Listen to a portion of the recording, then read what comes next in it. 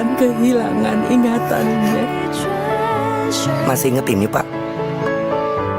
Sekecil apapun perhatian adalah kekuatan. Hidupkan momen kebersamaan. IndiHome.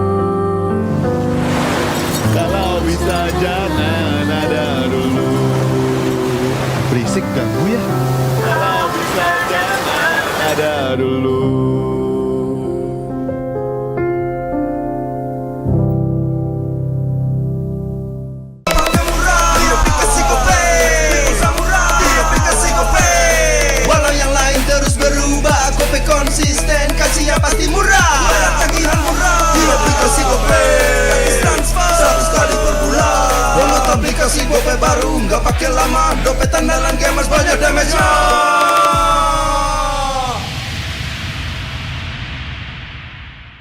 Rasa baru makin seru. Pertama di Indonesia. Kopi susu rasa cookies. Always ready, warnai harimu. Good day Groovy Cookies.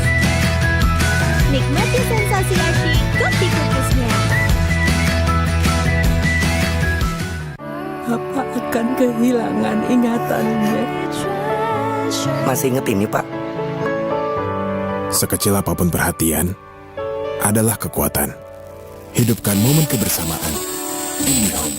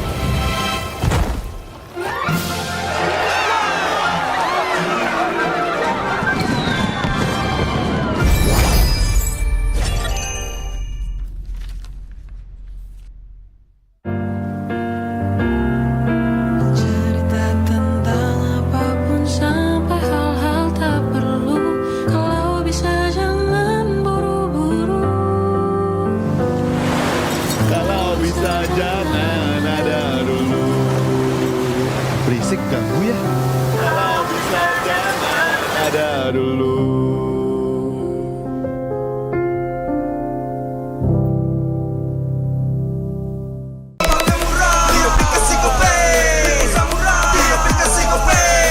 Walau yang lain terus berubah, Gope konsisten, kasihnya pasti murah. Bayar tagihan murah di aplikasi Gope, gratis transfer 100 kali per bulan. Download aplikasi Gope baru, nggak pakai lama. Dompet andalan gamers banyak damage-nya.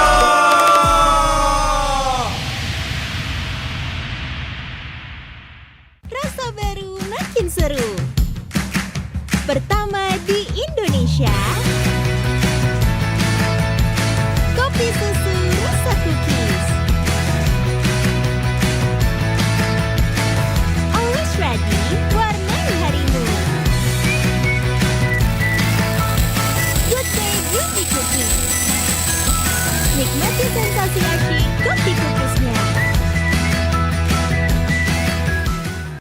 Bapak akan kehilangan ingatannya. Masih inget ini, Pak? Sekecil apapun perhatian adalah kekuatan. Hidupkan momen kebersamaan. IndiHome.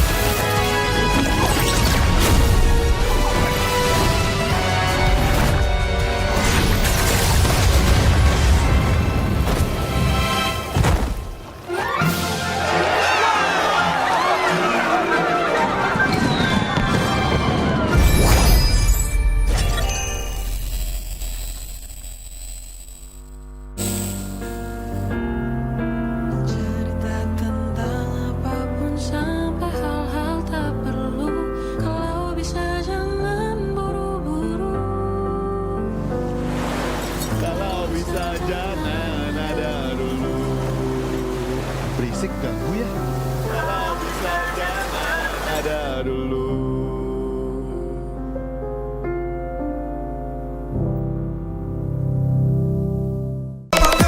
Di aplikasi GoPay Samurai Di aplikasi GoPay Walau yang lain terus berubah GoPay konsisten, kasih yang pasti murah. Bayar tagihan murah Di aplikasi GoPay, gratis transfer 100 kali per bulan. Download aplikasi GoPay baru, nggak pakai lama. Dompet andalan gamers banyak damage-nya.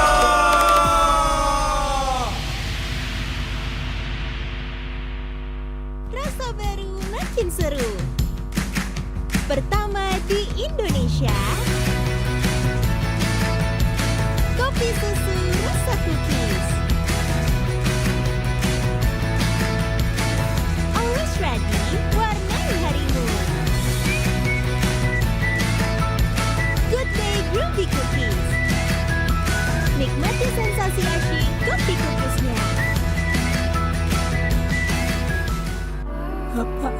kehilangan ingatannya. Masih inget ini, Pak? Sekecil apapun perhatian adalah kekuatan. Hidupkan momen kebersamaan. IndiHome.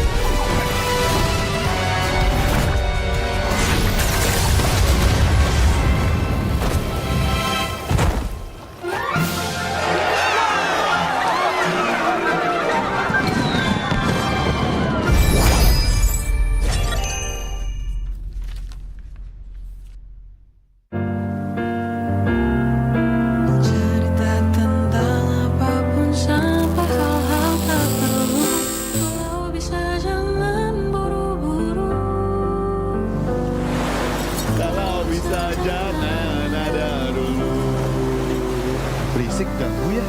Kalau bisa jangan ada dulu.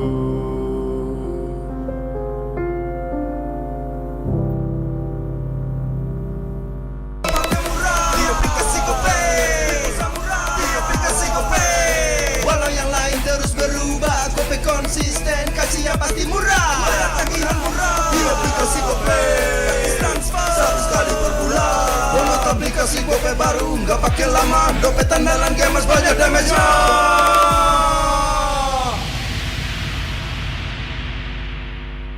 Rasa baru makin seru.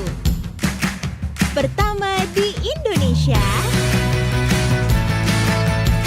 kopi susu rasa cookies. Always ready, warnai harimu. Good day groovy cookies.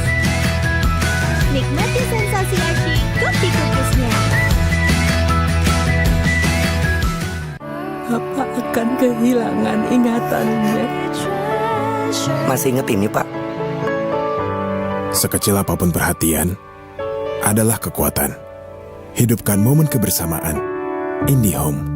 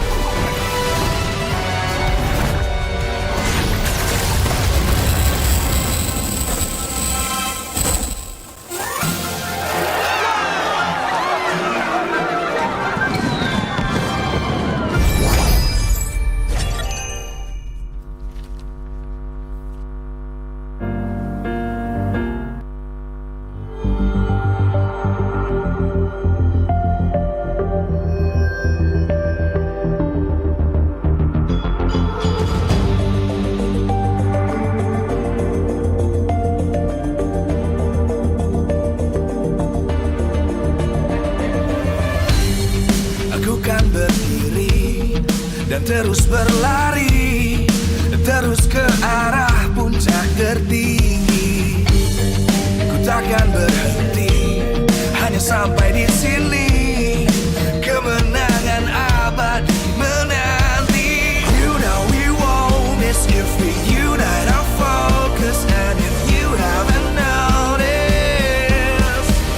we'll nyalakan apimu, hadapi semua tantangan, hadang semua serangan, jatuh bukan halangan.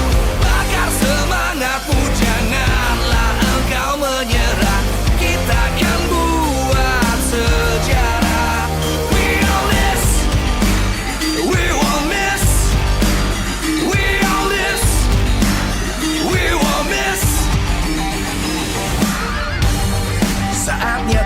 beraksi, jalani ambisi.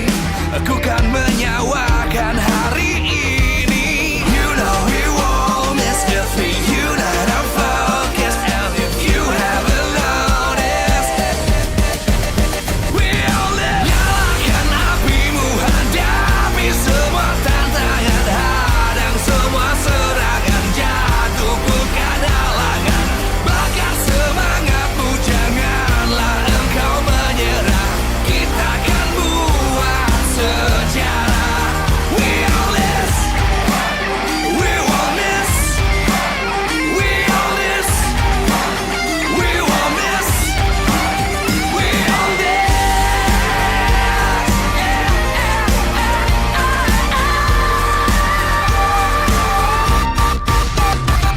Nyalakan apimu, hadapi semua tantangan, hadang semua serangan, jatuh bukan halangan.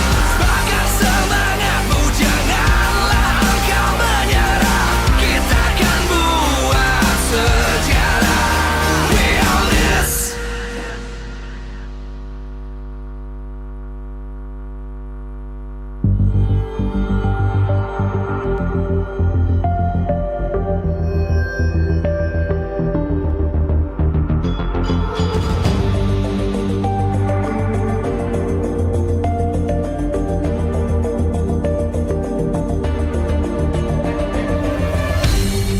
Aku kan berdiri dan terus berlari, terus ke arah puncak tertinggi.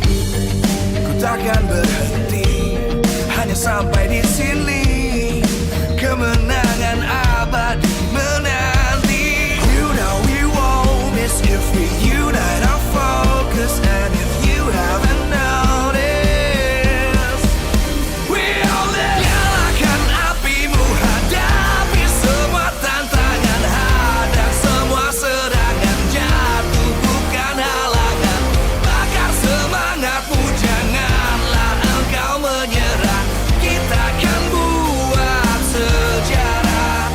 We all this, we won't miss. We all this, we won't miss. Saatnya beraksi, jalani ambisi. Aku kan menyawakan hari ini. You know we won't miss if we unite our focus. And if you haven't noticed, we all live. Nyalakan apimu, hadapi semua tantangan, hadang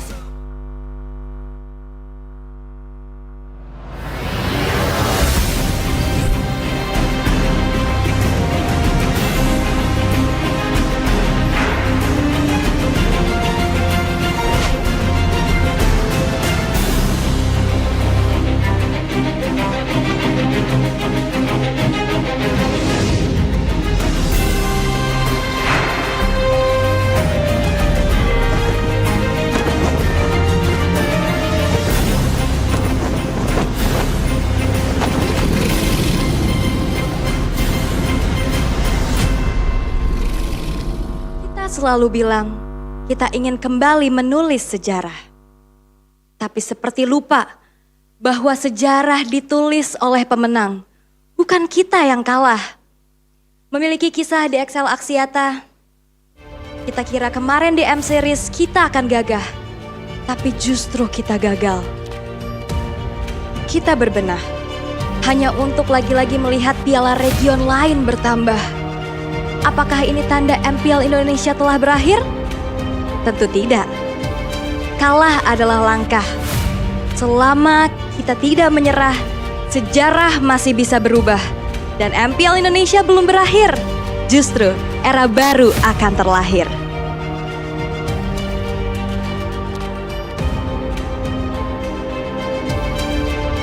Kita bertransformasi dari era ke era. Kita berkompetisi untuk meningkatkan kompetensi. Dulu, liga dikuasai nama-nama besar, era para pilar yang terus bertahan untuk memburu gelar.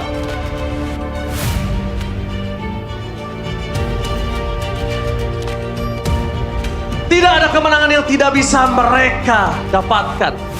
Mereka identik sebagai yang terbaik. Para pemain yang membuat nama MPL Indonesia jadi yang terbaik. Mereka adalah legenda. Arah yang dituju untuk kita bisa berbenah. Di masanya mereka pernah payah. Tapi mereka menolak menyerah hingga sejarah bisa mereka ubah. Mereka adalah raja, para pemegang tahta pada masanya. Bisa mencapai mereka adalah cita-cita. Berapapun usaha untuk kudeta, pada akhirnya mereka lah yang memenangkan mahkota. Di masa pilar, mendengar tim-tim perwakilan Indonesia saja bisa membuat region lain bergetar. Namun kita terkejar. Makin lama prestasi makin samar. Hingga impor menjadi kesempatan kita untuk belajar dan untuk kembali sejajar. Kita makin memiliki daya gedor di era impor. Pokoknya masuknya player-player asing membuat kita makin punya daya saing. Sehingga di panggung internasional kita masih dapat membuktikan kita sebanding. Harus kita akui, setiap orang ada masanya. Dan setiap masa ada orangnya. Dan lahirlah mereka, para pengubah takdir. Generasi yang bukan datang untuk belajar, tapi menghajar. Generasi yang bukan datang untuk berlutut, tapi merebut. Nama mereka memang baru, tapi mereka adalah para. Merekalah para penantang yang bukan hanya memburu menang, tapi ingin menulis sejarah yang membuat mereka dikenang. Merekalah Young Blood. Namun, jika para Young Blood ingin naik tahta, mereka harus melewati para legenda yang dari nama mereka saja sudah punya cerita. Baik itu dengan atau tanpa mahkota, mereka yang telah teruji waktu tidak mungkin menyerah hanya karena era baru mengetuk pintu. Kini mereka bukan lagi sekedar panutan, tapi mereka ujian. Dan MPL Indonesia Season 15 akan jadi panggung pembuktian mereka.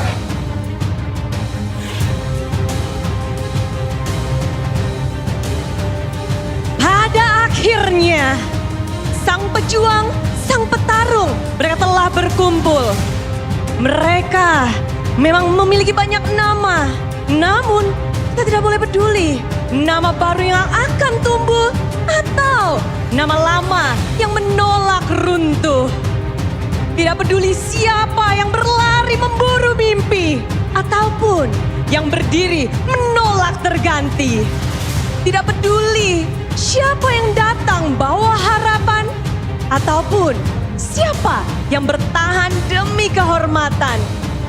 Karena meskipun mereka bertarung di jalan yang berbeda, pada akhirnya mereka disatukan oleh satu tujuan.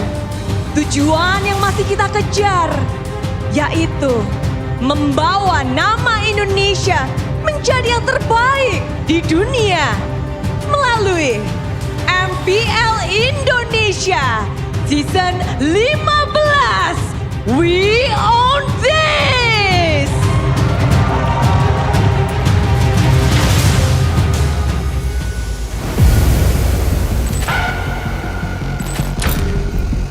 Sambutlah sang juara baru di MPL Indonesia Season 14, Tim Liquid ID. Dalam upaya menuju kejayaan, The one final lasso dari Bika. kekalahan adalah guru terkejam. Terima kasih atas perjuangan Bika Nova.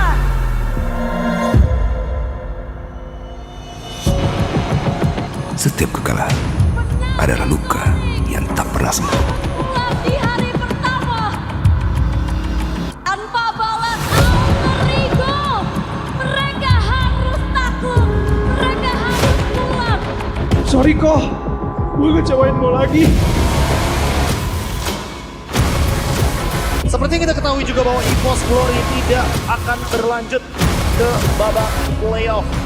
Kesempatan dari Dewa United menuju ke babak playoff harus terkubur. Begitu dekat, tapi berakhir sirna.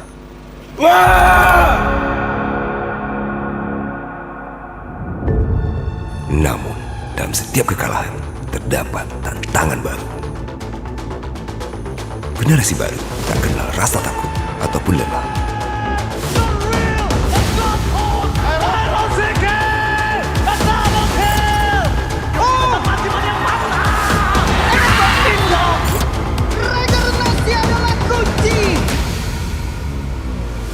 Apakah mereka siap menghadapi tantangan baru? Ini tidak semata tentang kemenangan. Ini adalah pembuktian siapa yang lebih pantas. Sang kuda membuktikan bahwa mereka lah yang lebih layak mendapatkan tiket playoff. Para legenda tidak akan tumbang. Mereka kembali bangkit. Masih berhasil selamat, tapi ada konflik bagian belakang dan juga penang ikonik terbungkam untuk kedua kalinya. Tantangan baru, tujuan baru, pertarungan baru akan dimulai. Siapa yang akan bangkit? Siapa yang akan tumbang? Arena telah memanggil untuk pertarungan menuju kejayaan yang terus berlanjut. Ini adalah MPL Indonesia Season 15. We own this.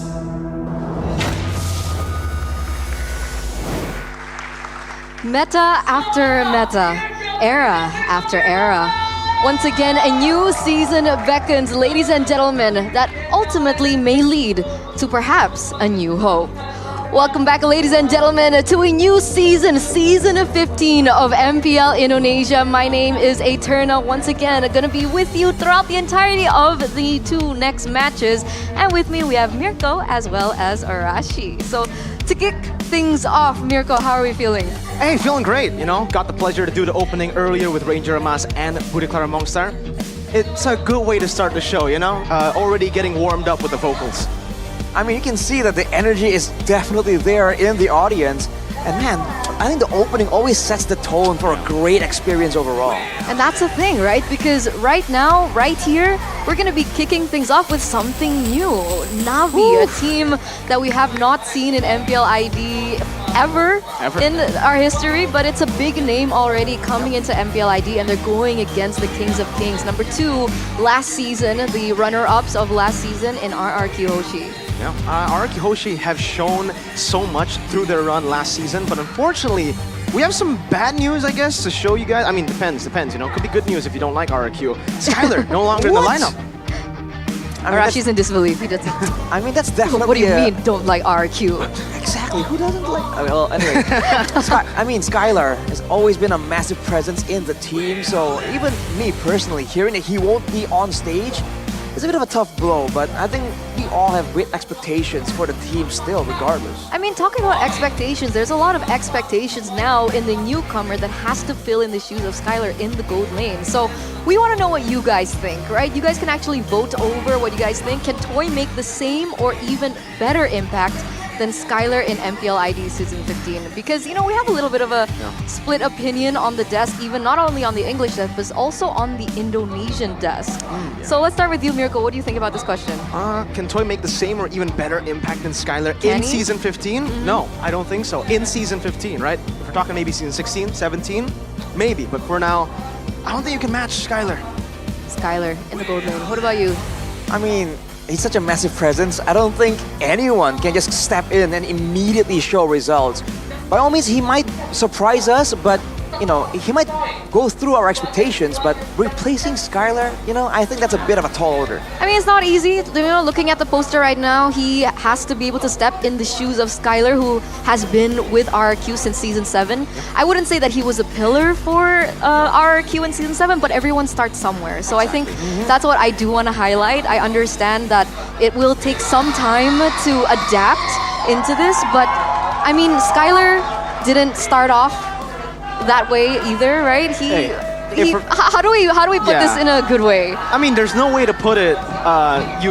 There's no way to sugarcoat it, Okay, right? okay. Skylar had a horrible debut Yeah. in MPL ID. Season 7, I think some of the fans that are in this building supporting him were his #1 haters back in the day. He was coming in to replace a legend like Zin. So he already had a lot of expectations that was just burdened on his shoulders. So the fact that he was able to learn from that in Season 8, going to M3, able to also do really, really well, I would say, in the only game that he played in M3, to Season 9 becoming the best gold laner in MPL Indonesia, getting that first team title, and then Season 14 reclaiming the first team title. Okay.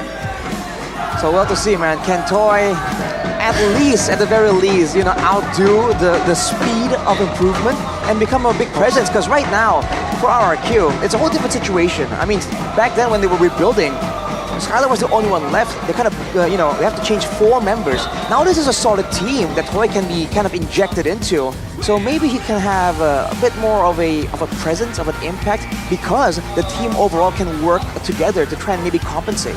That's definitely something that could possibly happen. But so far we've been talking about his mechanics. What about Skylar's presence as that big brother That's of the another team, thing. right? I think that's one of the big roles that he plays in the team. Mechanics, obviously, he's amazing, but he brings that leadership to the team. He is the main leader. He is the in-game leader for everyone you see on stage for RRQ Hoshi.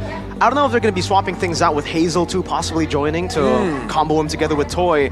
But losing a leader like that will have a lot of bad impacts within the team, at least for the first few weeks. Luckily, they got a chance to perform the Snapdragon Pro Series, so they have a bit of experience. Also, every single member on that team, except Toy, has had a World Championship experience. But it looks like the audience has belief, has faith, right? 44% needs to prove himself. 28% impossible. 28% impossible? doubtful. Why did I say doubtful? Doubtful. 44%. That's good, right? But still, he needs to prove That's himself. true. So That's we're not limiting the possibilities, but we're reserving judgment until the new more facts, more data comes out. Yeah, that's true. That's true. I mean, Toy has, what do you mean? Experience. Yeah. Right? He played in the MDL, and he got a interesting stat as well. Was he #2 on highest kills for that season? Yeah. In MDL, he had a phenomenal performance. He also won MDL, by the way, with his teammate that is in Navi, X-Magic, RQ Senna. X-Magic. That's another story. But if you want to compare him to Banglair, these are MPL stats. But These that's are not stats Banglair. Yeah, but like, you gotta compare Toy to Banglair right now. Statistically, in the same role.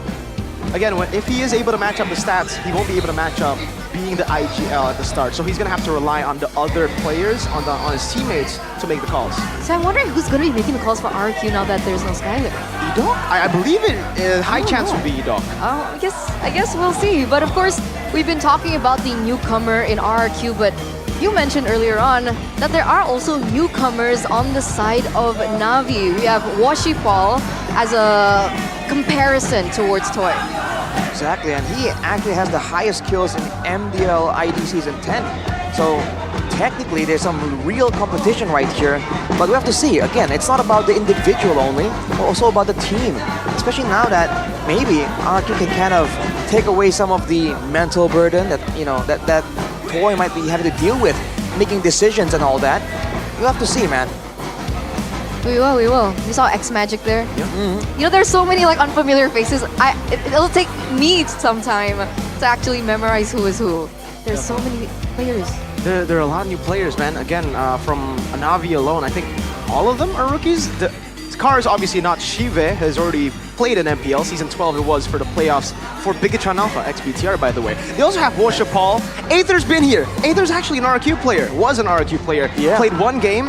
We won't talk about that one match. It was against Onyx. It was hard. It was him together with him on Yummy, with Lancelot, Violence. right? Yeah, he was on Lancelot, and he was up against like that. season 9 Onyx. Sorry, yeah, that was a pretty good lineup. Second place too. So the fact that he got his debut against Keyboy, Sans in the mid lane, you can see that he is actually growing as a player. Aether. Last season, I think most of us thought he was for sure the worst jungler in MPL, but he has improved quite a bit. Maybe that's why he's starting over Washipal. Is that what's happening? I think so. Aether's gonna be playing in the jungle? I mean, he was up there on stage over Washipal. I don't know. I'm just making assumptions here. Maybe it's a curveball, you never know, right? This is early in the season. This is where it gets interesting, right? Some teams can really try and play some of the mind games. You know, there's not a lot of things at risk just yet, right? Everyone's standings are still equal. So when it comes to the player lineup and the meta, I'm fully expecting some unexpected options here for all the teams. I like that you mentioned meta, right? Because the last time we saw the meta on a professional scale was SPS. Do you think we're going to be seeing changes today in MPL ID? I think we'll see a few changes. I think we'll also see a few different picks here compared to SPS and also MPL PH. Luckily, we got to see MPL PH a week early. Shoutouts to the boys from MPL PH. Yeah, I don't think we're going to see those heroes in ID. I think we're going to see those heroes? Those heroes, I mean, the Selena. It's a very, very difficult pick to pull off. I think maybe Keyboy could pull it off, but all the other teams, I'm not too sure. Okay, but it looks like the teams are ready, ladies and gentlemen, to kickstart our first match of MPL ID Season 15. We're going to welcome the runner-ups of Season 14, RRQ Hoshi, as we welcome them onto the stage. It's Toy again stepping in to fill the shoes of once the man called the Prince, but has really taken that mantle to be the king. Will Toy be able to replace Skylar to raise the banners once more for the Kings of Kings? Ladies and gentlemen, welcome Rex Regum Kaon. As they walk towards the stage, you can hear the audience immediately comes alive. We hype it every single season, but the Kingdom, when they're at full force, definitely makes a difference in the arena. You can see here RRQ Hoshi. Let's see what they have to give us. They're still running the usual 5. Hazel not in sight for now, but they seem confident. Let's hope, right? We saw their performance at SPS looking promising, especially with a completely new pillar in their lineup. But against them today, as their opponents, who's this? It's a new team. Completely new with the lineup as well. Only Cars and Aether has stayed from the previous Rebellion Esports lineup. Shive in the gold lane as well. We have X Magic and Hanafi. 2 players, 2 names, and 2 faces that we still don't know much about. Let's give them a grand welcome from the world stage to Indonesia. Ladies and gentlemen, Natus Fincer! Big name, massive shoes to fill in for these players right here, representing a team that has an amazing presence on the international stage. We'll see how they fare in MPL ID. You can see, definitely concerned, but they're not gonna back down just because they're up against more force when it comes to supporters. We've seen what new players, new faces, and new names usually have on the MPL ID stage. We remember the debut of Fabian, we remember the debut of Aaron Chiki, and I think that is what these teams are trying to replicate here today, and thus the introduction, right? The entire storyline of a new era with the young blood stepping in. But if we're talking about young bloods, these men, these pillars, they're no young blood, man. Aldo with Navi. How do you think Aldo has adapted to the team? Right? I think we've known Aldo for quite some time already. We've heard a lot of stories about him as well with his eccentric style of coaching. I don't know, right? Aldo has been great in Onyx, but after Onyx, we saw him really go through a slump in BTR, and then with Alter Ego, we know what happened. Nggak semua orang yang dinaikin di MPL bisa langsung bersinar kayak gitu. Karena kita anak baru kan, jadi apapun caranya kita ya berambisi lah buat juara lagi. Oke lah, cukup. Maksudnya langsung buktiin juga lah. Lihat betapa hebatnya New Blood, New Regenerasi yang sampai bahkan berada di Grand Final MPL Indonesia dan bahkan menghilangkan dominasi dari Sky King. Tapi kalau dari veteran tuh ambilnya dari apinya anak-anak baru, kayak semangat banget, pengen juara banget. Kelihatan banget beda lah pasti lah. Apinya pasti lebih panas lah anak baru. Ya pasti ada ancaman ya, bukti. Salah satu pesaing juga lah, kayak Fabian. Aku ya kalau ngelihat Fabian ya, wow ini anaknya ini benar-benar full PD, terbaik nih kalau dulu. Yang pastinya bakal mengejutkan kan, harus tetap waspada aja sih. Mereka naik MPL, main langsung win streak kayak gitu, nggak ada yang expect. Regenerasi menjadi kunci tim Liquid ID.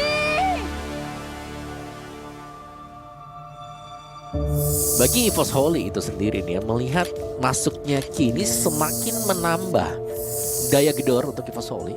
Sebenarnya alasan pertamanya gue pindah, mungkin faktor terbesarnya karena gue pengen mainnya. Gue masih bisa bertahan kalau gue kayak masih dibutuhin. Terus yang kedua juga ada temen gue, si Albert kan juga kan pas waktu itu gue trial dan menurut gue ya oke. Karena udah lama nggak main, maksudnya jadi roster inti lah, nggak main full gitu. Jadi ya itu pasti alasan utamanya. Sama ya selagi belum dapat juara dunia, gue masih pengen. Cloud-nya satu terakhir, ada satu lagi phone. Bahkan sekarang Cloud menjadi korban pula dan gue selalu bilang ya kalau orang baru, fashionnya baru, terus orang lama ya move on aja dari sebelumnya. Veteran juga panas ngelihat neogennya pada bagus mainnya. Menjelaskan Sandino, Surawa dapat terapkan dia. 4 orang on point. Gue kasih mereka menang 1 game, terus kita bantai 2-3. Kita semua tuh nggak peduli lawan siapapun.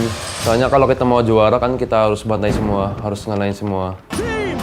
Dengan kekalahan kita kemarin di MC tuh harus lebih bisa membara aja sih. Mereka gagal untuk melakukan endgame. Gue masih pengen buktiin lah, masih ada sesuatu yang harus gue capai lah di tujuan gue gitu. Lipatan mencegah seorang hidung. Ya yang berbicara mental, kalau mentalnya down, hilang. Api gue bakal lebih tinggi lagi lah buat sekarang daripada anak baru. Tinggal buktiin aja sih. Pas nanti MPL baru gue bisa jawab. Karena kita anak baru kan. Jadi apapun caranya kita ya berambisi lah buat juara lagi. Paling kompel ya bro.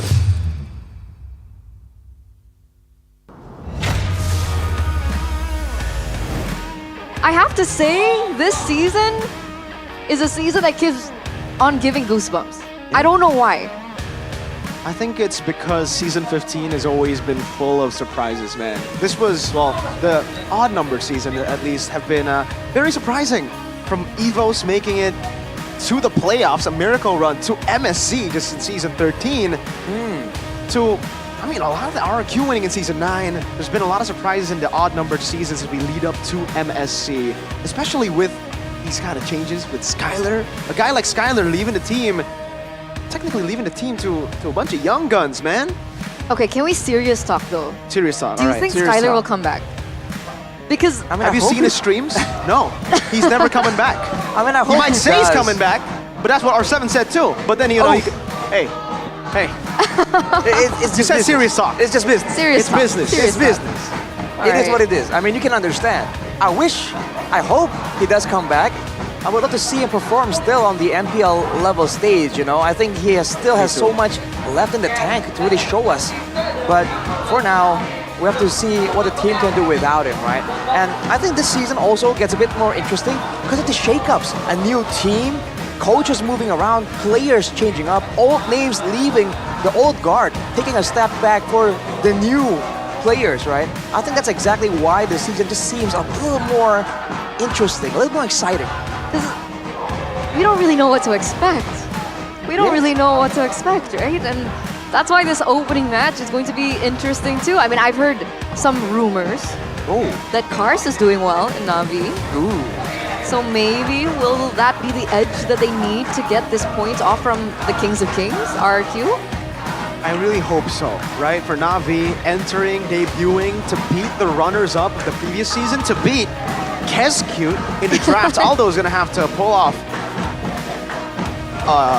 an Aldo season 10. I mean, He's gonna have to Aldo pull- was once known as the drafter. He was, right? well, he is the architect. He was the guy who crafted a lot of crazy picks back in season 10. I remember grand finals, Leslie against the Claude of Skylar for CW. Yeah, but I mean, again, Kescute ain't no pushover, man. Again and again, he's shown that from the drafting phase, he can have a massive impact on how the game is going to be played from the early game all the way to the late game. And just like that, ladies and gentlemen, we're into the drafting phase. Presented by the official tournament smartphone Samsung Galaxy S25 series RRQ. Okay, very quick already with the Joy first pick for RRQ. The Matilda Fulvius Harith banned out. A Badang pick. Moskov. Guys, this drafting phase is going a little too quick. Yeah, the Badang. So this is one of the picks. Oh my god, we are going really quick, man. Gata picked up instantly too. By the way, for Na'Vi and for what we actually mentioned earlier, how it's going to be different from MPL Philippines. We're much more brawly, if you don't already know. This is the brawl server, so you're going to see much more Badangs than in MPL PH. In MPL PH, I think we've seen a few, like Mr. JM has played the Badang, ex-BTR by the way. But not a lot. Not a lot of teams have prioritized the Badang in the first phase. Granger gets picked up. This is actually a comfort pick for Toy. This is actually a good flyer hero right now as well. For out of Na'Vi, they do have the Moskov to make plays around. And aside from that gold lane, at least for now, they have a lot of pressure going through, but they're going to be up against a Gatot Kacha. And some of these fighters, some of these brawlers from Na'Vi don't really do well against that Avatar of the Guardian. They really need a bit of space, a bit of safety to really make meaningful plays around the map. So with that being said, what are we going to be expecting into the second phase, right? It looks like Z has been banned out. Rins has yet to pick up a hero, and Rins has been the player that a lot of people are actually criticizing in RRQ as being one of the weakest links in the last time we saw them perform, which was SPS. It's been weird for Rins. I think he's either underrated or overrated in a lot of people's eyes, right? Like when he doesn't perform, everybody calls him out and hates him to bits, but when he does perform, they call him the next Sans. So I think it's time for us to actually just give him some time. Give him some time to adapt, give him some time to perform. And, you know, for RRQ, they haven't picked the mid laner, but Na'Vi, X-Magic, who's also part of RRQ Senna, the MDL team, I think RRQ will have a good read on X-Magic. They've scrimmed against him probably a lot of times in the previous season, knowing that they were from the same org. That's definitely interesting. I feel like for Rins, we can at this point kind of appreciate the inconsistency because he's new-ish compared to everyone else, compared to a lot of different players. So I feel like the highs are highs, the lows are lows. That's just part of the deal, right? Part of what makes the results of this match really not as clear-cut all the way from the beginning. But now for Na'Vi, banning away the chip and the Loyi, they're really respecting the macro potential from RRQ, appreciating how they play this textbook style that can kind of slowly but surely strangle you out. And for RRQ, the fact that they're banning a Valentina means they might be looking for some more big ultimates. Valentina banned by RRQ. What, do you think it's like a Lucas pickup potentially? Yeah, that's actually true. They could still try to go for the Lucas.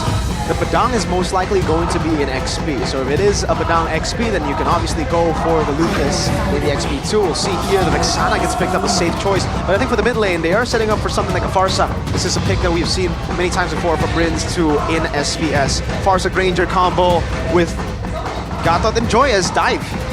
Big damage from all the way downtown. That's exactly what RRQ brings, and they bring out the CC as well. At this point, a very dominant laner due to the changes to the passive stacks. Even against a Badang, I feel like Dairon is going to have a lot of dominance right there. And if you're looking at the overall lanes, it really feels like RRQ are set up to be able to move around the map way earlier, despite Na'Vi having a brawl-ish, maybe level 4-centric ultimate cheese comp. Yeah. They might have to go for like a Jawhead here to deal with the GK up front. They need a bit more burst. They already have a lot of burst. Maybe just double down on that, play for the early game, and rely on Moscow for the mid to late. Controlling neutral objectives will be very crucial for this kind of comp. Suyo, Vexana, Badang. Yeah, I think Jawhead is the safe choice to go for in Rome. Let's see. Or Cho. They can actually also still go Cho. All right. What's the answer? It's Cho. Cho. All right. Good call. What do you think, Arashi? That kind of equalizes the wave clear, right? The Cho can help with the wave clear so much faster, and also be a real threat to make sure that RRQ can't set up. And we all know RRQ, especially with this composition, with the Farsa, with the Granger, they want a neat fight, a front-to-back where they can use the Avatar, get maximum value. But now with the Cho, if Na'Vi play this right, they can kind of force RRQ into some of those messier fights where the Farsa and the Granger will be exposed to way more danger than usual. So Granger going head-to-head against the Moskov in the early game, who's supposed to and is expected to win that lane? I gotta say, I feel like it's still gonna be the Granger, right? I mean, the Moskov can maybe do a bit of poking, do some short trades, but overall, when it comes to the clearing, when it comes to the harassment, that Granger, there's a reason why we're seeing it way too often. Yeah. If the Moskov wins, it's a crazy skill gap, man, because you can outplay the Granger, you can win lane against the Granger, but you gotta be a god Moskov. So let's see, can Shive pull that off? Ladies and gentlemen, as we get into the land of Dawn for our opening game, our opening match of MPL ID Season 15, Navi versus RRQ, game number 1. I'm curious to see how the jungle matchup is going to work out as well.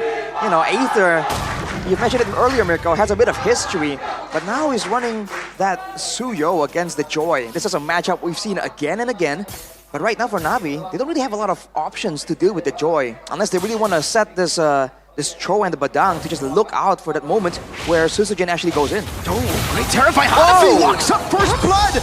X Magic, a great catch to start the game off. Man, and we were talking about Rins as well, right? Unfortunately got caught off there, and he should be one of the players that will be leading the rotations in the early game, right? The Edok Rins combo since Season 14, but it looks like, oh, there's a little bit of trade in damage, but nothing too much just now. What about the emblems? Does anything stand out? Well, if you look at the emblems, there's definitely a sustain in the minds of a lot of these players. I mean, X Magic on the Vexana is also running the Festival of Blood with a Braves. Oh, wait, never mind. They're actually going for a bit more of a prolonged approach to some of these fights, but look at that! This crack not available just yet. Susujin very low. Aether trying to chase him down. Edok, great Revitalize, gets punched down by Cars. Oh, Soul Sever! And now a bit more burst coming down. It's another kill to Navi. Hanafi staying busy mid to top to back to mid. Just kung fu and Rins around. He's aggressive. Hanafi from Navi. Is this the Hanafi that you were talking about with Aaron Shiki? Yeah, Aaron Shiki mentioned last season that his mentor was playing in Liga Nacional.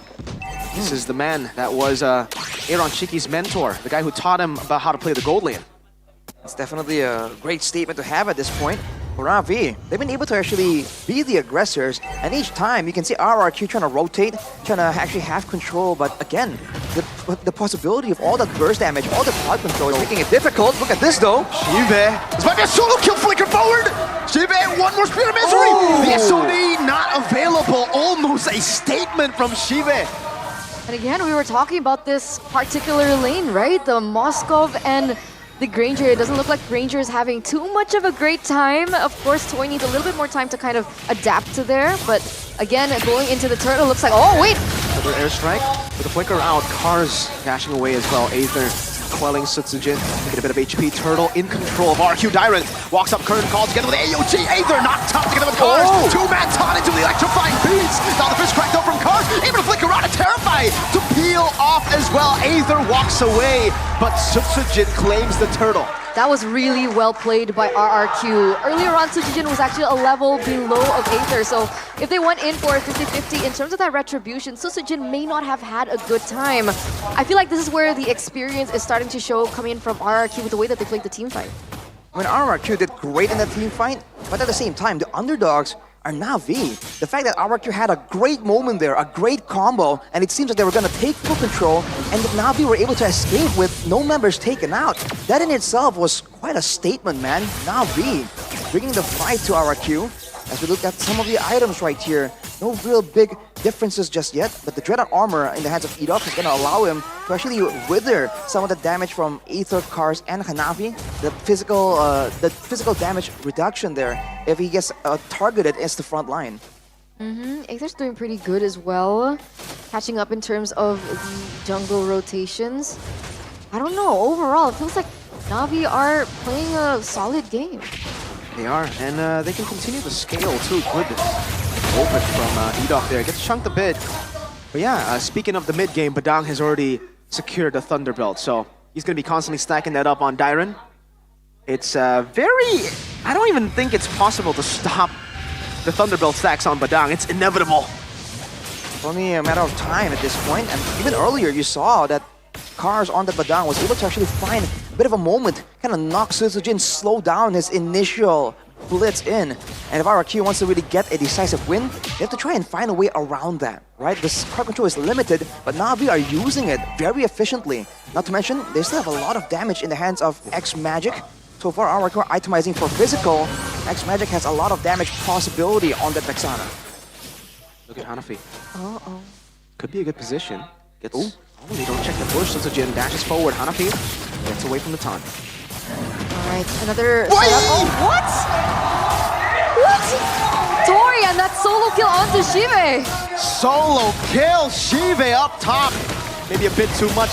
Then he gets Shu, fist crack coming down. Tyrant, oh wait, Eternal Guard too. They all whip. Oh, they're grumbling. Aether taunted up, electrified beats from Sutsujin. No trades on board. Hanabi running away. Sutsujin diving in. X Magic.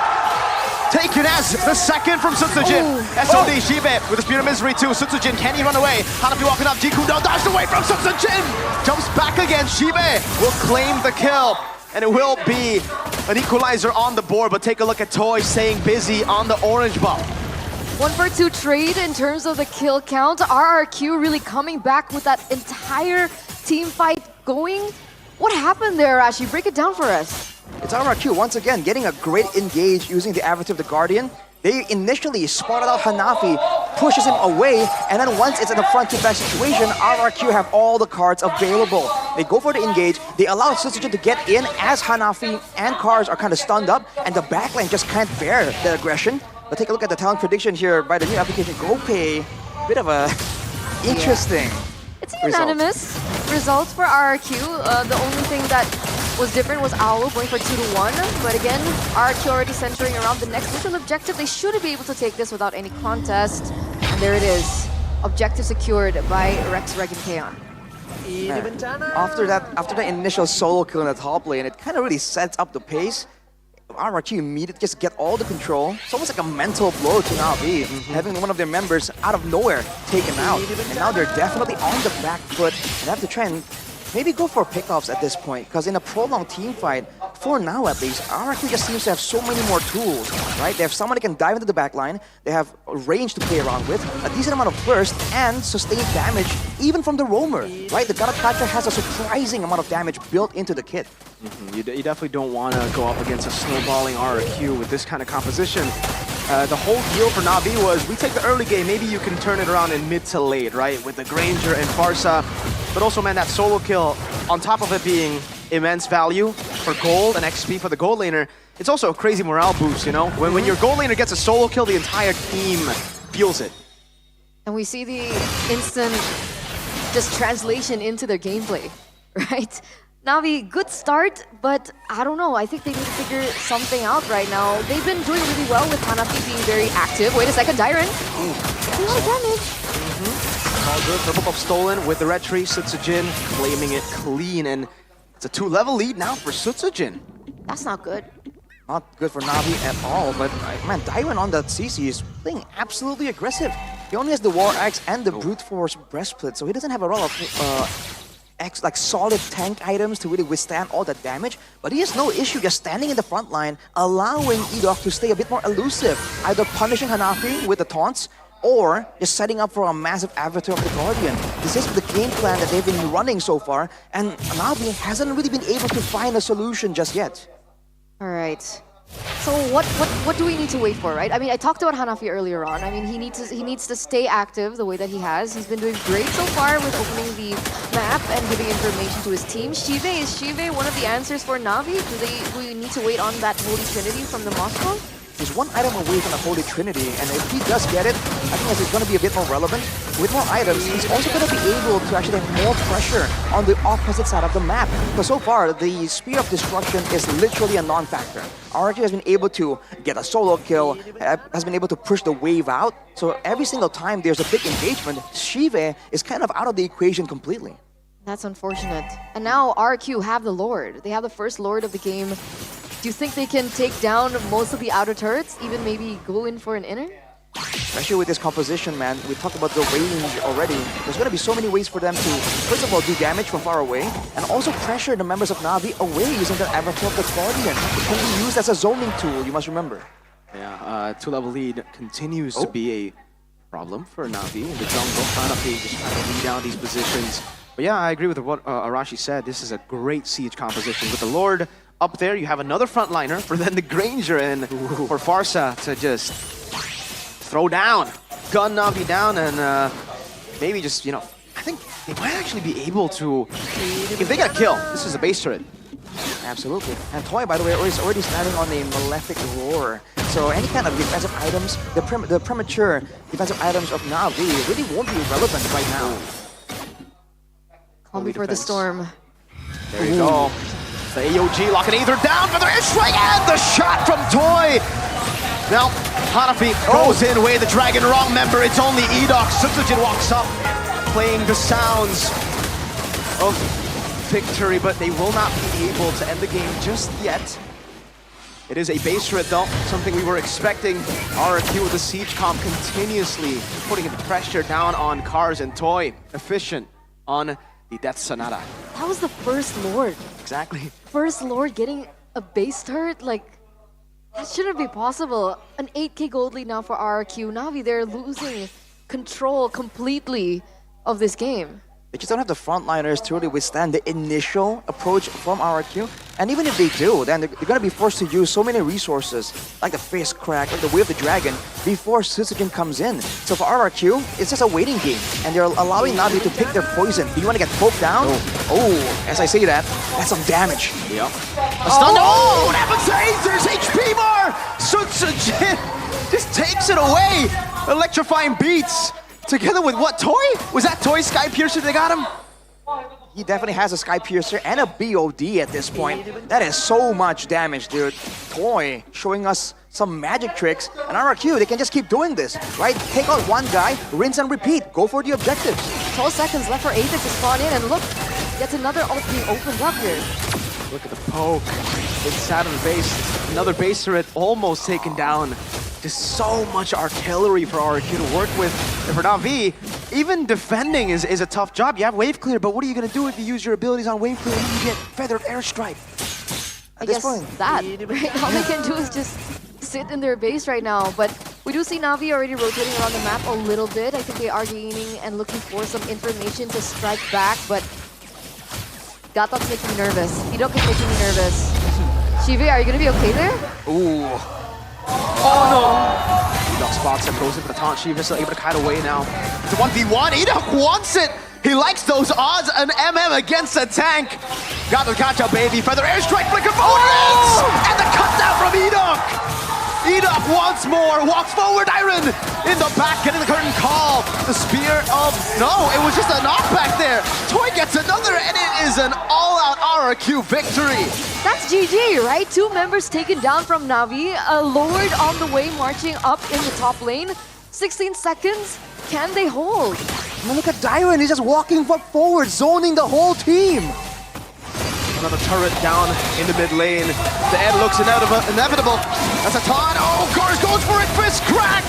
But falling to the electrifying beats. The rhythm played by Sutsujin. One last attempt from Shive as he blinks forward. But RRQ make it quick. Game 1, 13 minutes. Best of 3, ladies and gentlemen, for the Na'Vi Nation. There is still hope for Na'Vi to come back and force a game number 3. But overall, that was such a clean game for RRQ. And again, we were talking about Toy in the gold lane. We saw that he was having difficulty against Shive in that 1v1, but that solo kill, I don't know, it's looking good for Toy.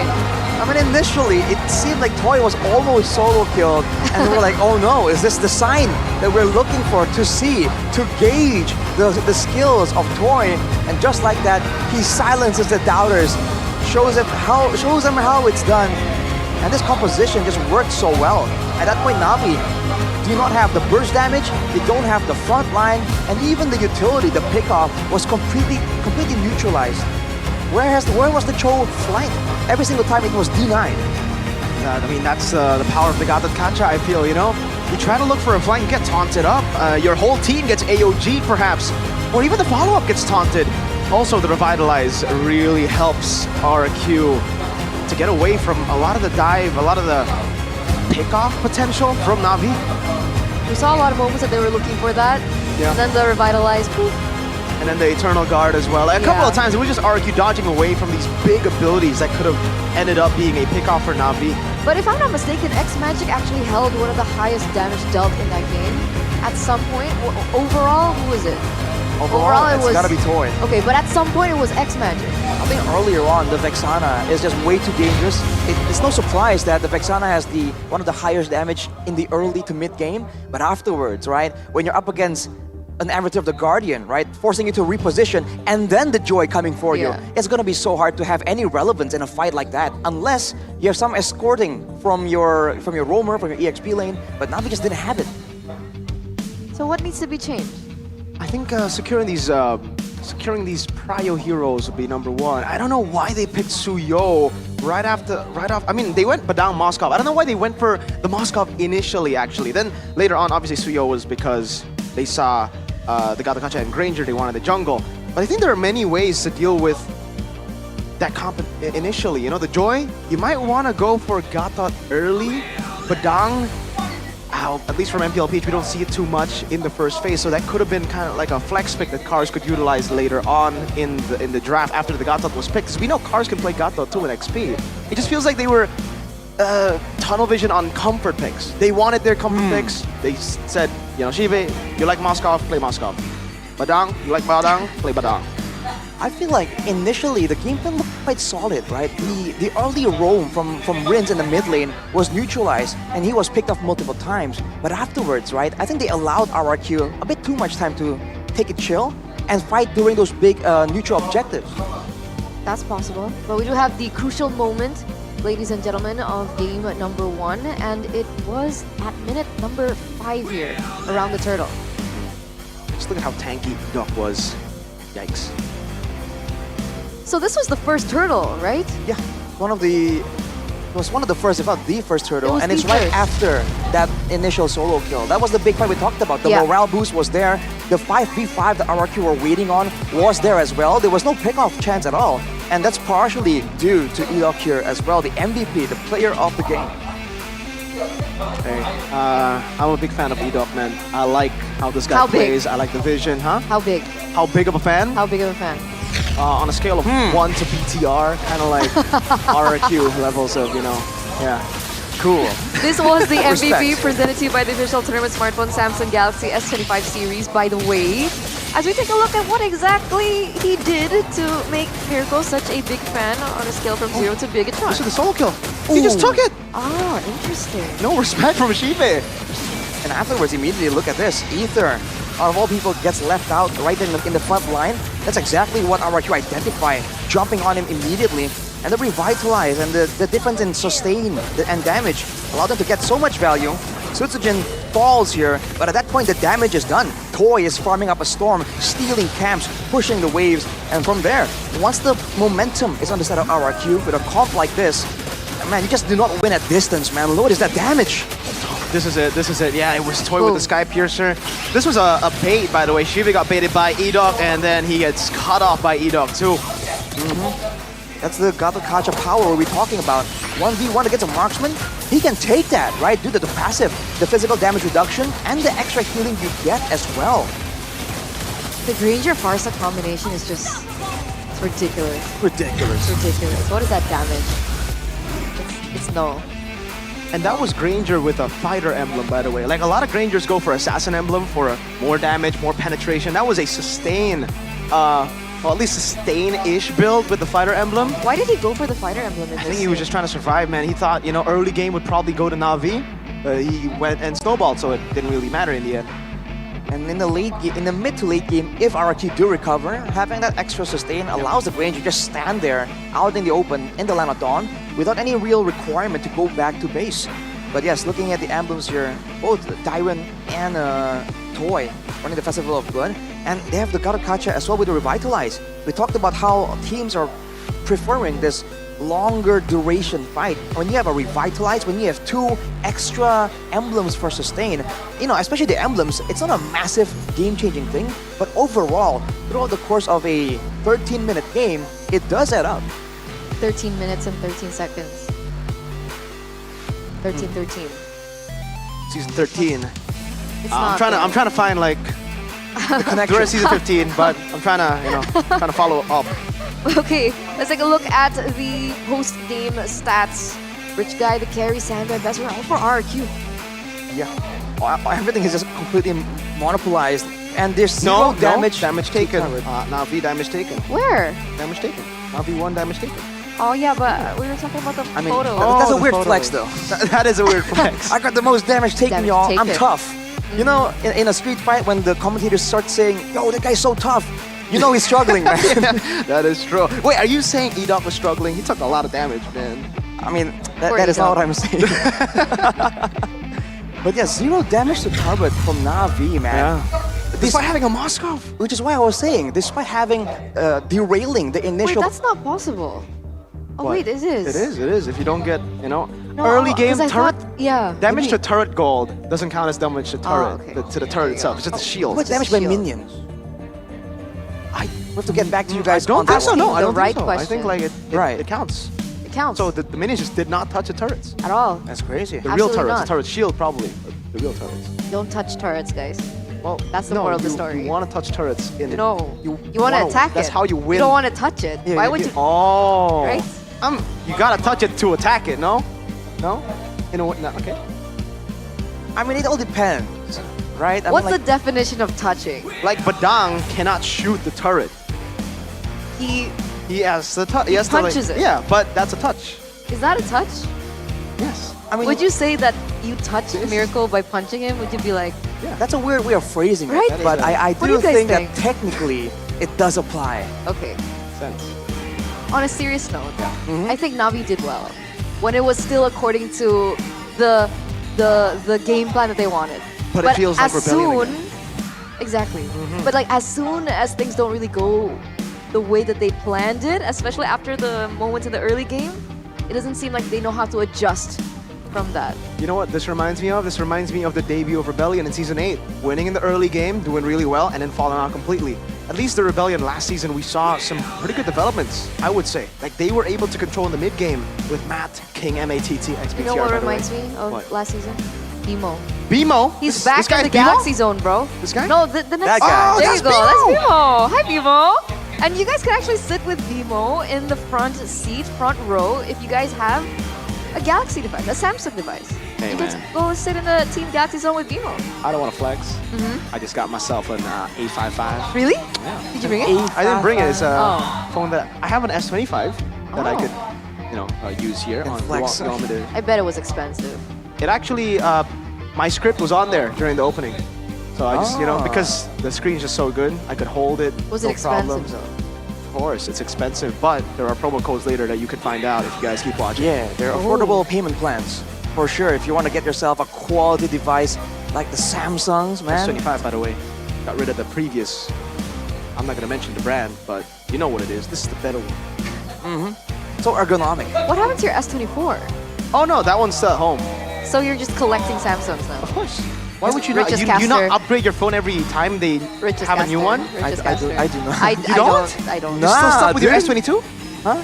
Yeah, it works just fine all these years, man. But like the additional, there's a lot of things that they update, you know? Oh, awesome intelligence, by the way. Talking about updates, there's actually an update to the RQBA roster, right? We have Michelle sitting up front in the hair cam by Head and Shoulders. And if you guys want amazing hair, like the brand ambassadors of RRQ, you guys can go ahead and buy one in your nearest store, bro.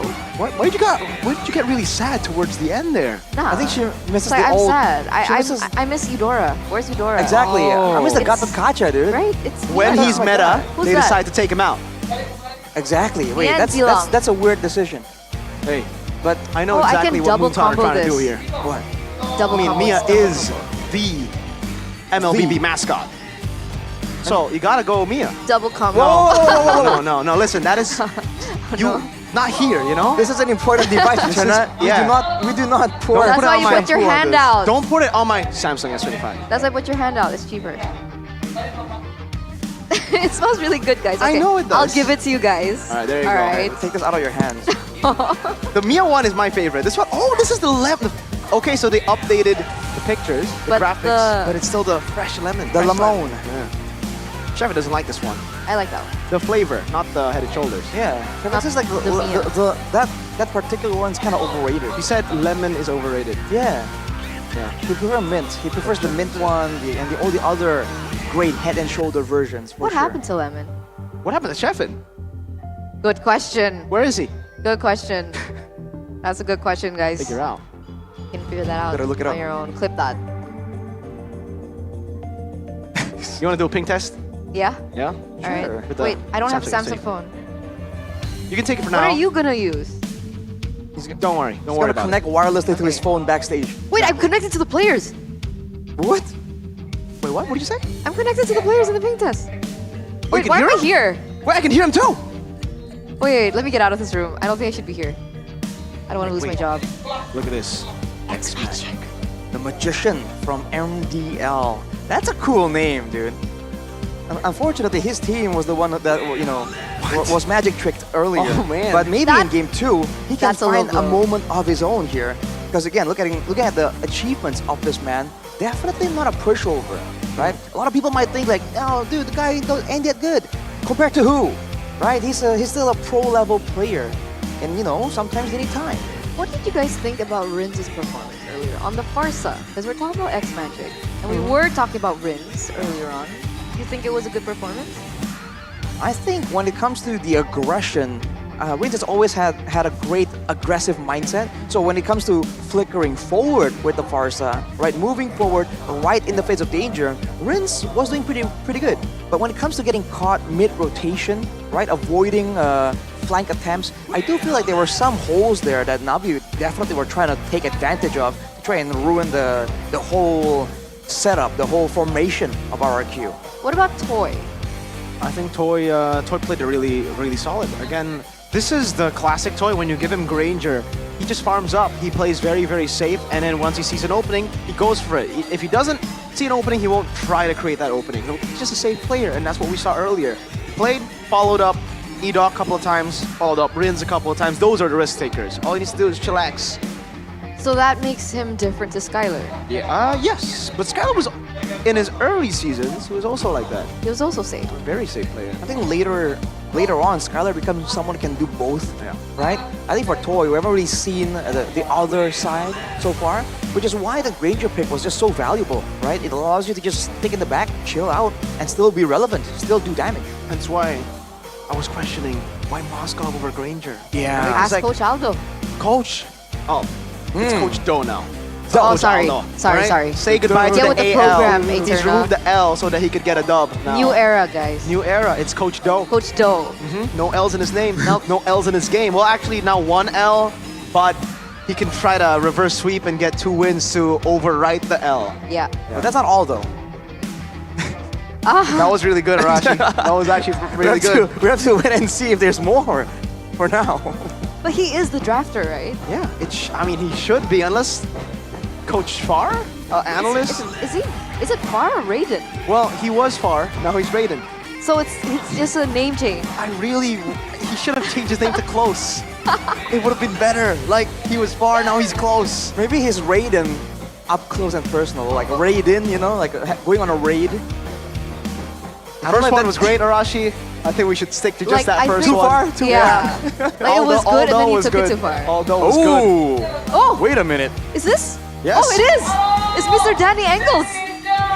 That's welcome, Danny Engels, Director of Global Operations from Team Vitality, who is actually the female team, women's team for Vitality, is in MDL. We would love to see perhaps a new team joining us for season 16. I don't know, you know. Teams?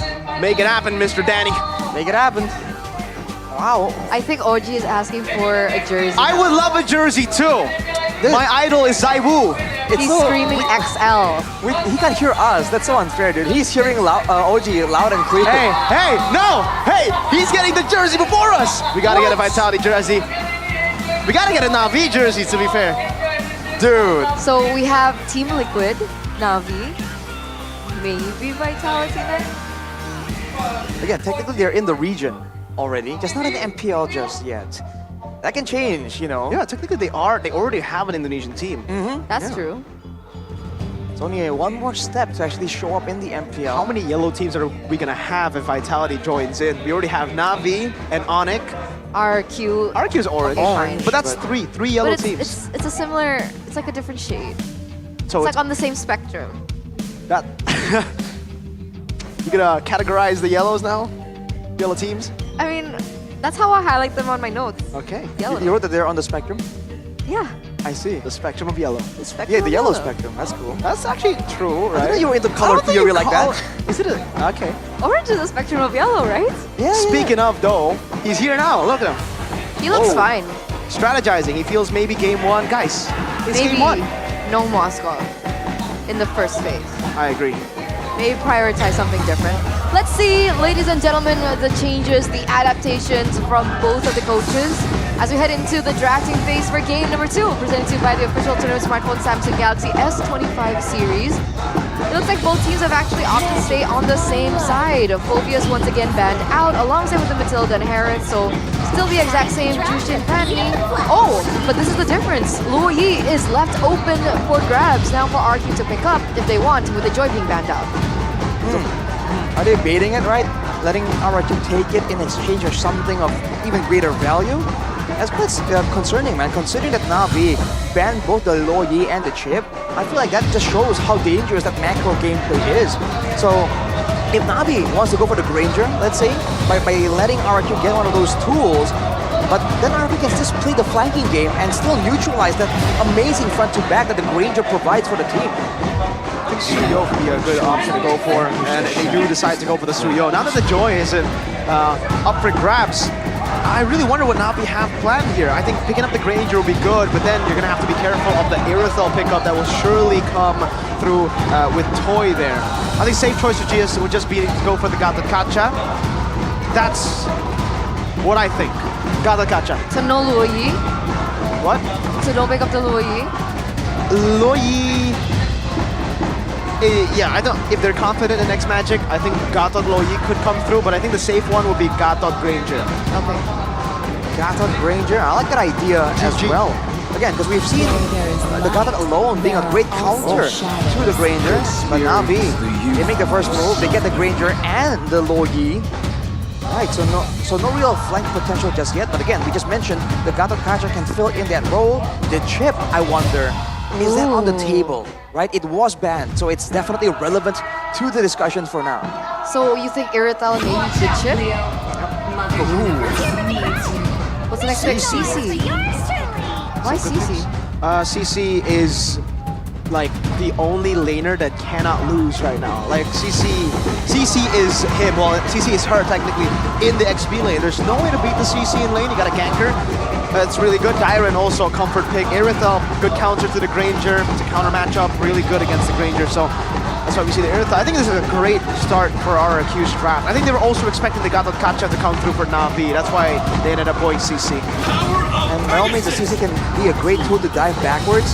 If you can get the CC right onto the Granger and the Luo Yi, these are both heroes that aren't really all that mobile, right? Unlike a Moskov, it can kind of be a bit safer, have some self-peel. The Granger and the Luo Yi, if they're just run down by the CC, it's a dangerous situation. So you fully expect some more crowd control from Na'Vi, I think.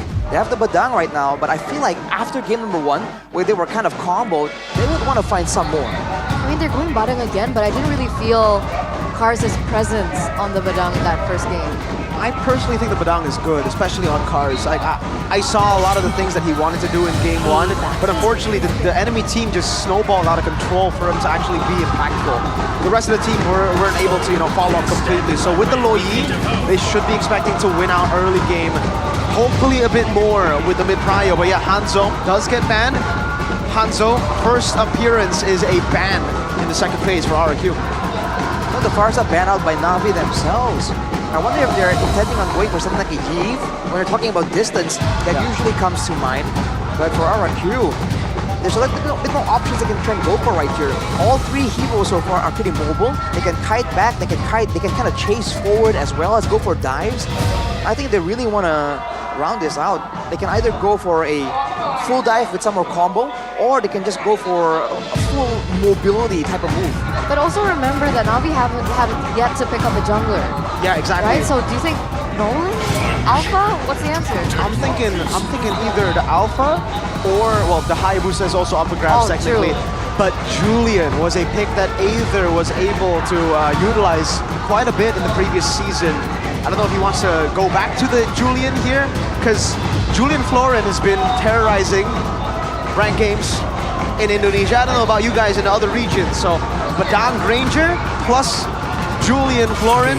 Looks like a very, very tanky composition with a lot of sustain in the mid to late game. They end up getting the Nolan out of the way. So something that can actually clear faster than the Suyo ends up being the GK in the end. So no hope, I guess, for the Julian. I think perhaps maybe it's still possible, but safer choice would be Alpha. Tigreal, Edok though. They can't go Alpha here, right? Yeah, it's not the best, but at least you control the neutral objective. You can farm a lot, because again, getting to level 15 very fast is a big trio, and up against a Suyo, it's going to be interesting. The Hayabusa comes through, but this is going to be a signature pick for Rins as well on the Eve. They're going to have a lot of slows and also a lot of ways to capitalize. It's just a lot more all-rounded for RRQ, whereas for Na'Vi, it's looking a bit more all-in for sure. Yeah, they have the Luoi, they have the Badang, they have the Gatot. I'm also excited to see Aether's performance, honestly, on an assassin like this Hayabusa. How he's going to be able to live up to that assassin nature that he once had. They gotta be careful in the early game though, right? For the Hayabusa, neutral objective control isn't really the best. You need to get kills to snowball, to be impactful in the game. And I think RRQ, despite, having the Eve, Iritha, a lot of squishy members, they have a Suyo and Tigreal, two really good picks to try to catch the Haya early. So let's see how this all pans out. Ladies and gentlemen, as once again, we welcome you into the land of Dawn. Game number 2, match point in for RRQ as they hold 1 point over Na'Vi. And the big question is, can Na'Vi turn this game completely around and force the game numero 3? All right, man. I mean, I'm concerned about how the synergy with the diversion is going to work for Na'Vi. Because at this point, they can all relocate, but they don't really have a solid, reliable way to actually go for those pickoffs. You can go for that harass. But in the laning phase, Gatot Loyi, the mid lane, is definitely oppressive, but that's not new. In game 1, that was kind of the similar story for Na'Vi. Looking at the emblems though, Master Assassins for Toy on the Irital, and against a Festival of Blood, but look at this, whoa! Hanafi going revitalized already. Aether jumping back and forth, so Sujin caught again, is able to escape. No more quad shadow there, so Sujin does end up getting the Lethal Wanderer. And Aether is now on the way to purple. Sutsujin, level lead, mid lane. X-Magic, no mana, Rins. Now bullying him and Hanafi.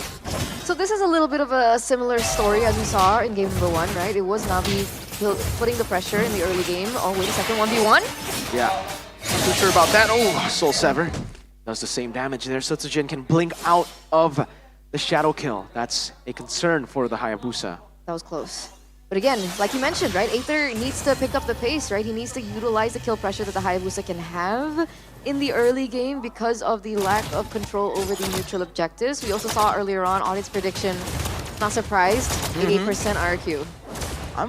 I'm curious to see how Na'Vi is going to adapt when it comes to the ganking of the side lanes, because earlier they had some prio in the mid lane, but the side lanes are relatively left to its own devices. And in game 1 was the Granger along with the CC, right? But oh, look at this, Na'Vi should be able to survive for now. Rins has spoken him down. Does he commit the RWM? Yes, he does! Hanafi!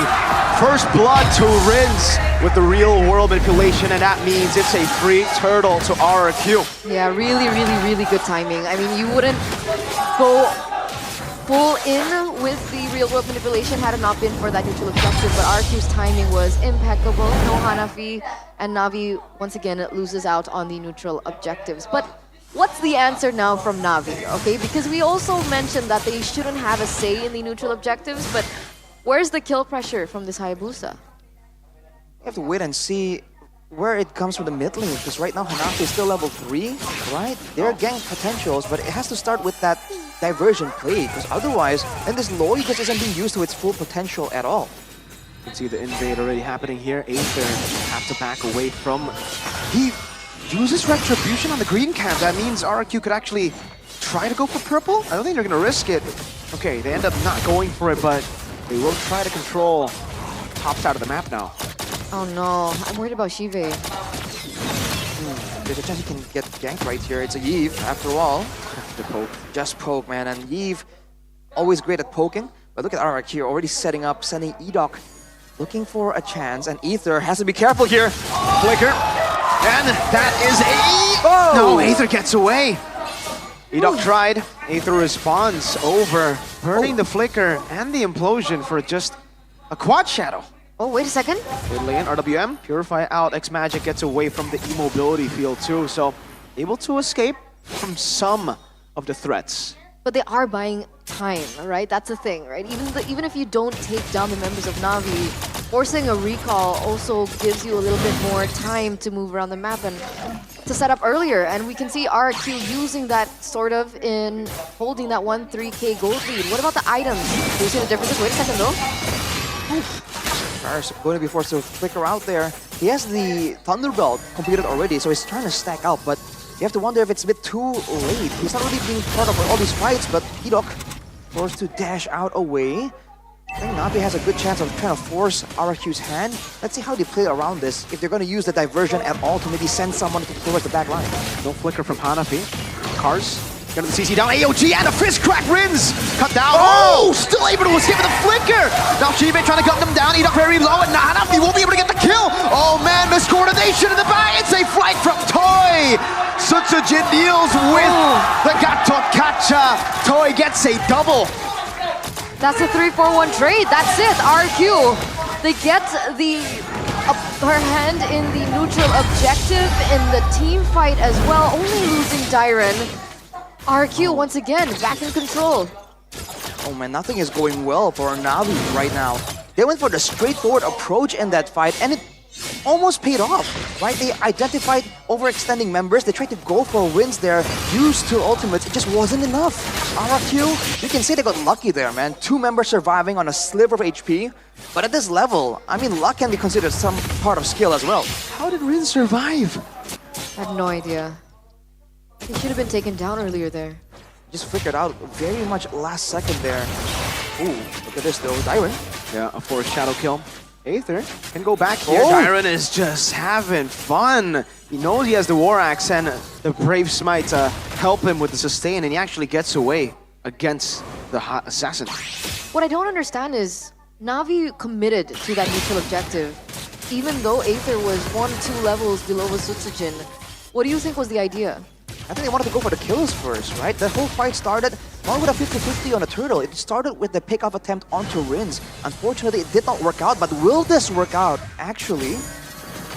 Oh, they get spotted, man. Yeah. Shibe walked out of the bush so early. I think tunnel visioning on just creeps. And they divert... what's the term? They went with the diversion to their own side of the map. Usually you see more of a flank route to be a bit more unpredictable. But now they have too many tools to flank. They're not using any of them. They've done that twice in a row now. They're playing the diversions very safe. Is it a little too safe? Do you think they should be being a little bit more aggressive with it? Nice prediction. Yeah, I think it's okay for now. Because I don't think you want to go and flank when you're behind 3,000 gold. I think it's going to be a bit too dangerous, especially with the threat of a great implosion from Edok, right? That might be what they're really concerned about. But right now, even the Granger prior that we talked about being so important hasn't really been allowed to be put to good use by RRQ. There's not a lot of moments where RRQ just stands there taking the Death Sonatas from Shibe. In fact, it's Rins poking him down with the advantage with the spam ability. But look at the way that RRQ... Oh, wait a second. I mean, they're all inning on Edok, but he's fine! Goes into the flicker, implosion, catches them! The Hayabusa goes to the shadow kill, but it's Hanafi who's now caught in the bad spot, gets taken down. Only Edok down for 3 of Na'Vi's members. They wasted all their resources on one hero, like you mentioned earlier on, and everyone else was able to capitalize over it. That information as well given to Toy, being able to jump into the back line and dish out that damage. It's yet another unfavorable trade for Na'Vi.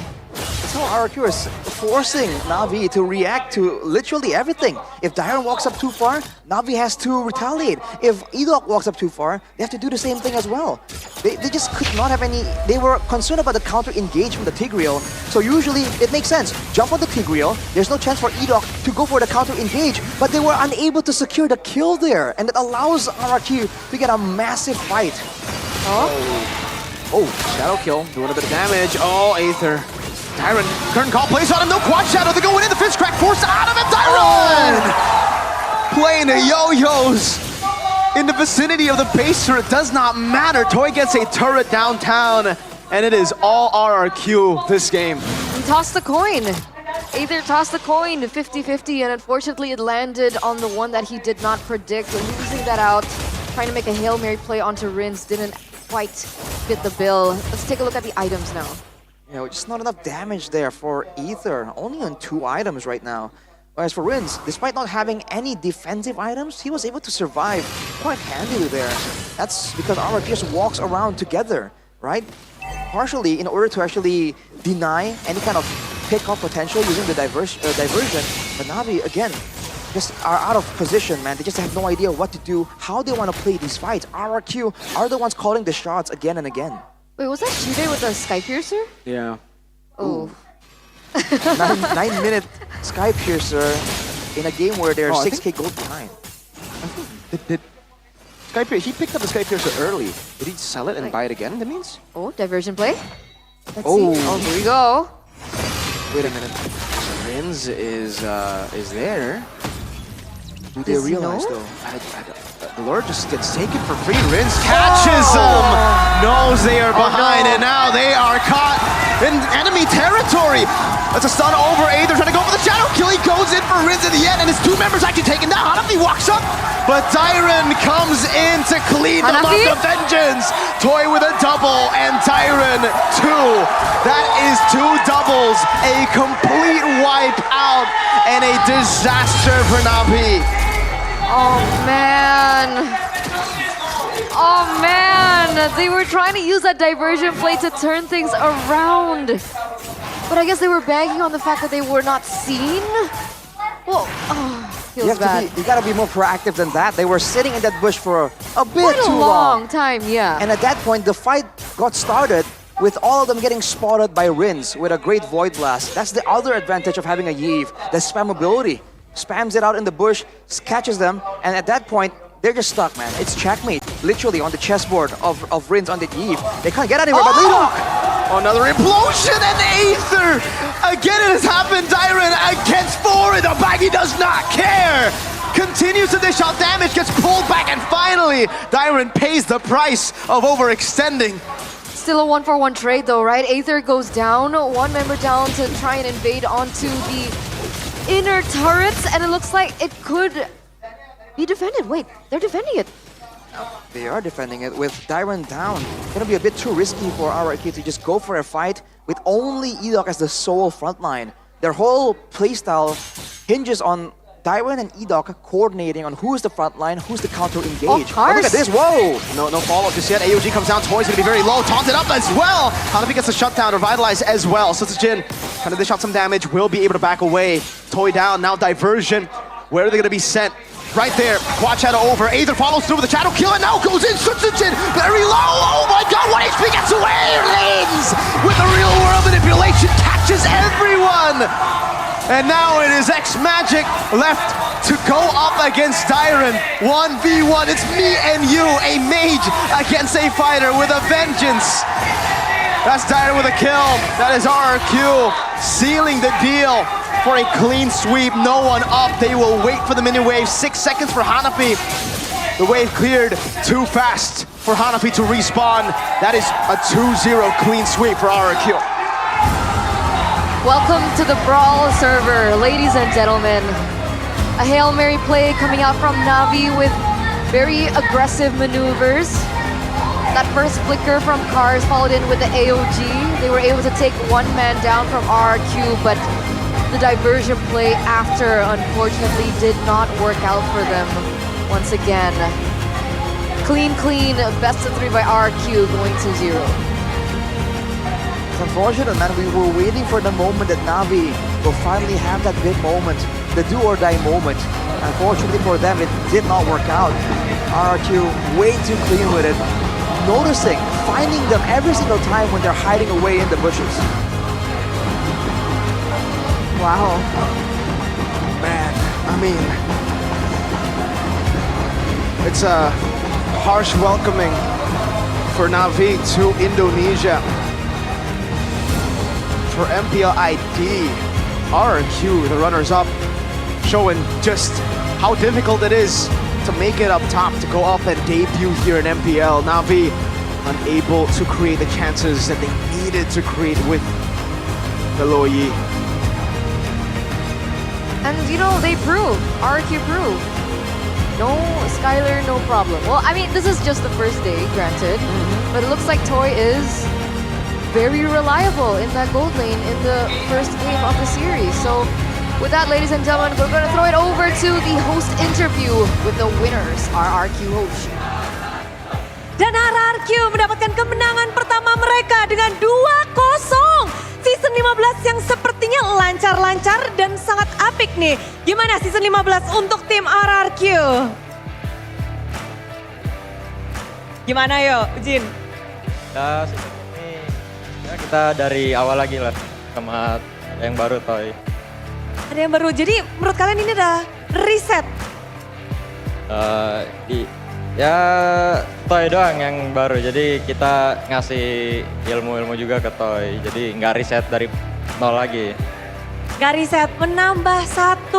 Dan ngelihat kalau dengan hasil 2-0 ini berarti proses kalian berlima ini cukup cepat ya? Ya lumayan sih.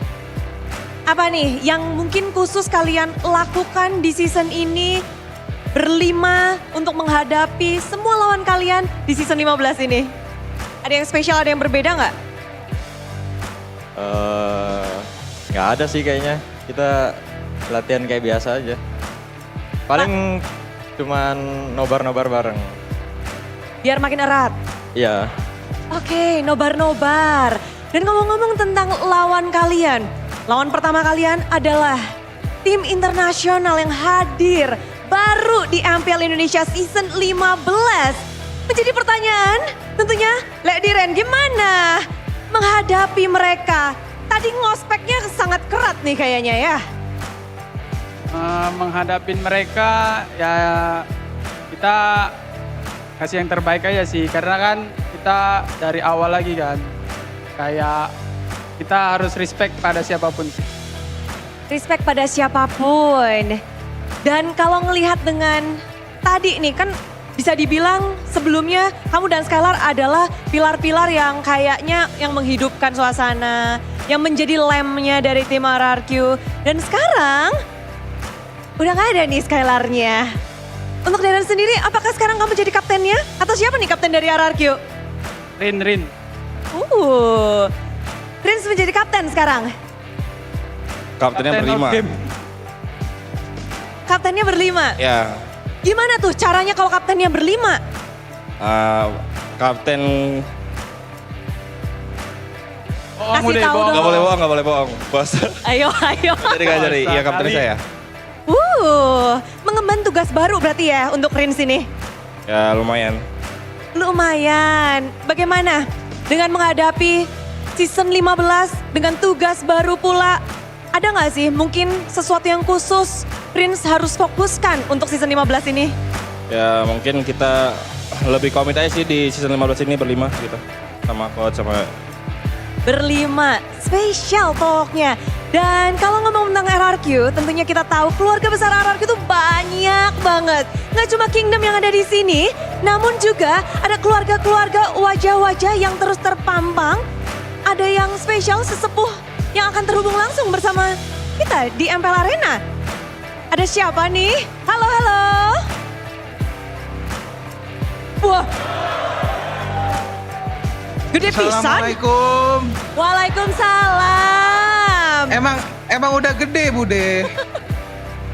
Ya, tapi di sini langsung heboh. Gimana nih kemenangan pertama untuk RRQ? Gimana lihat R7 melihat performa pembukaan dari mereka? Ya alhamdulillah seneng lah. Semoga semakin kompak ke depannya. Karena kalau misalnya udah nge-stick together terus pasti strong terus lah. Stick together. Tapi ngomong-ngomong sekarang ada yang stick together sama kamu di lagi nge-stream ya, lagi restream nih. Dan sudah tergantikan sama Toy di sini. Gimana ngelihat perubahan regenerasi dari tim RRQ tanpa adanya Skylar, seorang pilar yang sekarang ada Toy di sini? Tetap jago lah karena kan partnya udah lama. Jadi ya Toy-nya dibimbing bareng-bareng gitu sama player-player yang empatnya udah nyatu gitu. Gak jadi masalah. Gak jadi masalah. Bagus. Kalau ngelihat performa di match pembukaan, menurut R7 sendiri seberapa jauh nih tim RRQ akan melangkah dengan komposisi yang mereka punya? Ya ini karena masih awal ya, semoga kedepannya bisa 100% lah. 100%. Berarti potensi Iya, RRQ dan amin. juga Toy sebagai member baru dari R7 sendiri berapa nih nilainya? Nilainya 100 lah, tadi solo kill kan, kelas tuh. Kelas. Toy, solo kill. Welcome to MPL Indonesia, Toy. Ya betul. Ada yang mungkin kamu ingin sampaikan dengan panggung pertamamu di MPL? Mumpung ada R7 juga nih, sepuh dari RRQ, ada Kingdom yang hadir. Tetap dukung kita aja sih buat lawan Oni kan. Kamu nervous gak sih? Ini panggung MPL. Enggak betul. Kok bisa? Sebelumnya kan aku kan udah main di MPL kan di OS ini. Jadi udah aman. Udah aman. Sudah aman. Ini R7 kalau ngelihat dari seluruh perjalanan tim RRQ sekarang juga regenerasinya banyak banget. Gimana sih ngelihat mungkin MPL Indonesia khususnya lawan-lawan RRQ juga akan banyak banget. Semakin seru sih karena kan emang anak muda itu lebih tinggi ya mekaniknya ya dibandingkan player yang lama, dan refleksnya juga lebih ngeri lah dibandingkan yang dulu lah. Makin ngeri. Iya. Banyak outplay yang terjadi, kelincahan ini itu udah beda lah pokoknya. Oke, tapi R7 ada nggak yang mungkin ingin kamu tanyakan mungkin dari gameplay mereka tadi atau dari pemilihan gerakan atau apapun yang ingin kamu tanyakan langsung kepada tim RRQ yang ada di sini nih? Pertanyaan nggak ada sih, tadi udah bagus banget dari segi targetingnya juga di Ren yang ngelok ke belakang, di follow up sama teman-temannya, range ultimate-nya juga bagus banget gitu, Ido buka visionnya juga udah dapat banget, udah bagus banget. Tinggal dikonsistenin aja. Konsistenin aja. Oke, kalau gitu, kalau dari tim RRQ ada mau disampaikan mungkin sama Babang R7? Keren tadi di Ren, follow up. Buat Mas Paldi, support kita terus ya, jangan hujat.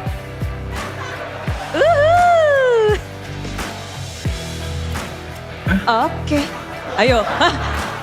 Mulai. Enggak, soalnya aku nggak bisa dengar suaranya. Aku cuma bisa dengar suara Bude. Oh gitu? Oke, kalau gitu Nyangkut kayaknya ini intinya settinganku nih. R7 minta didukung terus untuk tim RRQ-nya. Dari Dirennya juga. Dan jangan dihujat, katanya gitu. Seru banget iya. pastinya. Thank you banget ya R7. Mungkin ada kata-kata terakhir yang ingin disampaikan? Semangat sampai playoff, semoga bisa MSC, jangan lupa hit to red nanti. Itu Red, oke. Thank you R7 dan mungkin kita akan berjumpa di lain waktu. Dan hari ini memang spesial banget kemenangan pertama dari Dok sendiri. Kayak ngelihat regenerasi di season ini. Mungkin Mas udah ya Mas? Season lalu kayak kita ngelihat player-player anyar, player rookie itu hanya 1 digit. Sekarang tuh bertambah banyak dari semua tim. Gimana sih? Idok mungkin melihat tadi, seperti tadi banyak kawan-kawan juga yang sebelumnya ada di MDL. Lalu tim-tim lain juga melakukan hal serupa. Bagaimana Idok melihat nih season 15?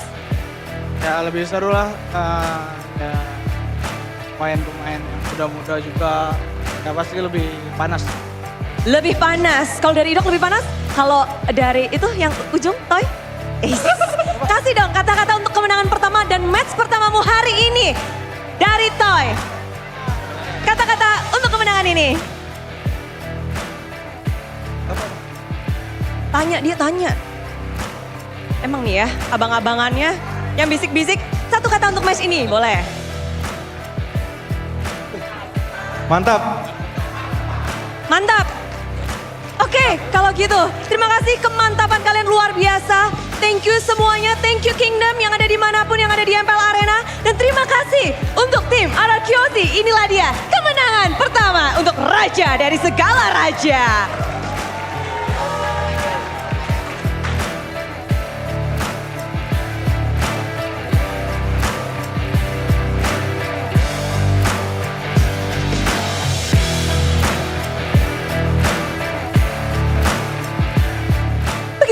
Tentunya dengan kemenangan 2-0 sangat cepat dan membuat kita semua jadi punya waktu nih untuk berbahagia bersama. Karena sesaat lagi kalian harus siapin Samsung kalian, siapin smartphone kalian, siapin device kalian. Karena sebenarnya Bude mempersiapkan bersama dengan MPL ada GoPay hadiah GG.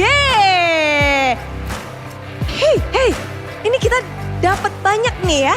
Karena di match ini GoPay akan bagi-bagi GoPay coin untuk kalian semua yang beruntung.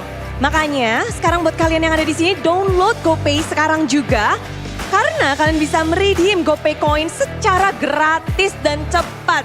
Nanti akan ada langsung di panggung ini, di layar ini untuk kodenya. Jadi step by stepnya akan Bude jelaskan langsung. Di download GoPay sekarang juga, udah punya, Kingdom udah punya. Udah, ini pendukung Navi juga kayaknya udah pada punya semua ya. Dan pertama, buka aplikasi GoPay, klik cek semua promo, lalu klik atau pilih voucher. Selanjutnya, klik kolom dan pilihlah punya kode promo. Lalu masukkan kode promo dan klik tukar. Kode promonya nanti akan muncul. Dan setelah kalian memasukkan kodenya, GoPay Coins otomatis akan diterima. Jadi tunggu apa lagi, udah buka GoPay-nya, udah siap belum nih? Ini dari season lalu yang semangat-semangat nih ya mukanya. GoPay Coins-nya udah pada banyak ya. Nabung terus. Udah siap semuanya? Siap. Kode promo akan kita buka sesaat lagi. Ayo, kita akan buka. Inilah dia kode promo dari GoPay. Hadiah GG. Woi, di bawah. Jangan sampai salah, ada angkanya. Jangan difoto juga, kalau bisa langsung di-redeem.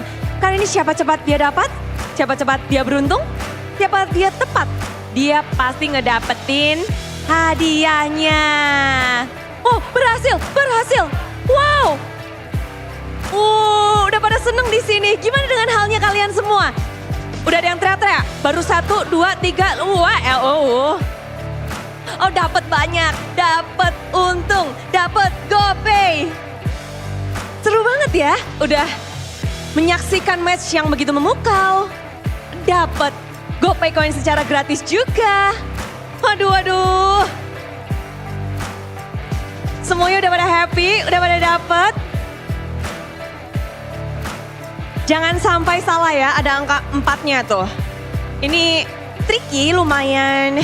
Bikin mata kita, jari-jari kita, semuanya harus aware. Jangan sampai salah. Dan 2-0 telah usai, hadiah telah didapat. Saatnya kita mendengarkan bagaimana untuk permainan para player yang menjadi match pertama mereka. Match pembukaan dari RRQ dan juga Navi. Pertarungan yang menarik akan langsung di breakdown oleh para talent yang bekerja jadi talent. Monggo.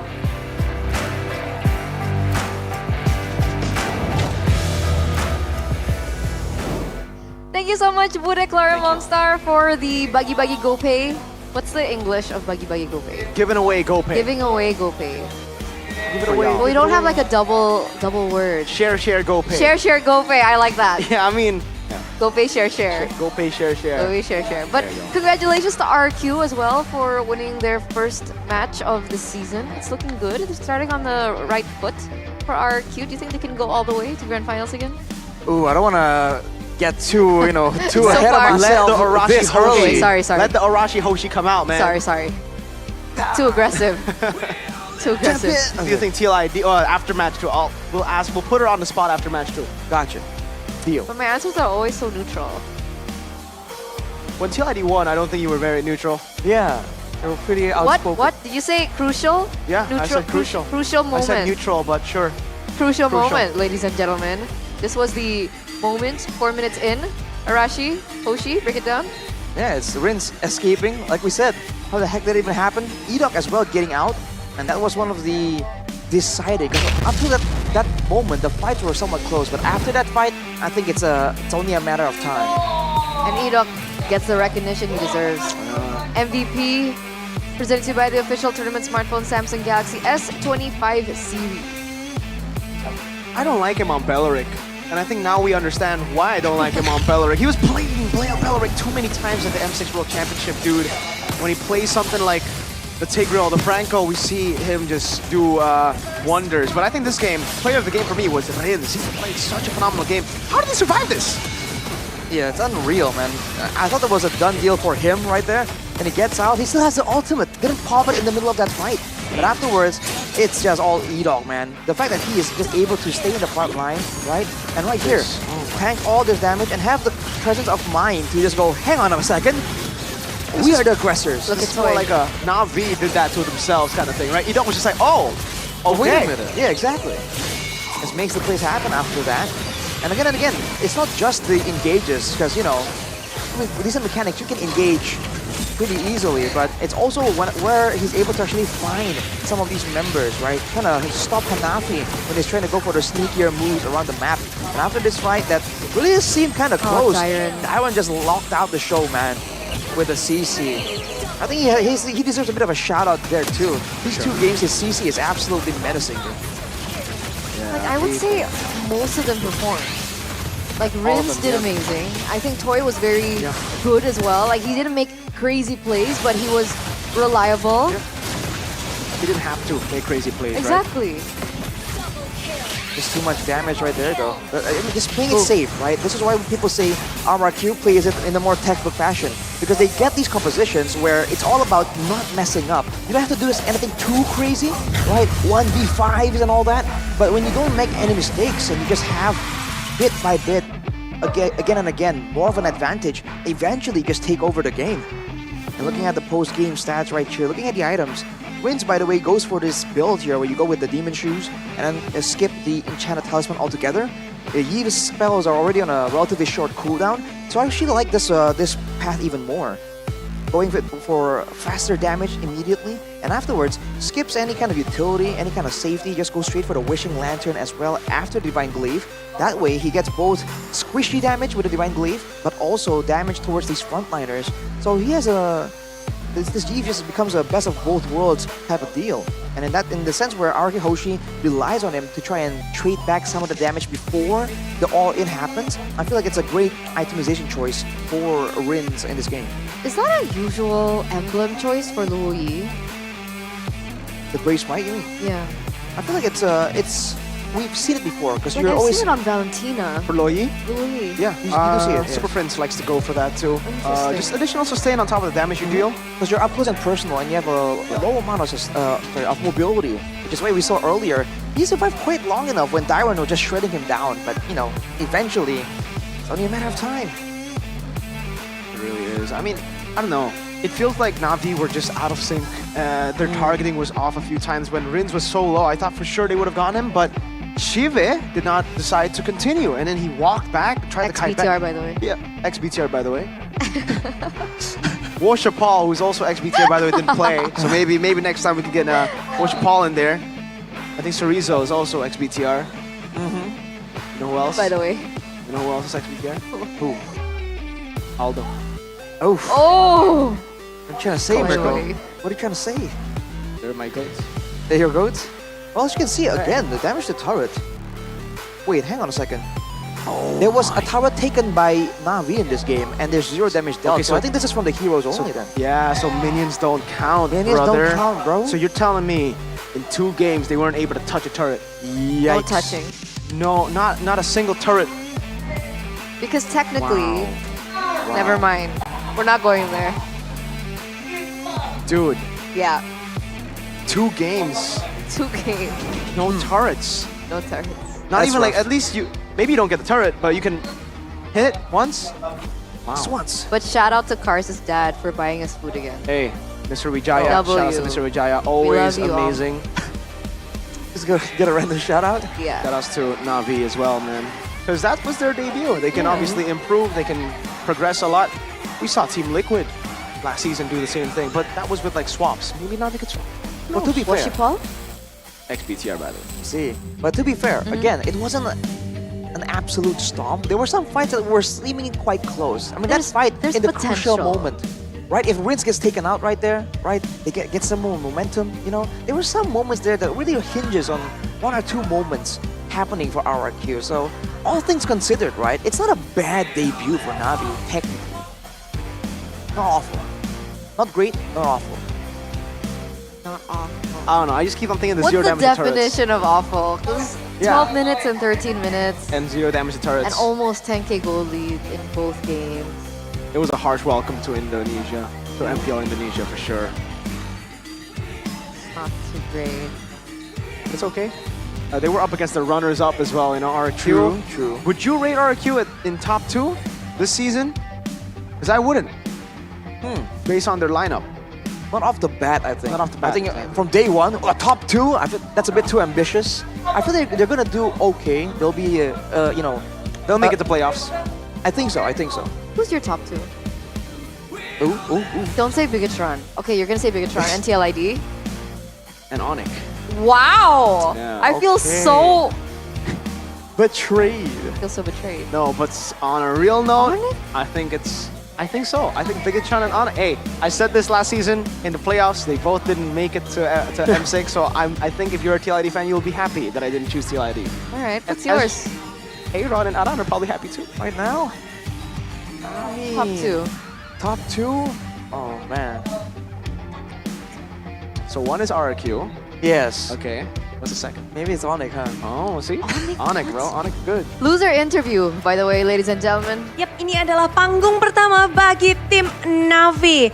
Dan melihat hal ini, Bude sudah bersama dengan analis yang dulunya Far, sekarang jadi Raiden. Kenapa ganti nama nih? Dulu nickname Par terlalu baik aja, nggak bisa marah sama sekali. Jadi kalau misalkan, jadi harapannya ya ganti nama Raiden jadi bisa ada marah-marahnya, tegas-tegasnya gitu lah. Jadi gitu Bude. nggak memberikan motivasi-motivasi lagi nih? Dikit lah, dikit aja dikit. Lebih ke marah-marah sekarang? Marah-marah, motivasinya marah-marah. Oh, motivasi sambil marah-marah. Tapi kalau ngelihat dengan hasil pembukaan kalian, apa reaksimu? Ya kalau misalkan ditanya udah pasti kecewa sih Bude. Cuman ya udah kan kita first match, terus tim baru first match, ya banyak player baru juga kan yang baru naik dari MDL. Ya sebetulnya harapannya sih kita nggak berekspektasi apapun di first match ya Bude. Apalagi lawannya kan minggu ini ya hitungnya 2 finalis season lalu gitu. Sebetulnya nggak berharap apapun, cuman at least pengennya sih sengit gitu. Cuman ya udah kita reset aja lah Bude. Kecewa pasti, cuman ya udah lah reset aja nggak apa-apa. Jadi berharap untuk pertarungan yang sengit, namun hasilnya tidak demikian. Tidak demikian. Two one-sided untuk 2 game tadi. Betul. Apa yang tidak sesuai rencana kalian nih? Ya mungkin dari merekanya mungkin apa ya? Ya salah satu contohnya mungkin Bude targeting aja mungkin. Kayak ya bingung lah, ini ada yang pengen kesini, ada yang pengen kesini. Mainnya terlalu bebas aja sih kalau dilihat. Nggak sesuai dengan yang di scrim gitu. Jadi kayak ya mainnya misah-misah gitu, bebas suka-suka gitu. Jadi ya kayak masing-masing lah, nggak kayak di scrim. Ya mereka bilang juga vibes-nya beda, jadi ya butuh adaptasi nggak apa-apa lah. Banyak eval dong malam ini. Ya, lumayan sih. Lumayan ya. Dikit lah. Tapi Navi hadir ke MPL Indonesia dengan 7 playernya. Dan ada subs juga. Kita juga pasti di sini banyak banget tadi Bude baca penasaran dengan pemilihan player yang akan dimainkan. Seperti halnya Ether dan juga Horsey Paul. Bagaimana tuh untuk memilihnya? Itu kita milihnya berdasarkan diskusi dari coaching staff, terus kita juga nanya-nanya pendapat player juga. Ya terus performa selama di scrimnya juga, ya berdasarkan hal itu aja sih kenapa dipilih Ether. Semuanya juga kelihatan gitu, apapun decision making, ya performa di scrim sama apa ya kepribadian segala macam semuanya dinilai sih Bude, apapun ya comms semuanya dinilai sih. Dari situ aja sih kita nilainya. Ya coaching staff sih sama player juga udah sepakat gitu. Kalau minggu ini, kalau tadi yang main Ether. Oke, berarti nextnya masih bisa berganti tergantung hasil scrim? Tergantung hasil scrim dan sama lain-lain. performanya juga, lain-lain ya. Oh, begitu banyak ya yang dinilai. Namun kalau dari yang sekarang bukan Far, yang sekarang namanya Raiden. Kalau Raiden sendiri hari ini, notes-nya pasti banyak banget. Bagaimana cara mengejarnya untuk besok nih? Mengejarnya, ya kita grinding aja lah. Malam ini kan kita ini dulu, reset dulu, refreshing dikit-dikit lah. Kayak ngobrol lagi, bonding lagi. Terus besok ya kita eval gitu, scrim lagi kayak biasa. Yang dikejar paling dari comms-nya sih, ya cara mereka connect aja satu sama lain sih. Itu sih yang penting. Yang kelihatan banget sih itunya. Sama mereka harus tahu lah ini konsekuensi ya, realitanya kayak gini lah. Kalau kita emang performanya masih jauh banget dari finalis season lalu gitu. Ya kalau emang pengen bersaing, ya performanya harus dinaikin. PD nge-solve ini dengan cepat atau tidak nih? Harus pede dong. Harus pede. Tapi pede. lawan kalian yang pertama, tadi RRQ, bagaimana kalian menilai performa RRQ dengan satu pilar baru? Ya ada Skylar, adanya Toy. Ya sama aja sebetulnya sama-sama jago aja sih. Bude sama-sama jago ya. Mereka juga empatnya juga kan sama banget kan dengan season lalu. Sebetulnya sama aja ya. Cuman mungkin tadi gak terlalu one sided aja. Jadi gak terlalu kelihatan Bude. Ya oke lah tapi sangat disayangkan berarti sangat disayangkan. Jadi biasanya kan kalau performa MM dilihat dari late game-nya gimana, cara dia ngedamage, cara dia farming kalau dia lagi ketinggalan, gitu-gitu kan biasanya dilihatnya dari itu sih. Cuman karena terlalu one-sided jadi ya nggak kelihatan. Sejauh ini kelihatannya ya bagus-bagus aja, jago-jago aja sih Bude. Hei, akan menarik pastinya melihat bagaimana untuk tim Navi mengejar ketertinggalan. Match pertama sudah kelar, harus reset. Coba dong kasih tahu ke kita sekarang motivasi sambil marah-marahmu kepada tim Navi di match pertama. Wah guys, kita tertampar realita banget sih ini. Kita nggak boleh leha-leha, nggak boleh nggak boleh nyepelein sesuatu lah. Kita harus lebih disiplin selama di scrim, selama kita latihan, manfaatin, maksimalin setiap porsi latihan yang kita mau. Ya realitanya kayak gitu. Realitanya kayak gini. Kita harus bisa kita harus bisa keep up lagi. Tadi PD-nya juga udah bagus, tapi PD aja nggak cukup lah. Kita harus bisa lebih baik. Ya semangat aja nggak cukup kan. Kita harus kejar dengan gameplay yang lebih baik lah di match selanjutnya. Masih baik-baik sih itu ya, nggak marah-marah. Kamu harus bisa, Navi. Let's go. Aduh. Gak enak marah depan kamera, gak enak. Oke, dan kita akan menantikan bagaimana performa selanjutnya. Tapi untuk sekarang kita harus berpisah dulu. Sampai berjumpa, semoga nggak di sini ketemunya ya. Oke Bude, thank you. Thank you. Back to you.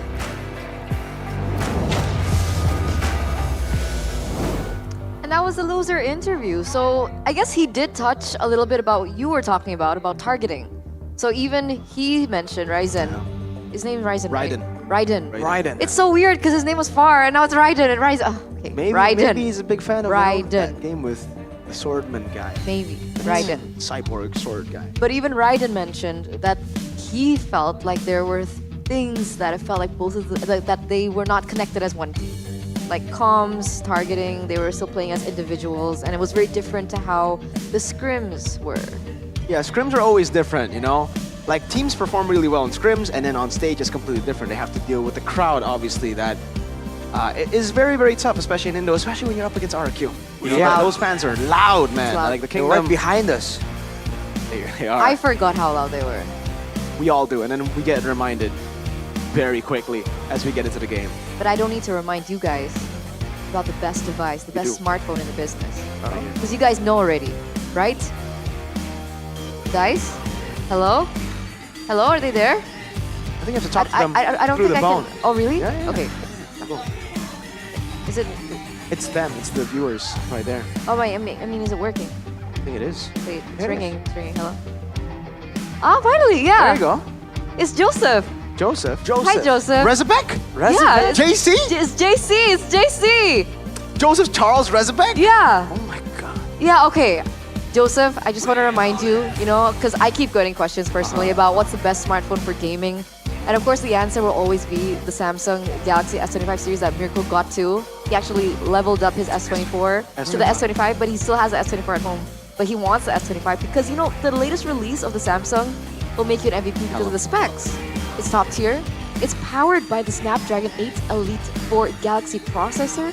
It's also built on a 3nm processor, which is the fastest processor in the Samsung Galaxy yet. So this ensures super smooth lag-free gaming. Plus, your phone stays really cool during all-day gaming, so you'll have no problems with the lag. What? Battery. Mirko's here. Yeah, he's here. Oh, he wants to talk to you. Mr. JC. Hello, Father. I'm just gonna tell you that the battery is also really good. I think it's like 5,000 mAh. The number doesn't really matter because it goes past 5,000 almost feels, because it's a whole day of playing games, no problem, watching whatever you want, the YouTubes, MPL ID, MPL page, doesn't really matter. The design, it's new and fresh, man. It's like a new square one. It's a different design, it's a bit more edgy here. And the phone is a must-have because you can get total bonuses, Mr. Father Man, worth up to 4.5 million IDR. The promo is until 14th of March. He wants to talk to Rash. Rashi? Cashback. To me? About the cashback. Mr. Nice. Cashback. Tell them about the cashbacks. So if you get it now, you get a total bonus up to 4.5 million, but it's only valid until March 14th, Right, yeah. 2025, by the way. So don't take your time, Father man. Don't take your time. Where? Makes Yeah, sense.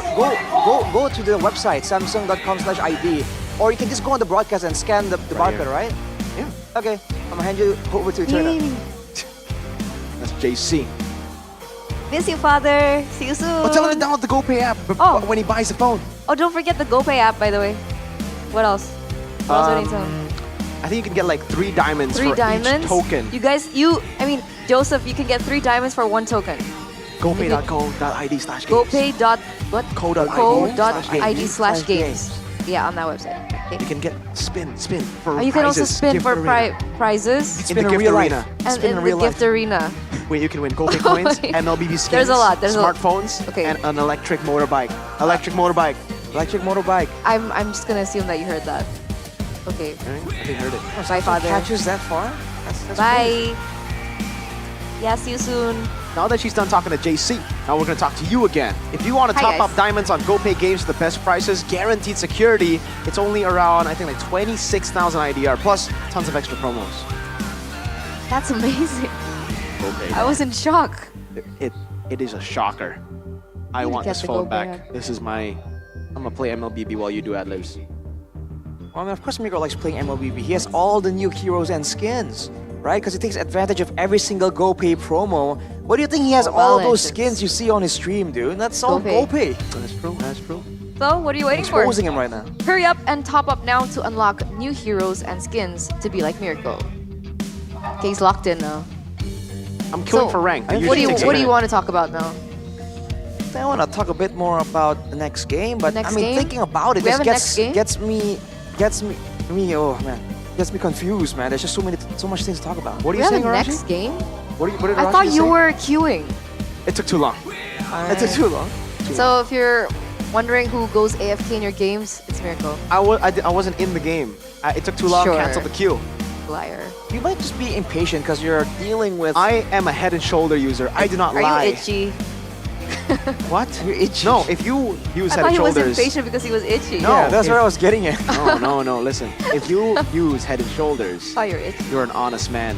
You're an honest man. Because only an honest man smells good and has good hair. But also if you're itchy, you can use that too. That's true, because it actually does get rid of dandruff. It's anti-dandruff. So if you do have dandruff, yikes. But, solution. Solution. This is Marky. This is the solution. You don't like the Mia, you can My get twin. the Geelong one as well. Oh, if So are you you Team Mia or are Team not Zilong? an MM, I'm an MM, and I like Mia. It's cute. Miss Mia. Yeah. Arashi likes Zilong, because he's cool. Yeah.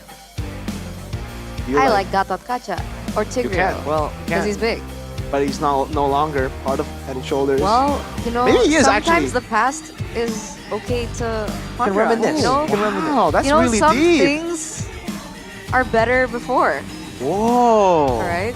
Some things are better before? Yeah, like a what? certain player being in this region before and is no longer in this region. So let's just go to the befores. Yeah. The- I mean, the I felt the before same way era. when JM left, man.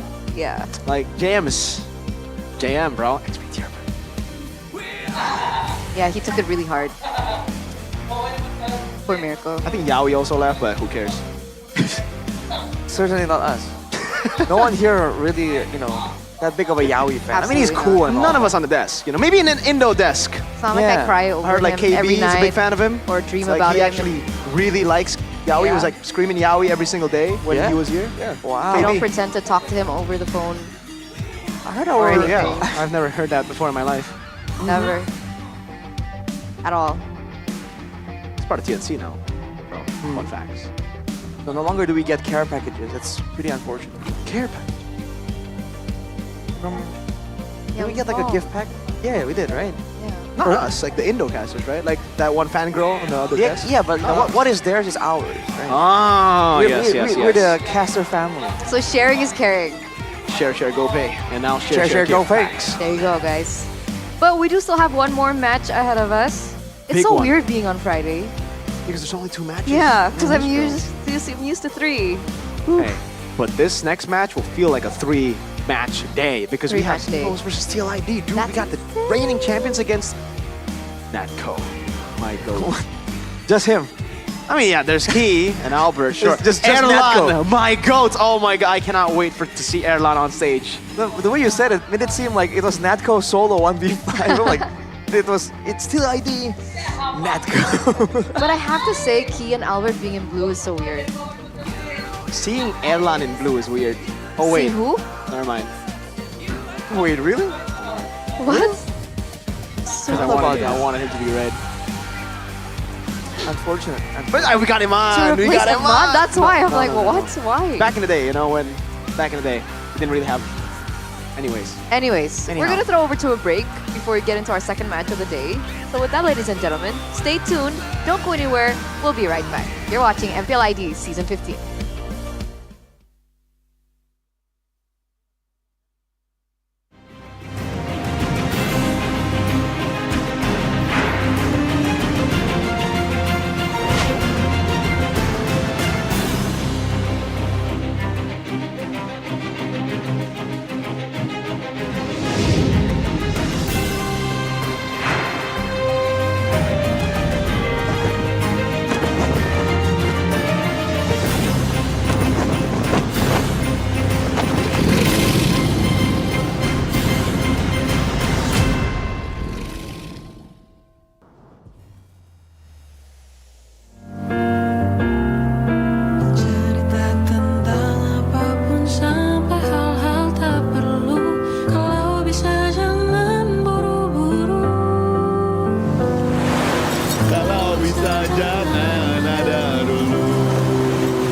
Berisik ganggu ya.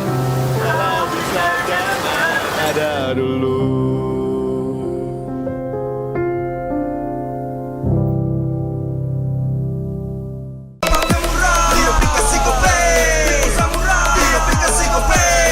Walau yang lain terus berubah, Gope konsisten, kasih yang pasti murah.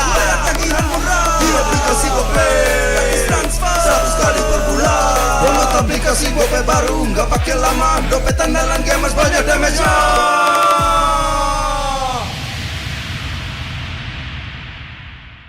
Rasa baru makin seru. Pertama di Indonesia. Kopi susu rasa cookies. Always ready, warnai harimu. Good day groovy cookies. Nikmati sensasi asyik kopi cookiesnya. Apa akan kehilangan ingatannya? Masih inget ini, Pak? Sekecil apapun perhatian adalah kekuatan. Hidupkan momen kebersamaan. IndiHome.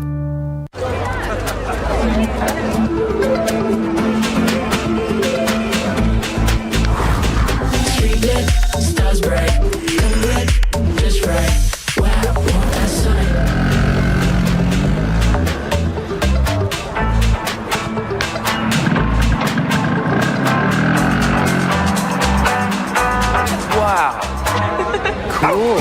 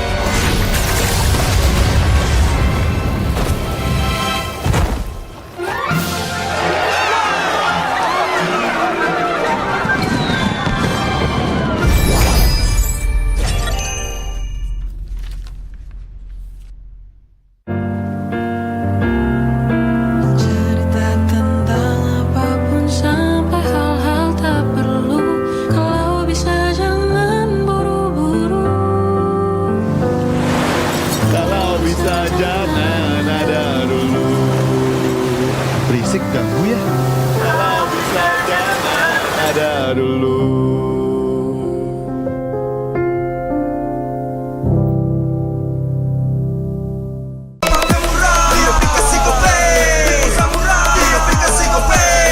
Walau yang lain terus berubah, Gope konsisten, kasih yang pasti murah. Bayar tagihan murah di aplikasi Gope, gratis transfer 100 kali per bulan. Download aplikasi Gope baru, nggak pakai lama. Dompet andalan gamers banyak damage-nya.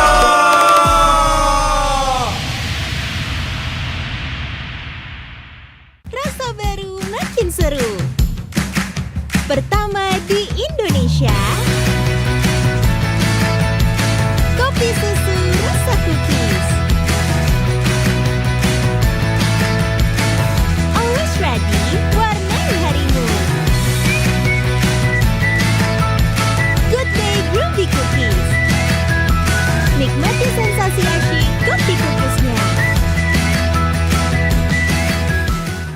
Apa akan kehilangan ingatannya?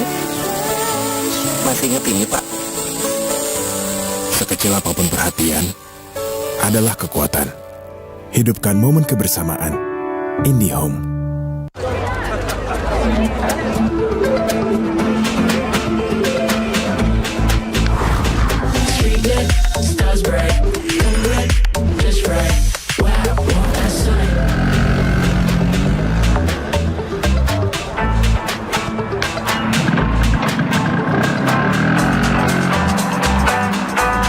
Wow. Cool.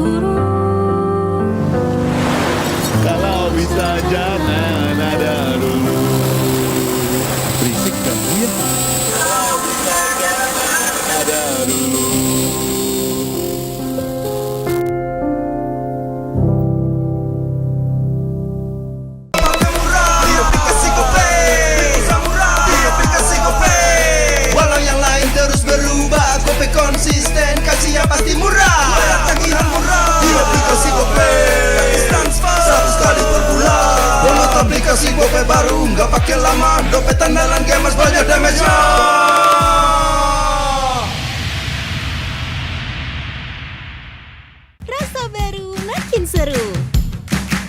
Pertama di Indonesia, kopi susu rasa cookies. Always ready, warnai harimu. Good Day Groovy Cookies. Nikmati sensasi asyik kopi cookiesnya. Apa akan kehilangan ingatannya? Masih inget ini, Pak? Sekecil apapun perhatian adalah kekuatan. Hidupkan momen kebersamaan. IndiHome.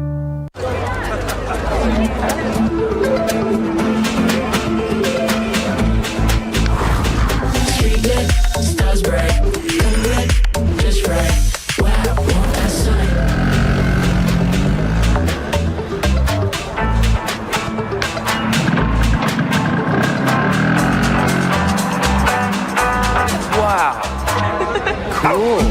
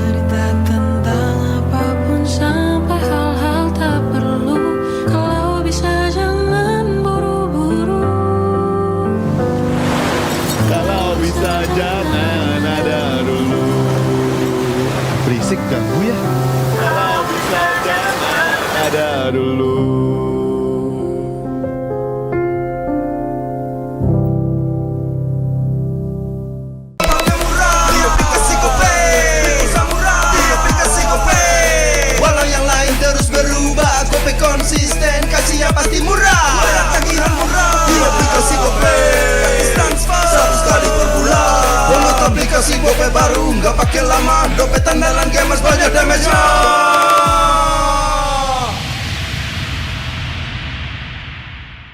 Rasa baru makin seru. Pertama di Indonesia, kopi susu rasa cookies. Always ready, warnai harimu. Good day groovy cookies. Nikmati sensasi asyik kopi cookiesnya. Apa akan kehilangan ingatannya? Masih inget ini, Pak? Sekecil apapun perhatian adalah kekuatan. Hidupkan momen kebersamaan. IndiHome.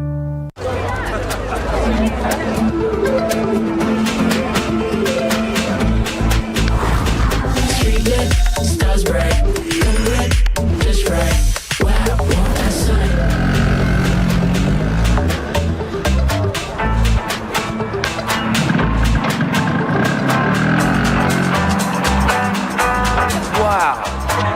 Cool.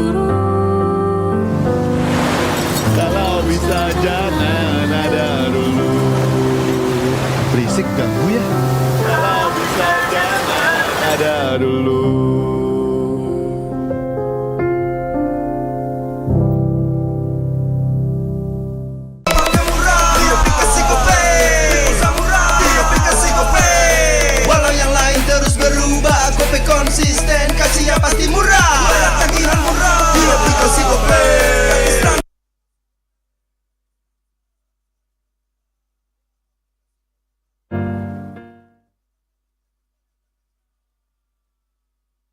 Sampai hal-hal tak perlu, kalau bisa jangan buru-buru.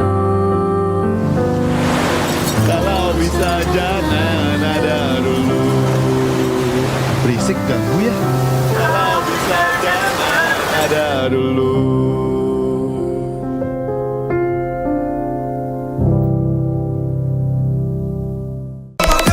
Di aplikasi GoPay, di aplikasi GoPay. Walau yang lain terus berubah, GoPay konsisten, kasih yang pasti murah. Bayar tagihan murah, di aplikasi GoPay. Gratis transfer 100 kali per bulan. Download aplikasi GoPay baru, nggak pakai lama. Dompet andalan gamers banyak damage-nya.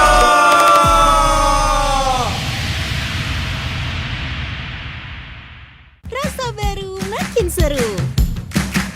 Pertama di Indonesia. Kopi susu rasa cookies. Always ready, warnai harimu. Good day Groovy Cookies. Nikmati sensasi asyik kopi cookiesnya. Apa akan kehilangan ingatannya? Masih inget ini, Pak? Sekecil apapun perhatian adalah kekuatan. Hidupkan momen kebersamaan. IndiHome.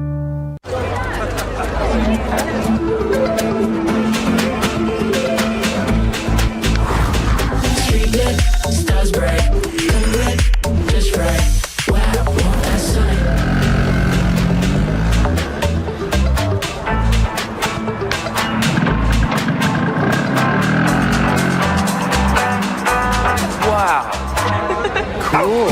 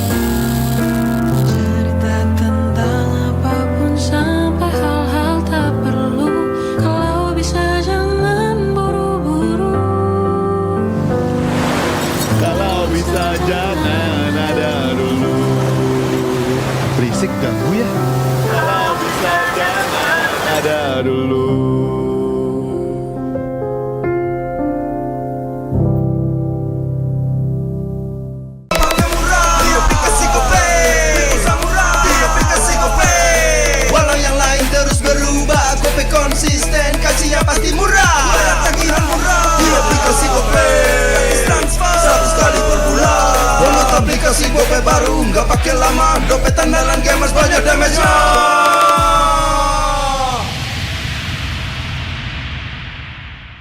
Rasa baru makin seru. Pertama di Indonesia, kopi susu rasa cookies.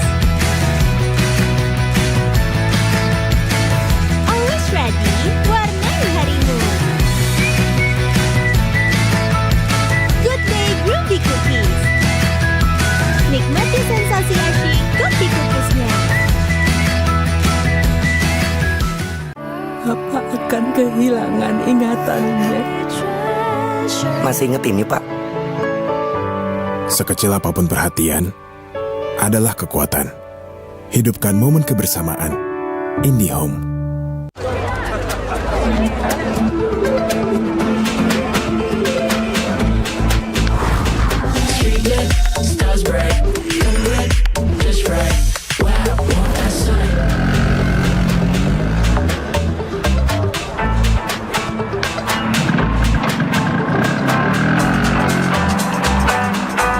Wow. Cool.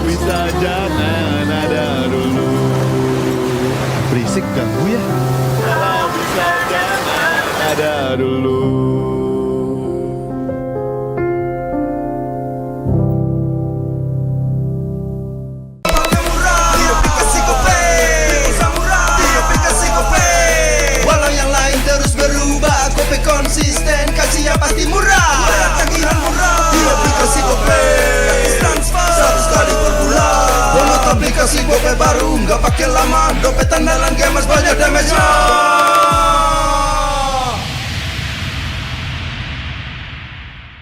Rasa baru makin seru. Pertama di Indonesia, kopi susu rasa cookies.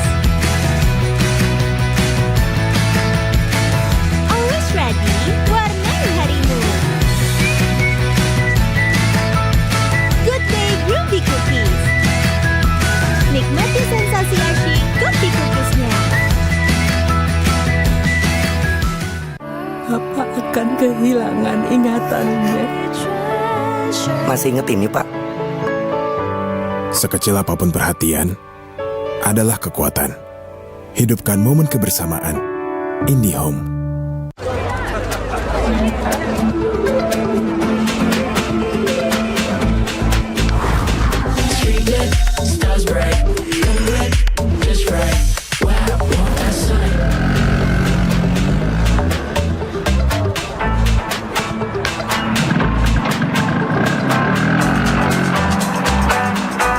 Wow.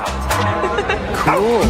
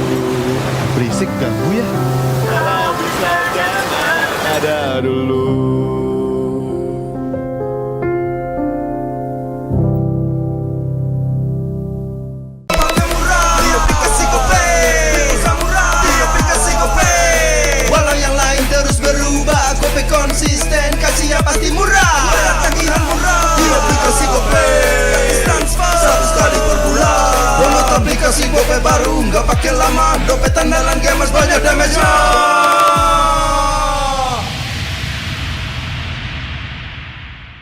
Rasa baru makin seru. Pertama di Indonesia, kopi susu rasa cookies. Always ready, warnai harimu. Good day Groovy Cookies. Nikmati sensasi asyik kopi cookiesnya. Bapak akan kehilangan ingatannya. Masih ingat ini, Pak? Sekecil apapun perhatian adalah kekuatan. Hidupkan momen kebersamaan. IndiHome.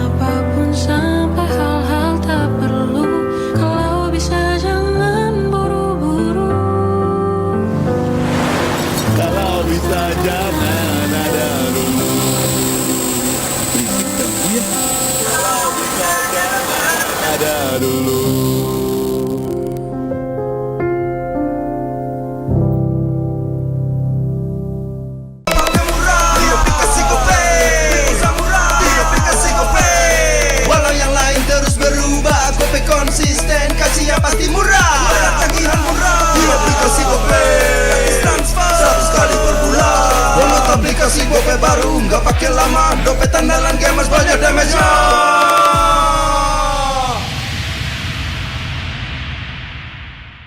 Rasa baru makin seru. Pertama di Indonesia, kopi susu rasa cookies. Always ready, warnai harimu. Good day groovy cookies. Nikmati sensasi asyik kopi cookiesnya. Apa akan kehilangan ingatannya? Masih inget ini, Pak? Sekecil apapun perhatian adalah kekuatan. Hidupkan momen kebersamaan. IndiHome.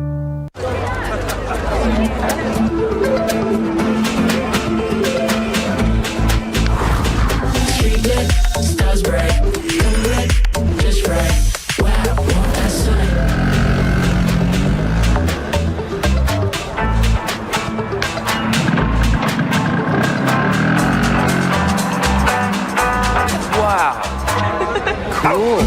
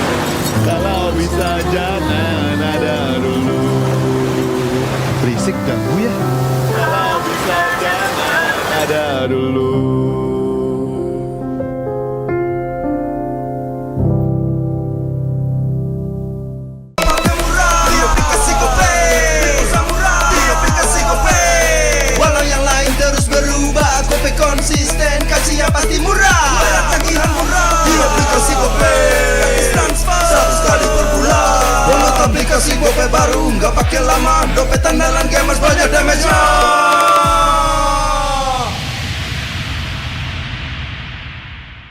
Rasa baru makin seru.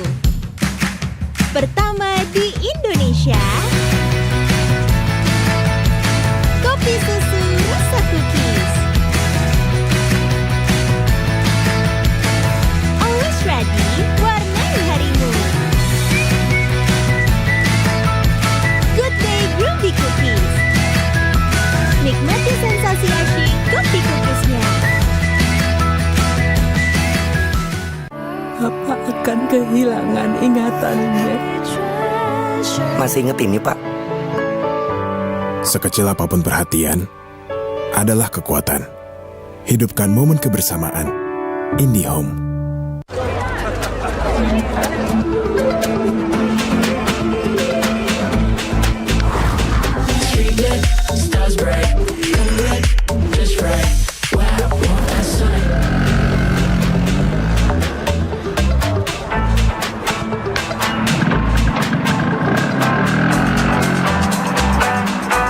Wow. Cool.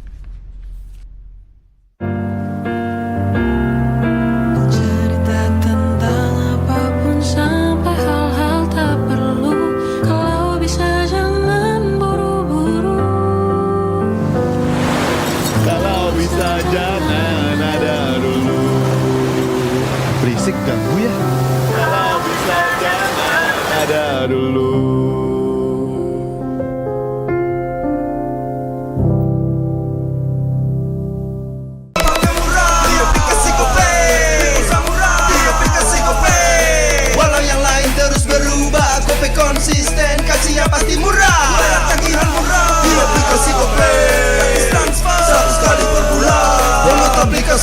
baru, nggak pakai lama. Dompet andalan gamers banyak damage-nya.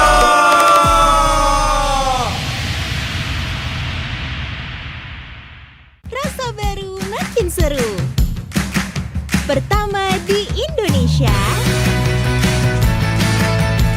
kopi susu rasa cookies. Always ready, warnai harimu. Good day Groovy Cookies. Nikmati sensasi asyik kopi cookiesnya. Apa akan kehilangan ingatannya? Masih inget ini, Pak? Sekecil apapun perhatian adalah kekuatan. Hidupkan momen kebersamaan. IndiHome.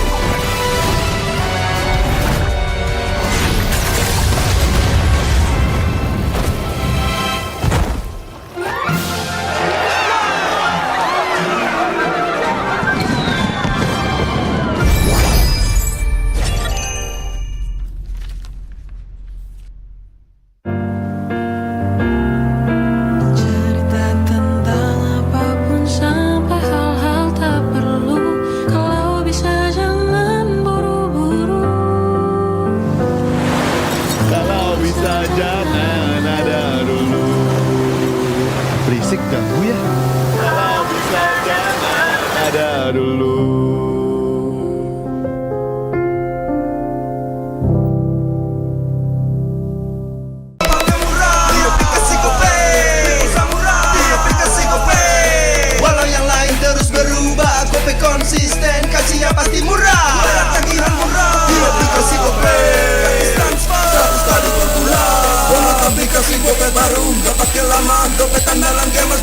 gacor.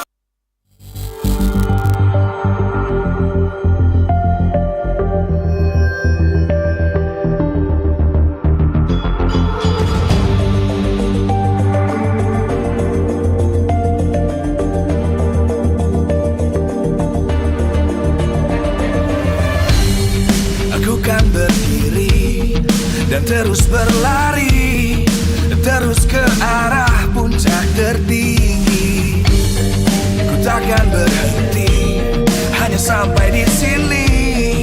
Kemenangan abadi menanti. You know we won't miss if we unite our focus. And if you haven't noticed, we all live. Nyalakan apimu, hadapi semua tantangan, hadang semua serangan, jatuh bukan halangan.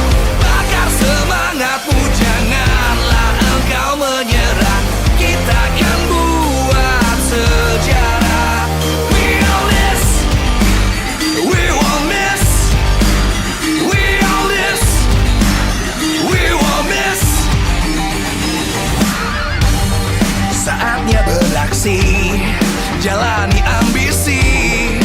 Aku kan menyawakan hari ini. You know we won't miss if we unite our focus. And if you haven't noticed, we all live. Nyalakan apimu, hadapi semua tantangan, hadang semua serangan, jatuh bukan halangan.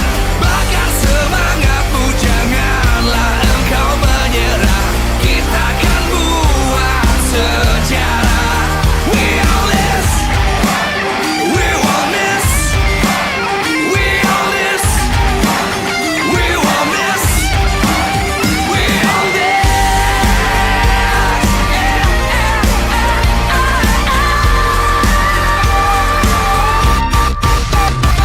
Nyalakan apimu, hadapi semua tantangan, hadang semua serangan, jatuh bukan halangan. Bakar semangatmu, janganlah engkau menyerah. Kita akan buat sejarah. We all this.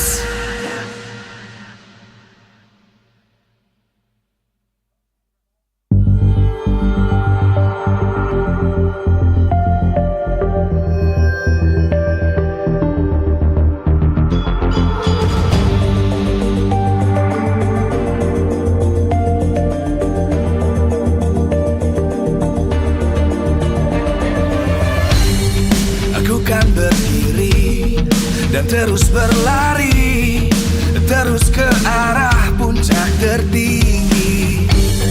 Ku takkan berhenti, hanya sampai di sini. Kemenangan abadi menanti. You know we won't miss if we unite our focus. And if you haven't noticed, we all live. Nyalakan apimu, hadapi semua tantangan, hadang semua serangan, jatuh bukan halangan. Bakar semangatmu, janganlah engkau menyerah. Kita akan buat sejarah. We all this, we won't miss. We all this, we won't miss. Saatnya beraksi, jalani ambisi.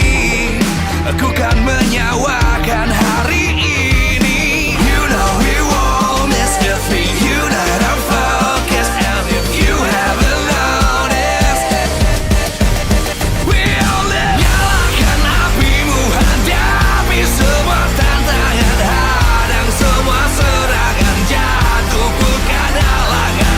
Bakar semangatmu, jangan. Kan Bude ketemuin dengan duo Aceh juga. Bener pengen ketemu mereka? Bener.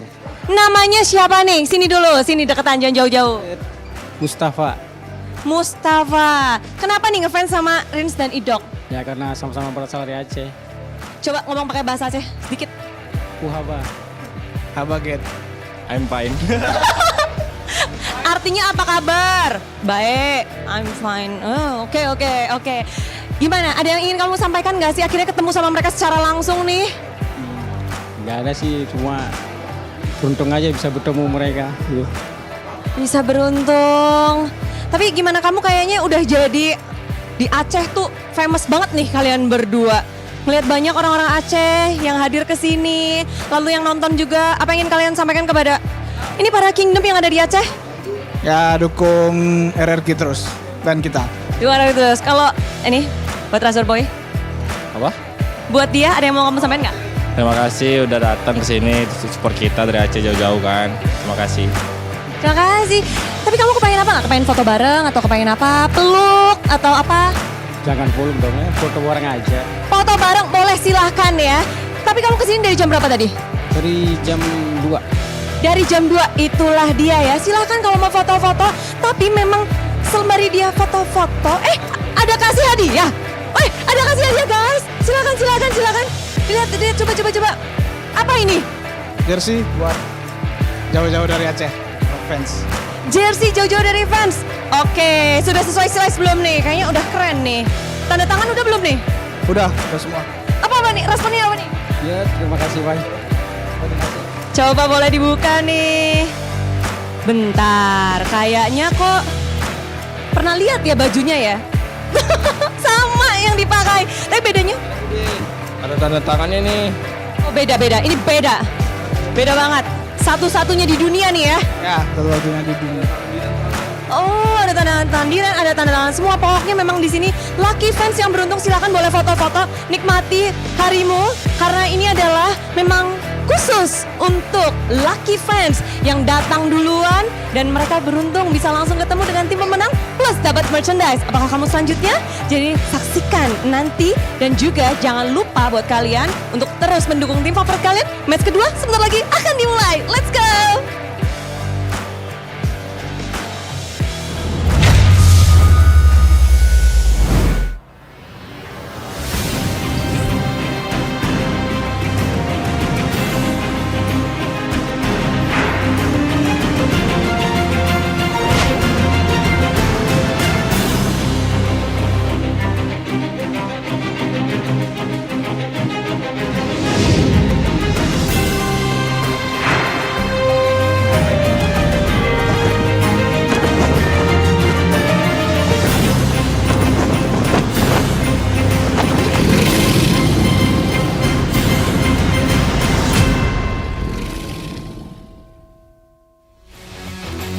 Live from MPL Arena, Jakarta, MPL Indonesia Season 15 is powered by Moonton. Supported by Esports Federation of Indonesia. Presented by official tournament smartphone Samsung Galaxy. Official e-wallet, GoPay. Official sponsor, Head & Shoulders. Official coffee, Good Day. We own this.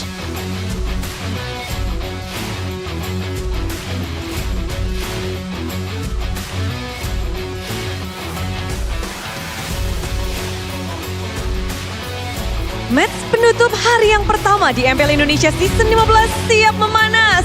Sang macan putih EVOS telah tiba. Dan kita melihat bahwa Afil, sang coach baru penuh pengalaman, siap memimpin perjuangan. EVOS musim ini memadukan player veteran dengan para talenta muda. Duet prot-prot yang kita nantikan. Mereka akan memberi tentu saja kita semua tantangan baru untuk EVOS. Pertarungan yang kita nantikan. EVOS siap untuk memberi ancaman kepada lawan mereka. Dengan komposisi saat ini, mampukah EVOS kembali mendominasi seperti season-season ganjil sebelumnya? Dan sekarang, sang juara bertahan telah bergerak. MPL ID datang untuk mempertahankan tahtanya. Sandeluka dan Facehugger kembali memimpin The Cavalries yang masih percaya talenta muda jadi harapan. Setelah gagal di laga internasional, kali ini mereka datang lebih total. Mereka siap membalas keraguan dan membuktikan diri sebagai yang terkuat di tanah air. Match pembukaan akan menjadi pembuktian konsistensi mereka. Mampukah TEL ID tetap berjaya? Dan kita akan saksikan bersama match pembukaan dari duo biru.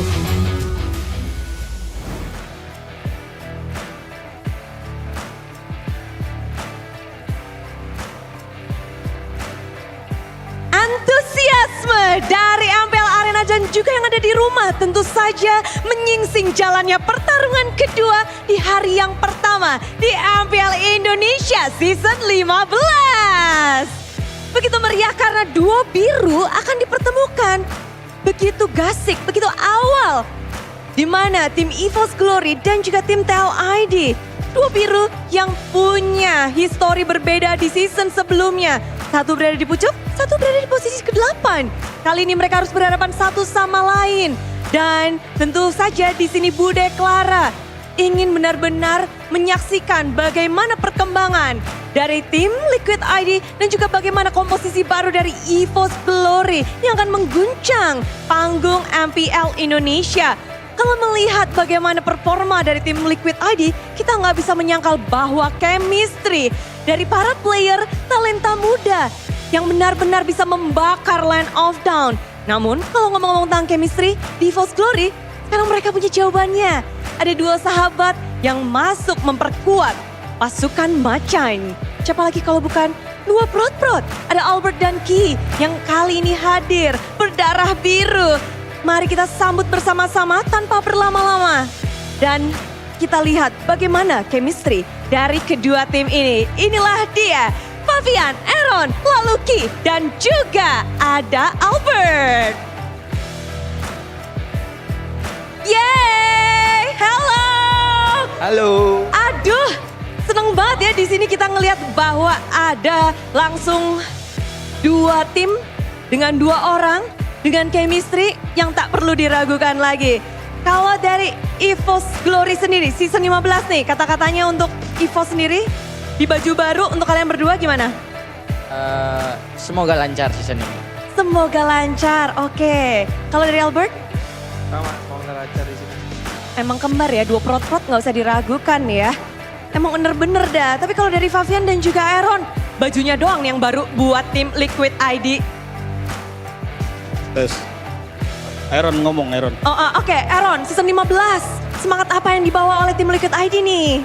Semangat baru. Semangat baru. Seperti apa semangatnya? Semangat baru season 15. Yeay. Oke, Aaron. Fabian tolong jelaskan semangat seperti apa nih ya? Karena ini season 15, seasonnya baru kan. Jadi ya kita harus semangat baru. Terima kasih. Memang ya, tadi kalau dari EVOS Glory jawabannya kembar. Dari Albert dan juga Ki. Yang sana juga cuma dibolak-balik doang. Oke, karena Bude ngerasa chemistry dari kalian berdua tuh sama-sama kuatnya. Kita bakal bermain sebentar untuk mencairkan suasana. Ini panggung pertama kalian di season 15. Kita pemanasan dulu ya, adu chemistry untuk kalian. Siap nggak? Ya. Siap. Tapi kita mulai dari yang ini dulu ya. Yang abang-abang dulu nih. Yang baru, anak baru kita ospek dulu nih. Dari EVOS Glory, pokoknya kalian dari kedua tim ini, mereka berdua harus menjawab secara bersamaan pertanyaan yang Bude berikan. Nanti Bude kasih pertanyaan, kalian jawab bareng-bareng, bisa 3, 2, 1, jawab gitu ya. Oke. Kalau kata KB ya, KB pegangnya tim Liquid ID loh. Chemistry-nya lebih dapet. Profesor kita. Salah dia. Salah dia. Salah dia, salah. Oke, kita buktikan akankah benar atau salah. Jadi siap bermain? Siap. Oke. Dan pertanyaan pertama nih untuk Albert dan Ki. Jawabnya semoga chemistry-nya bagus. Pertanyaan pertama. Apa makanan favorit dari Albert? 3, 2, 1. Ayam pop. Goreng. Sama ayam, sama ayam. Sama-sama ayam. Ayam pop. Aduh. Sama-sama ayam, yang penting sama ayam Bude. Gimana MPL Arena? Bener atau enggak? Super fans? Benar-benar itu masih Ayam bisa pop sama ayam dikondisi. goreng sama enggak? Mirip. Mirip, enggak. Beda. Sama jenis itu. Oh gitu. Saling membela ya, setengah, poinnya setengah. Oke, selanjutnya.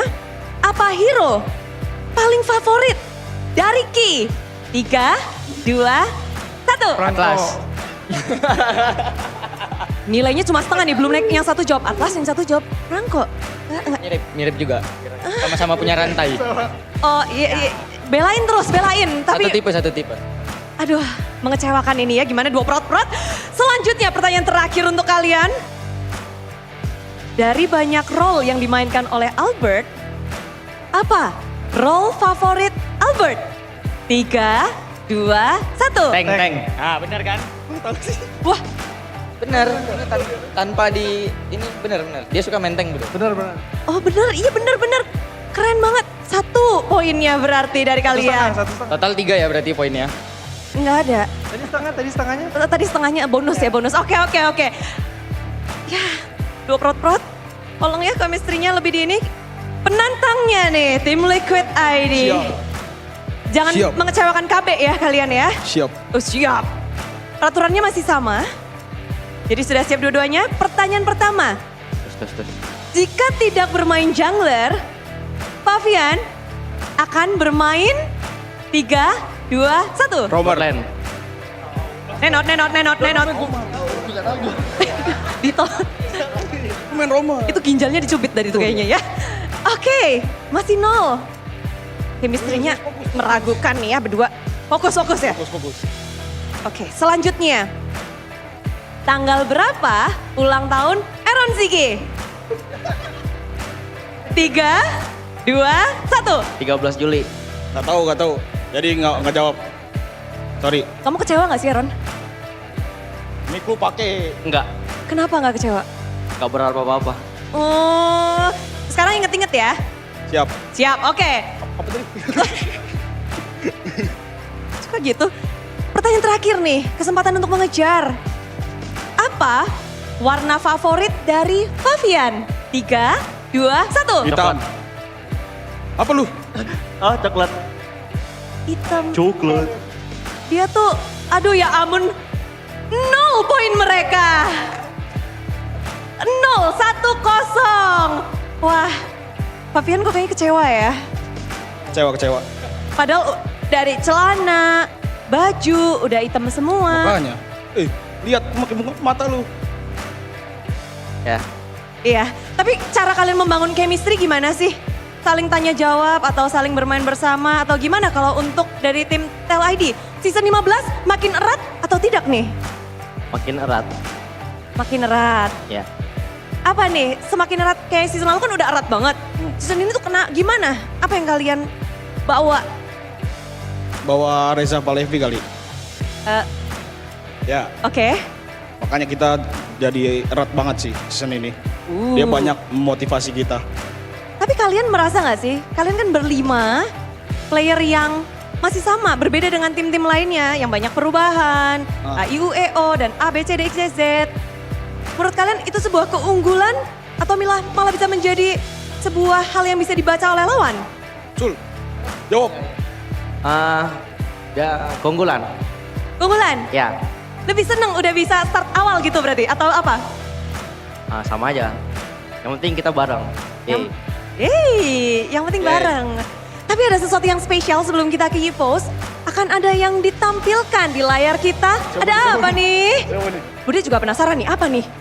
Apa nih? Ciluk. Wih. Udah, duel jungler lintas generasi. Albert dan juga Favian. Wih. Dia tuh. Apa Favian? Apa yang kamu tunjuk-tunjuk? MPL ID 6 nggak lolos playoff. MPL ID 7 tidak lolos playoff. MPL ID 9 tidak lolos playoff. Woohoo, non-stop. Tidak. Enggak, ini enggak. Oke, terus habis itu tapi season 14 sampai banyak banget tuh. Oh iya banyak ya. Keren ya? Rezeki berarti. Rezeki season genap. Ya benar. Oke, tapi lawanmu sekarang tuh Albert loh Favian. Gimana kamu melihat Albert? Albert dulu sih idola gua ya. Dulu? Sekarang juga. Oh. Kayak kemarin kan EVOS, pas ESL kalah kita. Tapi apa yang paling, bentar ya. Tapi apa yang paling kamu idolakan nih dari Albert nih? Pas di RRQ, jago dia jungler ya. Main assassin. Ada hero yang spesial? Link. Linknya Albert. Oke, kalau dari Albert sendiri, lintas generasi, kamu mulai dari awal di MPL Indonesia ini. Dari season ujung terus kamu banyak banget tuh perjalanan dari tim RQ, lalu tim Onyx, lalu sekarang berada di EVOS. Gimana sih kamu menjalani hari-harimu, tahun-tahunmu, season-seasonmu di MPL hingga saat ini nih? Yang penting semangat terus aja sih setiap seasonnya. Yang penting semangat terus benar. jaga apinya, passion. Passion. Dan sekarang kamu menjadi jungler? Iya. Yes. Dan akan melawan Favian, darah muda. Kamu sendiri bagaimana melihat pertarungan antara seseorang alias Albert yang punya jam terbang panjang dan banyak dengan Favian yang darah baru? Jago, dia kan juara juga kemarin. Terus ya emang lagi jago banget aja. Waduh, lagi jago banget. Semuanya kelihatan sudah berapi-api dari keduanya. Thank you banget sudah bergabung di panggung MPL begitu panas. Kasih tepuk tangan semuanya. Thank you dan good luck untuk kedua tim. Aduh, jadi gak sabar. Mereka bakal ngelanjutin apa ya? Kayak di panggung ini aja udah panas.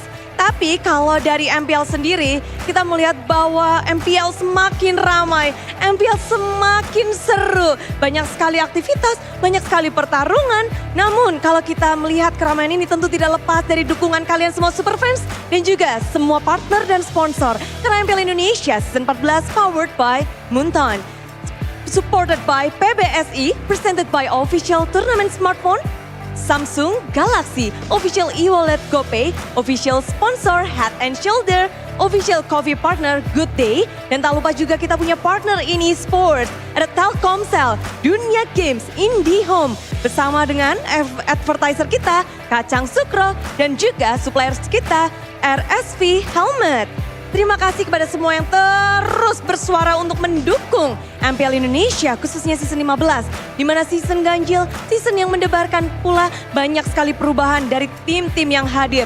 Bukan hanya dari para player, namun juga dari gameplay. Seperti apa gameplay dari duo biru yang akan kita saksikan sesaat lagi?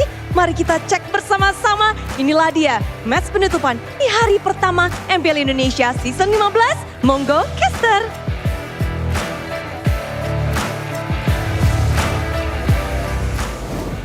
Old versus gold for our second match of the day, ladies and gentlemen. Our second and final match of the day, by the way, between Evo's Glory and TLID. We saw some of the players on stage earlier on with Budeklar and Mongstar, and they had a little bit of fun, but it looks like synergy and chemistry is favoring Evos today. Yeah, Favian and Aaron Shiki had a disaster class of a game. There's 0 points. Not even his birthday. He doesn't even remember Aaron Shiki's birthday. Do you remember Rashi's birthday? Anyways, moving on from that. Hey, to be fair, they might not know their birthdays, but they are the defending champ. So, that means if you don't know your friend's birthday, you might be a contender to be a champion. Are you in March or February? See? No, none of us know. None of us know, man. Is he March or February? Dates are just, I don't know either. What? See, You don't wanna, at a certain age, you stop celebrating your birthdays. That's true though. Like their ages. But not me, I still celebrate my birthday. I celebrate my birthday too, man. I don't really. What are these No. accusations? I don't. So he's kind of right. Well, But anyway, Yeah. right? Evo's Glory and TLID. There have been so many changes with Evos. And, you know, there are some, again, questions that we need answered today. And one of which we can actually ask you guys at home, and you guys can actually vote in. I don't know if it's going to come up right now. Is it going to come up now? Okay. Oh, is it an Maybe audience later. thing? The audience topic voting. Ooh, okay. So it's similar to the one we had before about Toy and Skylar. Right. Then we're going to have a new one Oh. for this match. What is it? Which one? What's the question? And that's it. What is the question? $1 million Let's question. wait and see, I guess. I think it's cool that we're getting interactive with it. You know, for the longest time, I remember watching MPL and it's like, okay, I'm just watching. But now I can kind of, you know, have an input somewhat. Yeah. It's kind of a cool feeling. I remember the question now. Okay, what's the question? Okay. I can't. I don't want to spoil. Huh. But I remember. Really? It's about two certain players Two Okay. players. and a certain Natco. team. Okay. Natco. Who's Natco? We have Erlan. He's the mid laner. Natco. Oh yes, Natco. Natco. I'm so confused. There's so many changes. But there are a lot of things that we also want to talk about with Evos because again, there are so many changes, right? We have Yeah. Albert and Key coming in. AJ. Then we have Natco swapping in from the gold lane into the mid lane.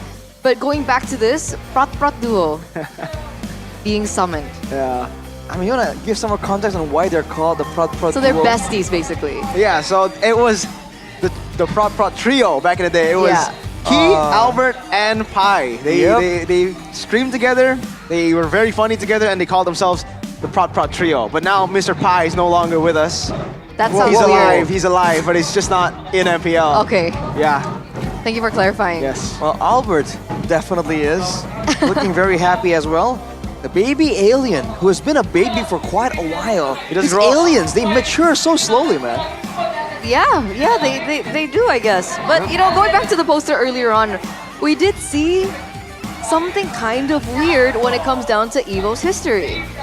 It seems like EVOs keep doing well in certain seasons. The odd ones. The odd ones. So right now we're in the... General. The odd one. We're in the odd one? Are we in the odd one? Wait. Yeah, We're we're the- on an odd season. Oh, Yeah, odd yeah we season, are. yeah. Wait, what did you I'm doubt testing me? you. I'm testing you. You're gaslighting me. No, Okay. I'm testing. I doubted myself. Yes, it is an odd season, which is why a lot of people are expecting this to be the time here for EVOs to really make a resurgence as a big player in MPL ID. Question is, can the Prot duo be the ones to spearhead that kind of success? I think so. I think at least if we're not talking top 2, for sure they'll make it to playoffs. At least they won't be season 14 EVOs, you know, or even numbered EVOs. For some reason, in the even number seasons, they always fail to make it to playoffs. I think here they have a solid lineup with Albert joining in with Key XBTR, by the way. Another amazing rover to join in. I think they have what it takes to shock the world. Unfortunately, there were some cases in the mid lane, and they're gonna have to play Natco in the mid lane. He went from XP to gold to XP to mid. So a lot of role All swaps. roll. It's like Albert.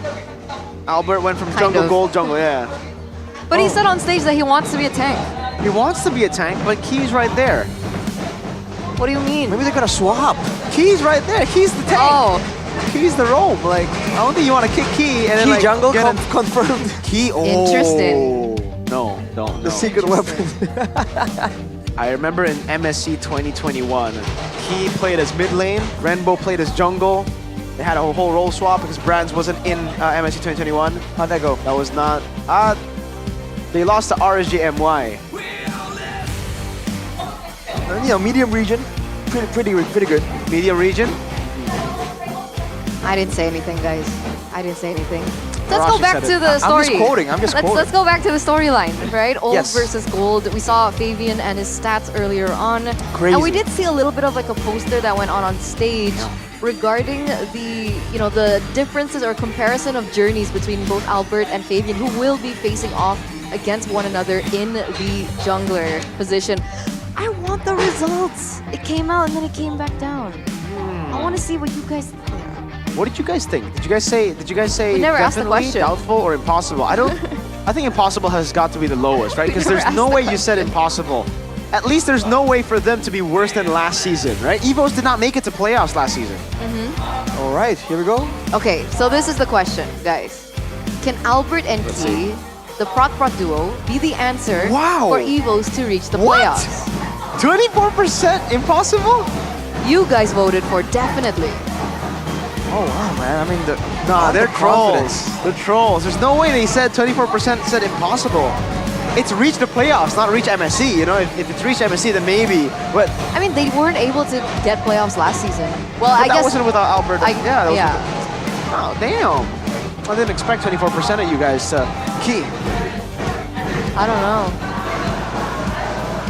I mean, because to be fair, all the options were there were two negative options. There was no like maybe or we'll have to see. Isn't Or- doubtful kind of like maybe? Yeah. Feels like they're doubtful is maybe, more leaning towards the nah, like nah. But you're saying there's a chance. a small one. Small one. Yeah. Still Crowd's counts. going crazy though.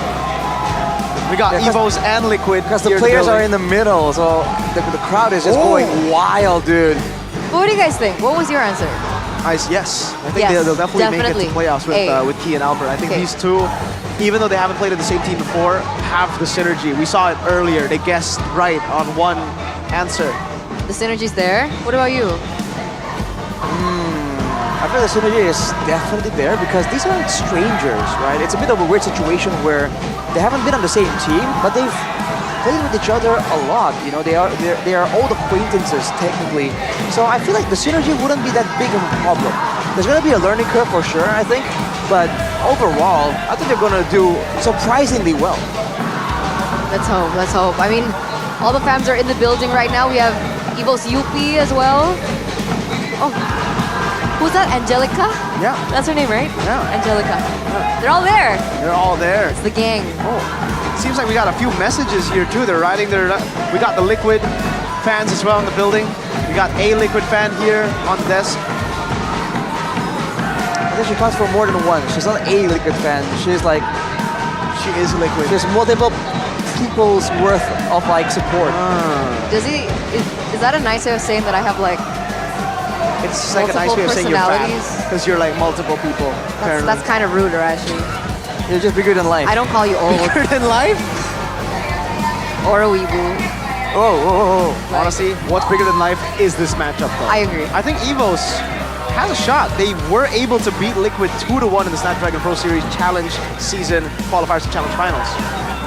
So, we'll just have to see and wait on the results because the players and the teams are ready. So it looks like TLID gonna bring up their main 5 once again. No changes. This is the defending MPL ID champ lineup that we're seeing right now. Well, the defending champions of MPL Indonesia, their first season ever as a lineup together. 3 players that will charge and lead it. The young stallions, ladies and gentlemen, Liquid ID. Led by the swag walk of Fabian, man. The guy has so much aura, that's crazy. Sigma. All right, man. That's just how they perform. They definitely look confident. There's no reason to believe that we can expect anything other than pure class coming from their gameplay. Today, though, against such a massive crowd, right? Such a fervent supporter base, can they maintain the quality? That's a big question because on the opposing end is Evo's Glory with Reggie, Albert, Natko, Key, as well as Erlan.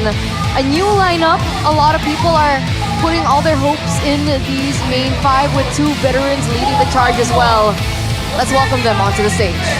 Welcome the White Tigers, this time with backup. They've got new guns to work with. Mr. Key and Momento and Albert, the baby alien. Welcome to the stage, it's Evo's Glory! Attempting to set the tone for the rest of the season. This is the first time we're going to take a good look at what they've prepared, and what we can expect from the upcoming weeks. It's a big moment for the team, for the fans in the arena, and the fans back at home as well. We hope for the best. Hope for the best. And let the fans do the rest. No, I'm kidding. It's just because they're so loud. But we are going to be welcoming the coaching staff. We have Saint Lucas and Facehugger for TLID. And on the other side, it's Abil and Caleb. Abil and Caleb, they've been a team for a few months now. You know, Caleb was the analyst, the head coach before of EVOS. Abil, a newcomer here in MPL Indonesia. A newcomer to MLBB. Interesting. You have to see what he can bring to the table, man. Maybe at this kind of situation, this is exactly what you need.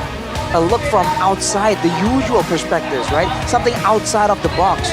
Considering the meta has so much potential to develop, right? For weird pick to show up in the beginning of the season, that might be a bit of an edge that EVOS can take advantage of. So, speaking of the meta, we are moments away of going into the drafting phase. Now, we had a little bit of a feel as to the meta earlier on for MPL ID. But we're also going to take a look now at the keys to victory by the Samsung Galaxy S25 series. For EVOS, we run of Team Liquid ID's kiting playstyle.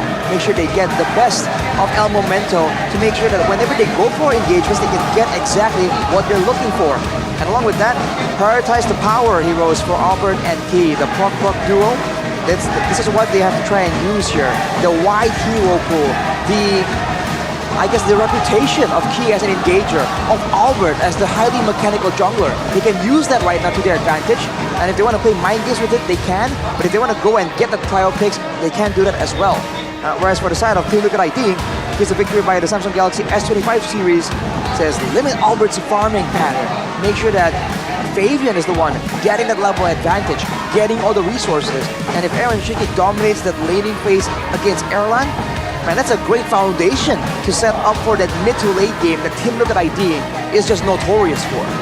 But my biggest question is, how comfortable is Albert on the Assassins? I think he's still very, very comfortable on the Assassins. Obviously, it depends Still S tier? It depends on what picks. I think on the Fanny, he's never really been known for his Fanny, but on the Ling, I think he's still amazing, even though it's not at the meta.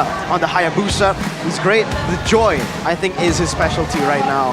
When it comes to the Assassins that we have in the meta, it has to be him on Joy. But if we take a look at the other team, I think TLID might have a better Joy.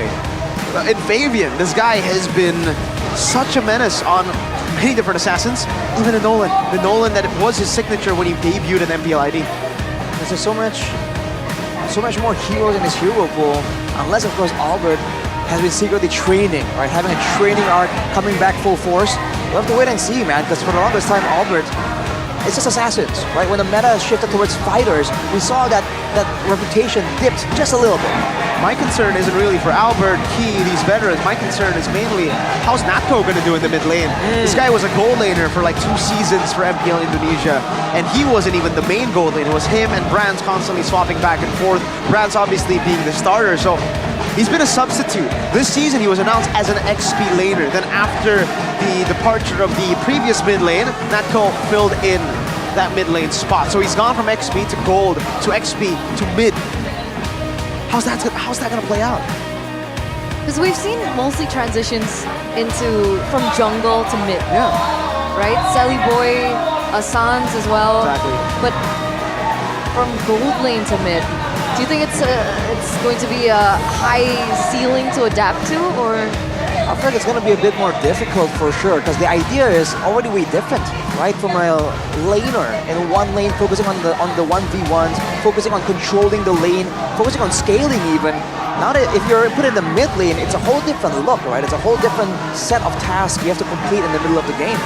But on the other side though, they do have Airline, right? This guy has a reputation for the longest time. We've been waiting for his big moment. Unfortunately, I don't think we've seen that moment just yet.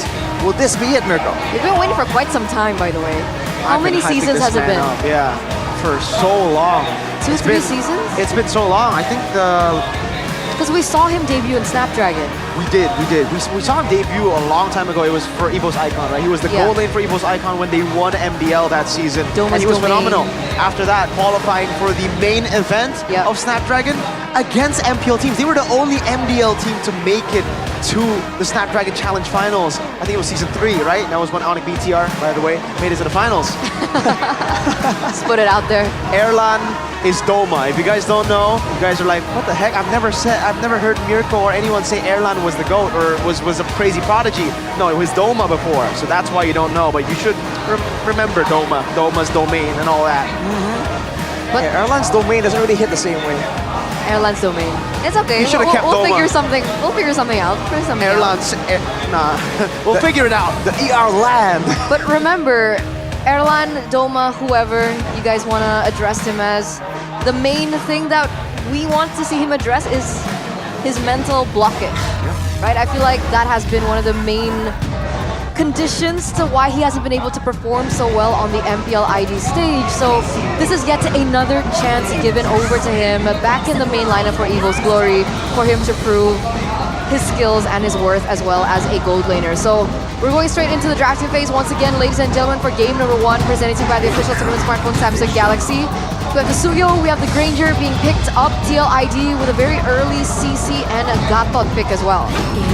We saw the CC just earlier in the hands of Dyrus on RRQ. And it's just a very oppressive laner.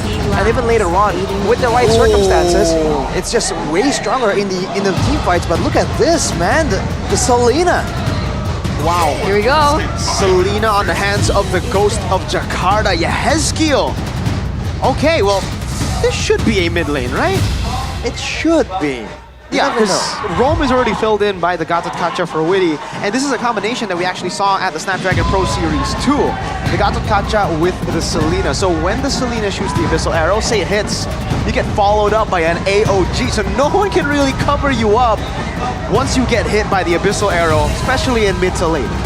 And we know that Yehezkiel he is just deadly on the long range, right? We've seen him perform on the Novaria. We know that when it comes to skill shots, he lands them all day. If he's allowed to do so. Now that he's up against a low G though, it's curious to see how this dynamic's gonna play out. But for now, you can see the Phobias and the Badang. Big emphasis on that EXP lane for the side of Team Liquid ID. They want to make sure Aran is the one that can just get a dominant lane without any issues at all and get the roaming advantage as well. And Evils are also completely highlighting this jungle lane, right? I mean, Nolan's off the board, Joy, Franny gone, Lucas gone, potentially could be a jungler, right? We just saw it in MPL. So what do you think Fabian's gonna be picking up? The Hayabusa? Well, there's still a few picks up for grabs, right? The Hayabusa, like you mentioned, yes, is up for grabs. They can also technically still go for the Alpha, even though, yeah, I don't know about the Alpha here. I think it might be easily kiteable by the Granger, and even the Lo Yi could actually do a lot of damage over to him. So, yeah, safe choice might just be the Hayabusa. Together with maybe an Irithel in the gold lane, but knowing around Shiggy, his comfort is more on Moskov than Irithel. So we might see a Moskov plus a Hayabusa. Right. Oh, and the Bruno shows up actually. Man, for Evos, are they trying to bait, are they trying to bait Fabian into the Hayabusa? Do something against it, kind of, right? We'll have to see, man. But with the low G here, with the Suyo, with the Granger, a ton of burst damage, they need setup now. They can't really lock someone down long enough. That can be a problem, and there we go. That's a new skin too, shown off by Reggie. Jawhead and Edith. The Jawhead, great for El Momento. This is really a throwback to Season 7. Oh, wow. Bigatron Alpha, when he played the Jawhead, he was phenomenal on this pick with the Cho. And for some reason, after joining Evos, he has shown more Jawhead and Cho than back when he was in BTR, like for Season 8 all the way to Season 14. Seems like he's gone back to the pick-off style heroes. As he turned back the clock, is what people are asking about, because back then, Season 7, the Jawheads you see succeed in MPL ID were insane. They can locate a single target in the midst of a full 5-man team. We'll see if he can have the same approach right now. Final pick though for Team Liquid ID. Fabian. What's he gonna be playing here? Oh! Wow! He goes in for the Ling. Wow. Remember what he said on stage? Yeah. He's like, Albert, I looked up to you back in the day, and the hero that I respected most from Albert was the Ling. This is a new shade of TLID, man. This is a TLID that is not playing for the meta. They are trying to shape the meta, and technically we did see this too in Season 14 when they debuted at MPL. They weren't playing the traditional picks that we were seeing at the time. They tried their own style of MLBB and it worked. Right, the Alice Gold lane, for instance, one of the many examples from Team Liquid ID. They're a team that's very well known to study the meta, the patch notes properly. So keep your eyes open, folks. We might be in for a massive treat. For sure. It's Witty, man. Witty the, what's this? The Wise. Witty the Wise. So here it is, ladies and gentlemen, our final match of the day of MPL ID Season 15. We're gonna kick things off with Evos and TLIG game number 1. Right. Let's see how the early game goes, because with the Jawhead on the side of Evos, the key can really help Albert with the clear speed. And we all know that if Albert really gets an advantage when it comes to the levels, the EXP, the difference, then it can be a bit difficult for Fabian on the Ling to, if Evo starts invading, right? The Ling is a bit more susceptible in the early game. Looking at the rest of the emblems here, full tankiness for Witty, serving as the main front line, because Aran, we've seen how the CC performs, right? Sometimes it's a bit of a mix, but tenacity all across the board for Evos too. They still want to make sure that they can have that brawling potential, because they know Team Liquid ID, if they're left to their own devices, they'll find opportunities to really start a small skirmish and take it from there. But I gotta ask this question, right? Because we were talking about the Ling earlier and we said that it wasn't in the meta. How do you think the Ling can actually work in whatever meta we're in right now? Well, it can work in the sense that it's mobile, right? You can always find a way to have that macro presence. You have good ganks technically, and in the late game, you still do a very respectable amount of damage. So technically, if the team can kind of adjust to it, then in the hands of someone with great mechanics like Fabian, he can kind of do his own thing, and the team can kind of attempt their own thing, right? And that's something that Team Liquid ID has shown to be able to do. They have no issue at all letting Fabian just style on people, and when there's an opening, the rest of the team can follow up and capitalize on the moment. I guess that's what they're trying to do here, right? Fabian, Yehezkiel, and Aran both in the enemy side of the jungle, looking for maybe a pick onto Reggie here. Trying to cut the wave there. They'll be stopped by Albert. Good Queller turtle spawns in the game, and Team Steel ID will be able to get this rotation faster than Evo. So level 4 for both Aran and Yehezkiel. Ejector. Over to Witty. Goes in for Revitalize and goes in to taunts Natko. Yehezkiel doing some damage over the key as well. Aran trying to zone him away. Again, Witty versus Natko in a 1v1. Gets pulled back by the dispersion and the rotation. Now Fabian jumps in. Aran taken down by first blood. Fabian, the fine blitz key able to escape Witty. All alone, Fabian chases him. Witty still stays alive, but finally will be taken down by the baby alien. It's a double for Albert. 2-for-1 trade in favor of Evos for the moment, and it looks like it's a complete reset over the neutral objective as well. Yehezkiel's a little low, but what did you think about what happened earlier on? I feel like it's a great move by Team Liquid ID to try and get that EXP advantage, knowing that they have a CC. But for Evos, that's a great response. Technically, the fighting chance, the fighting potential for Team Liquid ID is a bit lessened because of the mid lane not being an AoE kind of hero. But Evos, they just group up together and ensure that even if anyone gets hit by the missile arrow, they can follow up. But that's some damage, man. This is a level 4 low Yi power spike. Onward, Earth Shadow, Aran, chain CC, he cannot move! Gets butchered by Albert on the Suyo. Make it 3 kills for Albert. That's the potential that Evos have with their lineup, right? They have Reggie, they also have Key to look for the stoppers, to look for the opportunities and to make those moments. So, man, Aran, I mean, they're not gonna let that slide. Not at all. I think Evos needs to find moments exactly like that to just move forward and capitalize on all the crowd control. And because they have the diversion, they can try and find moments like this as well. They can engage with so many different tools. Witty, caught, and that's the chain CC. Witty still able to escape. AOG gets him out. There's an arrow that catches Key, a worldie from Aaron. They'll keep Evos at bay, all for Fabian. Let's go and trade on the map. Reggie looking for the onward. Fabian. Oh, great catch on the wall. Albert doesn't get the blade surge, so Fabian walks away. So we can see that Fabian is still being very active on the map, right? Taking in these creeps, taking in these jungle creeps away from Albert, but it still seems like they're on the same level. So maybe Albert with the 3 kills in the early stage of the game will help him propel in terms of those EXP levels. I think right now is where Team Liquid ID needs to try and be a bit more aggressive, find those moments, using the Selena, because otherwise it's a diversion play just waiting to happen, and they come. They take it. Purple buff going to be taken away by Albert now. Oh, Aran with a vengeance. Witty together. Reggie's going to be taken down. Fabian now jumps on Natko, who's isolated from the team. Does he get it without a purple buff? Top of the blaze. AOG knocks him up. Natko flickering out, but Fabian chases. Witty with a taunt. Aran with the damage. Witty's still alive. Albert cuts him down and gets away. A Queller flickered away by Yehezkiel. And it's another 2-for-1 trade in favor of the White Tigers. Key! Ooh, ejector flicker. Pops Aran over to Albert for the kill. Make that a better trade for Evos now. That's a great ejector, man. The speed that we've seen from Key. This is what we expect from him on a Jawhead. Man, it seems like Team Liquid ID, they're doing a great job using the Garot Kaja to kind of buffer and to try to wait for moments. But Evos just draw the fight long enough that they can get an advantage. Oh yes, skills caught again. Dispersion. Natko takes the kill.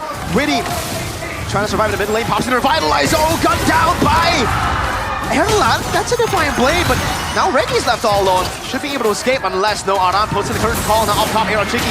Unstall force. Ejector coming down. The Worldly does not save him. It's a kill over. Traded only for Reggie as Aran rotates up top. Man, this is a 3,000 gold lead now for the White Tigers as they continue to push the pace on the back of all these amazing plays.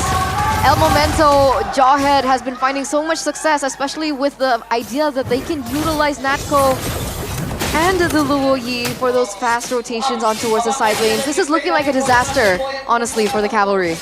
Natko definitely is doing pretty well on this Luo Yi, finding great moments there to really push up the aggression and getting the diversion plays very early on. A stark contrast to match 1 earlier where the Luo Yis take a bit longer to get rolling. But for Team Liquid ID, this Selena hasn't really been doing a lot for the team, and the lack of wave clear is harming them badly. AOG Gets caught by the Earth Shatter. Oh my god, Key got another ejector. Covers the blades in the midst of it all. No damage from Fabian. Meanwhile, though, Erlan and Reggie are wreaking havoc. Hezkiel force back diversion. They spotted a Queller comes in, and Aaron is zoned away from his own tier 2. That was so close. That was a little too close for comfort there, but it looks like Fabian has picked up another item, right? He has the Has Claws in his arsenal now. Do you think that could change the shape of the way things have been playing out? Yeah, ensure that he can actually sustain long enough to be an issue macro-wise. But the thing is, even if he's gonna be the most annoying assassin on the side lanes, Evos have the diversion to make plays with. And the one moment that Fabian overextends or stays a bit too late, it's gonna be the end of him. We're only on the turtles right now, so Team Liquid ID, I don't know if they still want to keep brawling like this. I don't know. Why do they keep forcing this? I mean, Fabian is 2 levels below of Albert, by the way, and they still want to go for the contest for the neutral objective? Diversion, great position, Fabian. Oh no, wow! Yeah, Hezkiel with the arrow, straight into the AOG they go. Fabian gets the kill, great read by Hezkiel. Fabian with a jump, Reggie onward, backward. Aran trying to run away. Will be able to fight surge. Winnie caught, that's a lot of damage. And pulled back again for Erlan to get the Death Sonata. With the Sky Piercer, Fabian's looking for Erlan, jumps in over to Erlan. Let's see if he is able to survive. A lot of damage, has a dash, flickers out to safety. And baits Fabian out of position, Albert! What? Assassinates Fabian on the wall! Reads the Ling's position, now with a surge. Aaron forced to purify, Aran needs to run. And Evos will get the tier 2. Old versus Gold, and it looks like Old winning it out. The veteranship, the experience, and the synergy coming in between the players from Evil's Glory turned out to come out on top against the defending champs.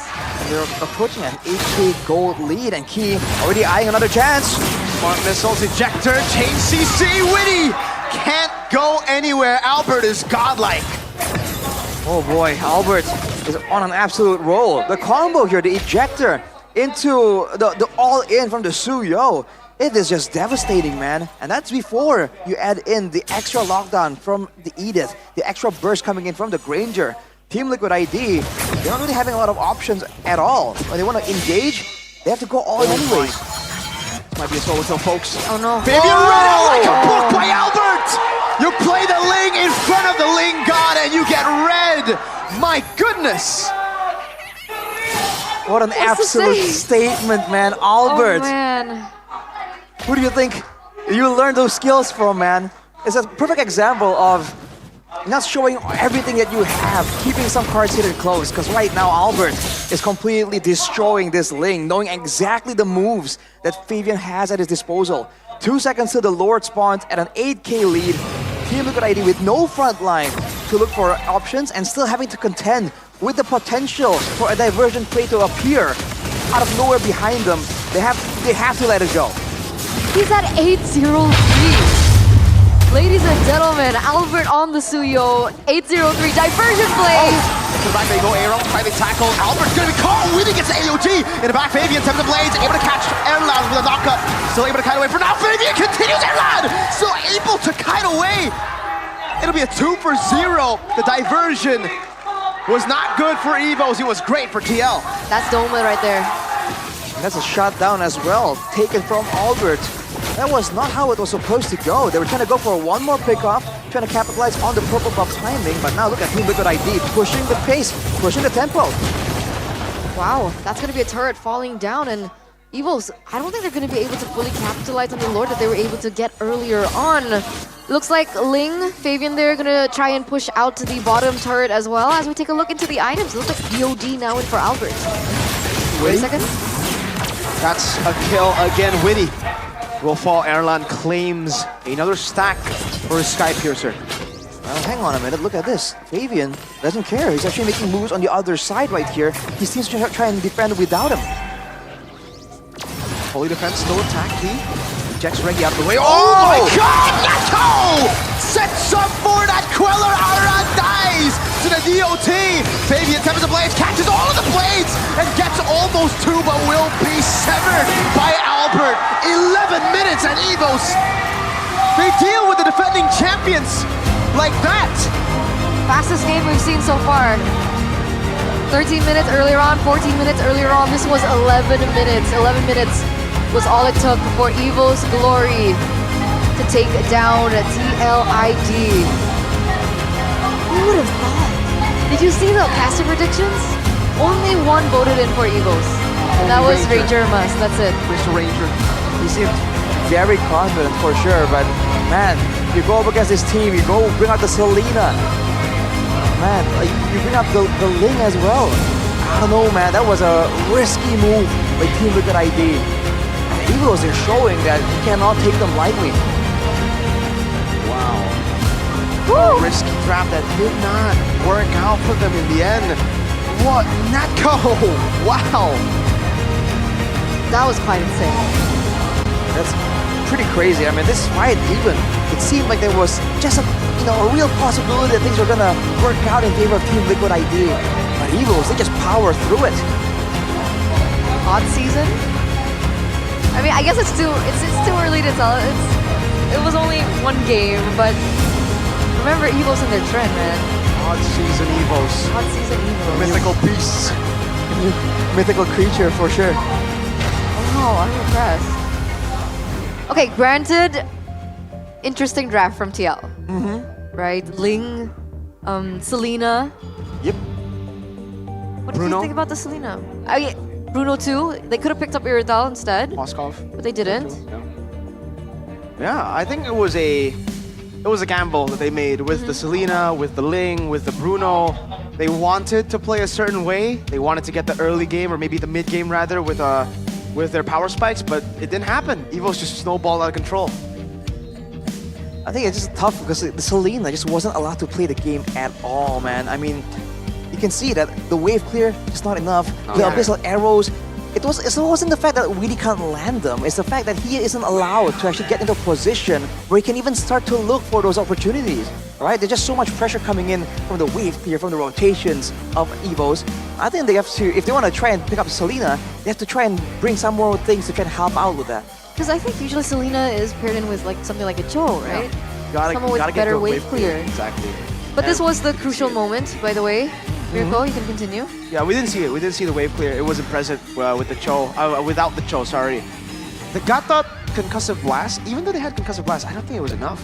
No, definitely not. I mean, we saw that there were some moments where the Gato and Aran even on the CC were forced to kind of walk into danger to try and clear out the waves, right? We've seen Team Liquid being so good at just like going for some of those pickoffs, but they have to kind of clear the lanes and delay long enough.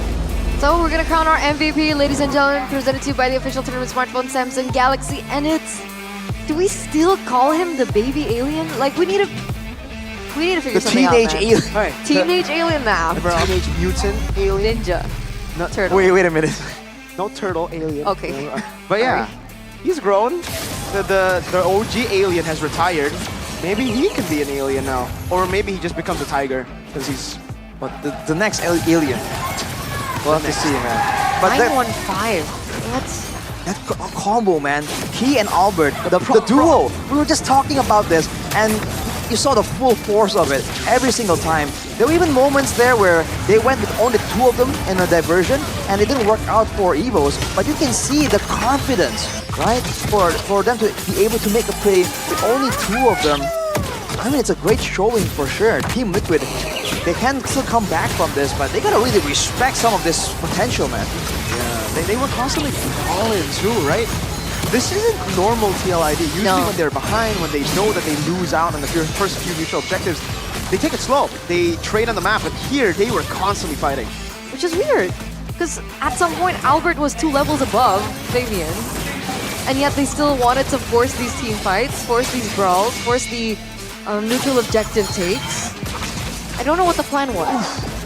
That moment right there, though, again, using the Ling against the Ling God, that's definitely a bold maneuver. It did not pay off.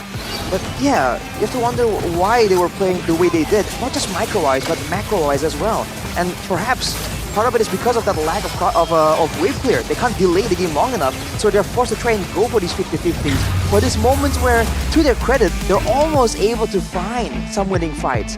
But in the end, due to the drafts, due to the situation of the game so far, EVO's just kept getting more and more ahead. And that's why you see the game timer so short.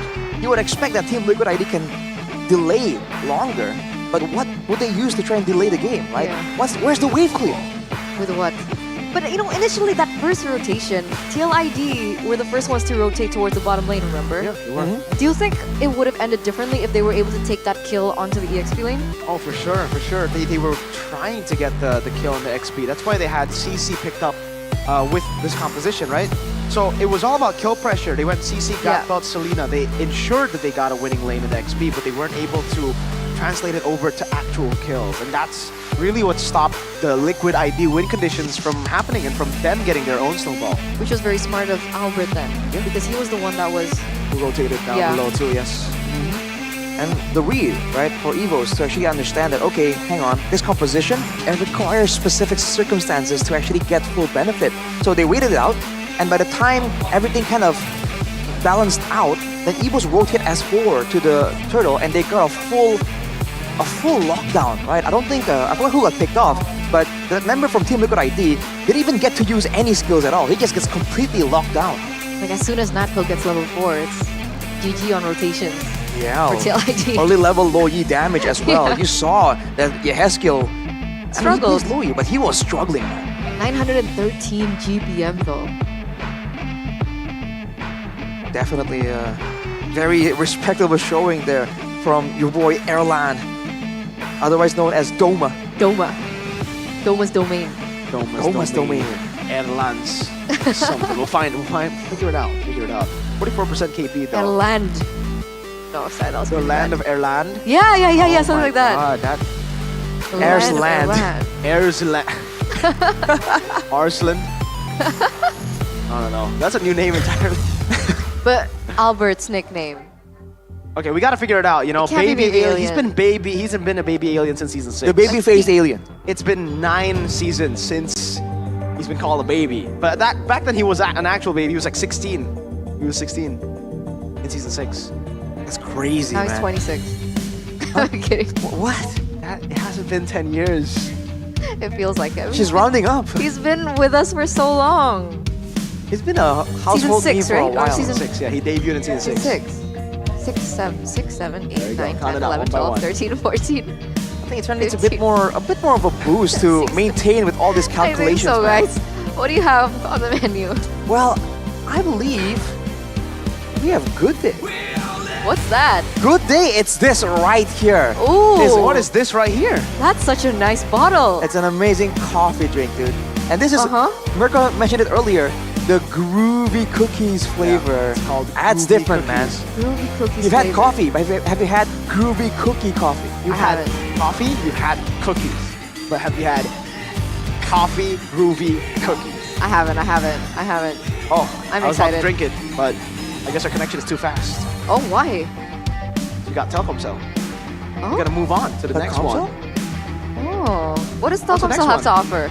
I mean, Telkomsel, you don't know? You don't know It's just Telkomsel. one of the best providers that Indonesia has. It is the best. The best, objectively. Like the coverage alone, right, justifies like the price, the quality, not to mention the high amount of like promos they have if you use the app. It's absolutely amazing, man. Oh. Well, what promos can you use on the app? I even lost count. Are you serious? Yeah, there's That's so that many. many? Like there'll be 40% offs. There'll be extra quota if you actually get it, unlimited time. So many. Especially with the Pocket G2. You have to remember Pocket G2. With all the skill shots in the MPL right now, some of those players are running that Pocket G2 to try and get that accuracy buff. What does G2 mean? Wait, am I reading this right? Yeah, you are reading it right. 100 Mbps for only 375k IDR? That's so affordable. That's like, how much is 375,000 IDR? Is that like $20? Oh boy. 20 USD? 19 USD? It's very cheap for 100 Mbps, guys. Like, go ahead, check it out. If you guys are here, you need a provider, go get yourself Telkomsel. We love you, Telkomsel. Shout outs. I need a But you know what snack, I though. love too? What?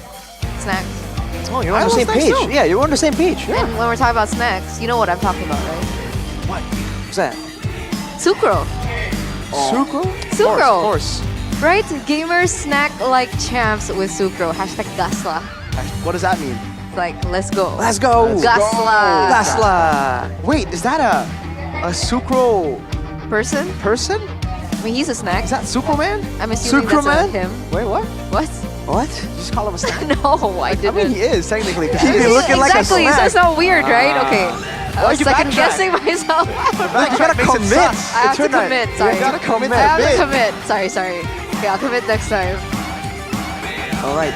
So commit to the game. Now, do you think you're gonna commit to your prediction? Okay. Do you really still think it's gonna be 2-0? You gotta commit to Obviously not, Mirko. it. He doesn't commit to her own prediction. You splashed, it's 1-0 Evos. Who knows? Maybe they can still get a 2-0. How would they do that? I want to live in his world. His world seems nice. It doesn't seem No, real it's though. not really nice. It's not really that nice. My world is a world where I have a lot of... See, I support a lot of teams. Okay. Outside of MLBP. You know, Oh, okay. football, sports, Basketball. stuff. They always win. But the one I support here... Are you saying they're not gonna win? They've never won. You gotta commit. I am committing, but you know that's my world. Don't join. Do they have Don't join. any trophies? Warning sign. Yeah, we got an MPL trophy. But like MPL level trophies? So you don't have game to rub two. it in like I don't that. think Game so, two. yeah. Game two. Evo. Or Game two. president. Oh yeah, we do. We do have that. That's it though. Wait, why are you bringing him up just to smack him down, bro? You can't No, do because this. I can say that now because I used to be in his shoes. Oh. Damn. Well, luckily I still have Feels Sheffin, good. a brother with no trophies. It's okay. It's okay. If Geek Okay. Fam win this season, I'm cooked. That looks scary this year. Yeah, they do. They do. Mr. BBB, to see. Mr. When are they playing? Tomorrow. Tomorrow they're playing? Oh, it's gonna be a good day tomorrow. But we're not done just yet. No. Right? Wait, Still, I thought it was the best of one. No. it's not. What? Oh. Since when do we do best of ones, guys? M6. Huh? He didn't cast him. Wow. Damn. I didn't mean it that way. I'm just gonna be quiet. Let's stay silent in the middle. My heart, my soul. No. So it looks like we have an boy. interview, guys. So we're just gonna take to that. Lucky fan interview. Lucky fan interview. A lucky fan interview. Oh, are they gonna Get lucky. get lucky? Wait. Get presents. Oh. Okay, let's stick to that. Bye, guys.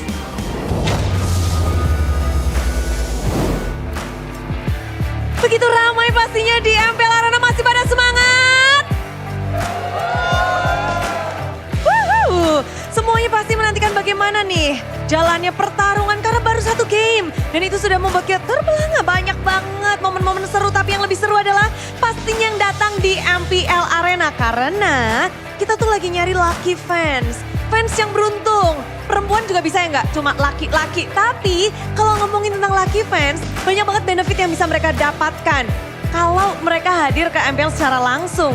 Dan di antara kedua tim ini, dari kedua super fans, sudah kita temukan inilah dia dua lucky fans yang bisa punya kesempatan ke backstage. Ayo langsung aja nih dari EVOS fans dan juga The Cavalry. Halo.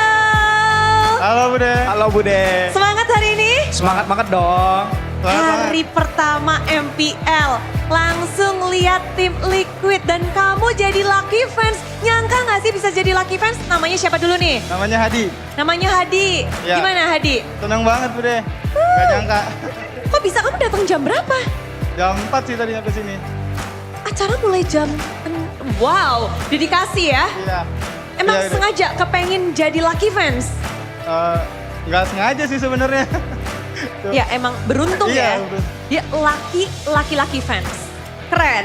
Kalau di sini Hadi, kalau di sini Rahdi Bude. Rahdi. Rahdi. Iya. Kalian berdua saudara?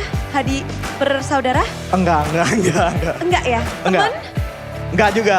Enggak juga. Enggak juga. Rahdi, EVOS fans hadir ke sini. Jam berapa? Jam 5. Jam 5. Iya. Menjadi lucky fans, beruntung, nyangka nggak? Emang kepengen aku datang awal biar bisa jadi lucky fans gitu nggak? Nggak nyangka sih Bude, soalnya kan baru pertama kali juga untuk datang pertama di hari pertama gitu. Ini kali pertama ke MPL Arena? Enggak. Enggak, untuk season ini? Untuk season ini. Oh iya, baru hari pertama, Rashi. Iya sih. Baru hari pertama. Tapi sejak kapan nih kamu ngefans sama EVOS? Dari season 1. Wih buset, Iya. sepunya EVOS fans ya. Nah, kenapa Radi sampai setia sampai season 15? Seneng aja sih ngelihat gaya bermain EVOS gitu. Kayak ada naik turunnya gitu, nggak selalu yang monoton lah gitu. Oke, kalau Radi dari season 1, Hadi, Ya, dari Bude. season berapa kamu ngefans sama MPL ID? Dari season 6 Bude. Dari nama sebelumnya bahkan ya? Iya Bude. Naik turun, dari turun lagi naik nih. Iya. Kok bisa tetap setia? Tetap karena pasti yakin Liquid juara lagi sih. Wow, langsung bro. Tapi ngomong-ngomong, ini kan tadi 1-0. Gimana responmu sebagai juara season lalu di 1-0-in sama tim yang nggak lolos season lalu? Pasti bisa balikin lah. Itu mah kayak coba-coba dikit lah. Pemanasan dikit ya? Iya.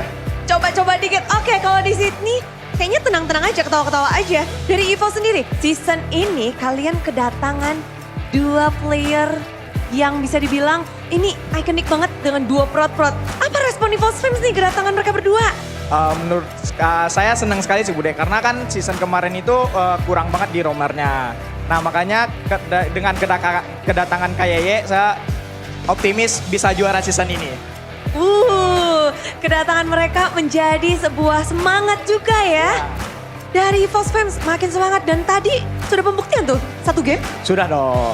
Nah, kalau kalian berdua ada di sini, memang ada 2 lucky fans, tapi hanya 1 yang punya kesempatan untuk ke backstage jika timnya menang. Sudah tahu kan? Sudah tahu. Sudah tahu. Pengen ke backstage nggak? Pengen banget. Pengen ke backstage nggak? Pengen banget. Yakin bisa 2-0 berarti? Yakin dong, 2-0. 2-0? 2-0. Kalau ke backstage, kepengen ngapain? Ngobrol sama pemain sama juga foto-foto. Ngobrol sama pemain foto-foto. Kalau kamu ke backstage mau ngapain? Mau sweet sama Fabian. Sweet sama Fabian? Siapakah dari kedua lucky fans yang akan ke backstage? Mereka harus melihat timnya menang terlebih dahulu di match kali ini. So, MPL Arena, mari kita sambut game kedua dari Best of 3 Cities. The Battle of the Blue dari tim EVOS Glory dan juga tim Liquid ID.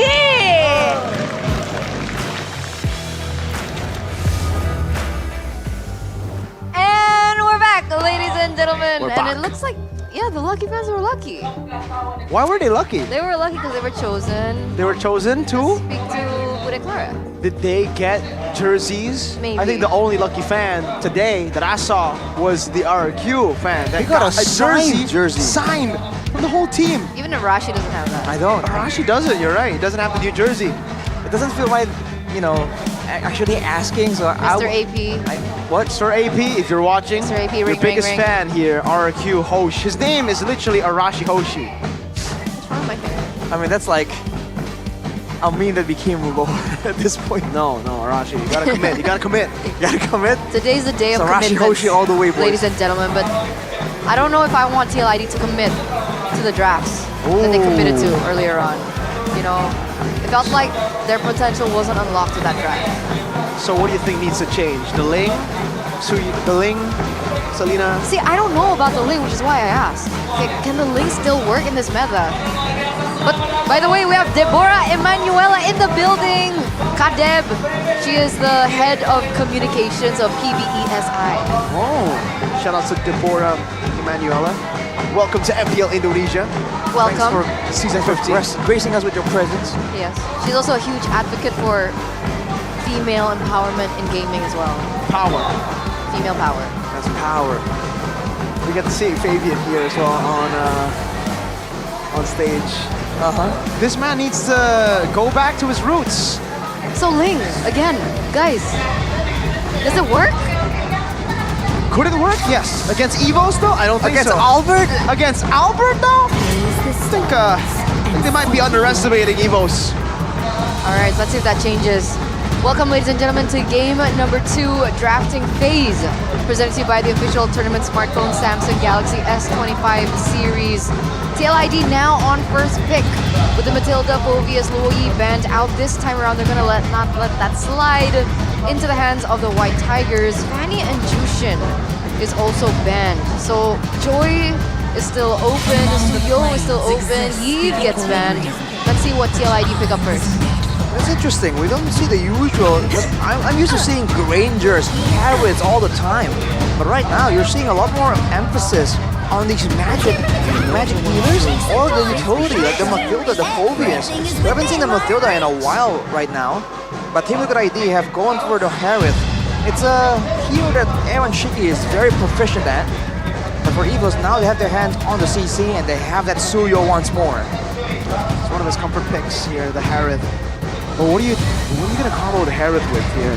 The Joy is up for grabs, and that's why Evos went for the Suyo instead, right? Because if TLID go for the Joy and Harith, then it'll make it very, very magic damage reliant.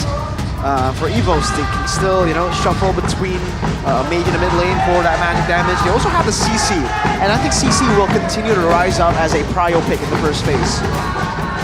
And there's no reason why it shouldn't be a prio pick, but down is the response, and Team Liquid ID are indeed capitalizing. Now, they have a bit more of a front line, more utility with the Badang.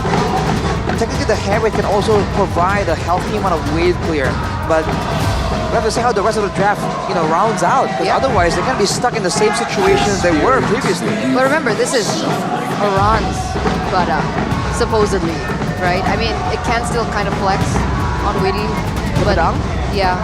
But I mean, we talked about the problem with the Selena earlier on, right? We talked about the Selena paired in with the Gatot. We understand the function of it, but the wave clear seems to be lacking. So let's see whether or not this Badang goes to, Iran instead of maybe pick up a Cho for Weedy, because we know Weedy is also very comfortable on the Cho. Ranger gets picked up from Evos as we head over to the second phase. All right, both teams. And then for Team Liquid ID, the question of who's going to be jungling, what kind of tool you want to put in the hands of Fabian becomes a big question here.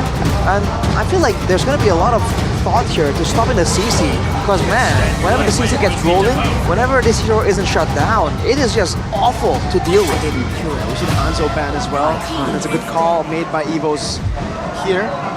To ban out the Hanzo, the Valentina also gets banned out by TLID, so they're trying to really put the pressure down on Evos' mid lane, Natco. Without the low Yi, Valentina, what are you going to play? The Yi was also just banned out by Evo, so TLID might just go all in for the mid lane, taking every mid laner that can actually do well against the Selena, like clearing or having dashes, and then giving the Selena a better road to doing what he wants to do. And also, Lucas ban. So Lucas jungle has been coming up, I guess, in scrims for TLID, and that's why Evos have just banned it 2 games in a row. Makes sense. The Jawhead also gets taken away from Key. We did see that Selena was also having quite some problems against the Jawhead, especially in the early phase of the game, and towards the end, it felt like Key just was always able to find moments with the Jawhead. So Gatot goes in for Evos instead, assuming it is going into Key's hands. I think so. With the CC pick already in XP, I don't think that's flex, so Gatot should just go to Key. TLID now, do they want to pick up Nolan for Fabian? Nolan right here, not a lot of good targets for him technically. It kind of fits the whole idea, physical damage in the jungle, a burst to kind of capitalize on the fist crack or a abyssal arrow, but I feel like it's going to be a bit dangerous right here, especially with all the all-in chase potential. It's going to be Khalid showing first, and along with that, it's going to be a Joy.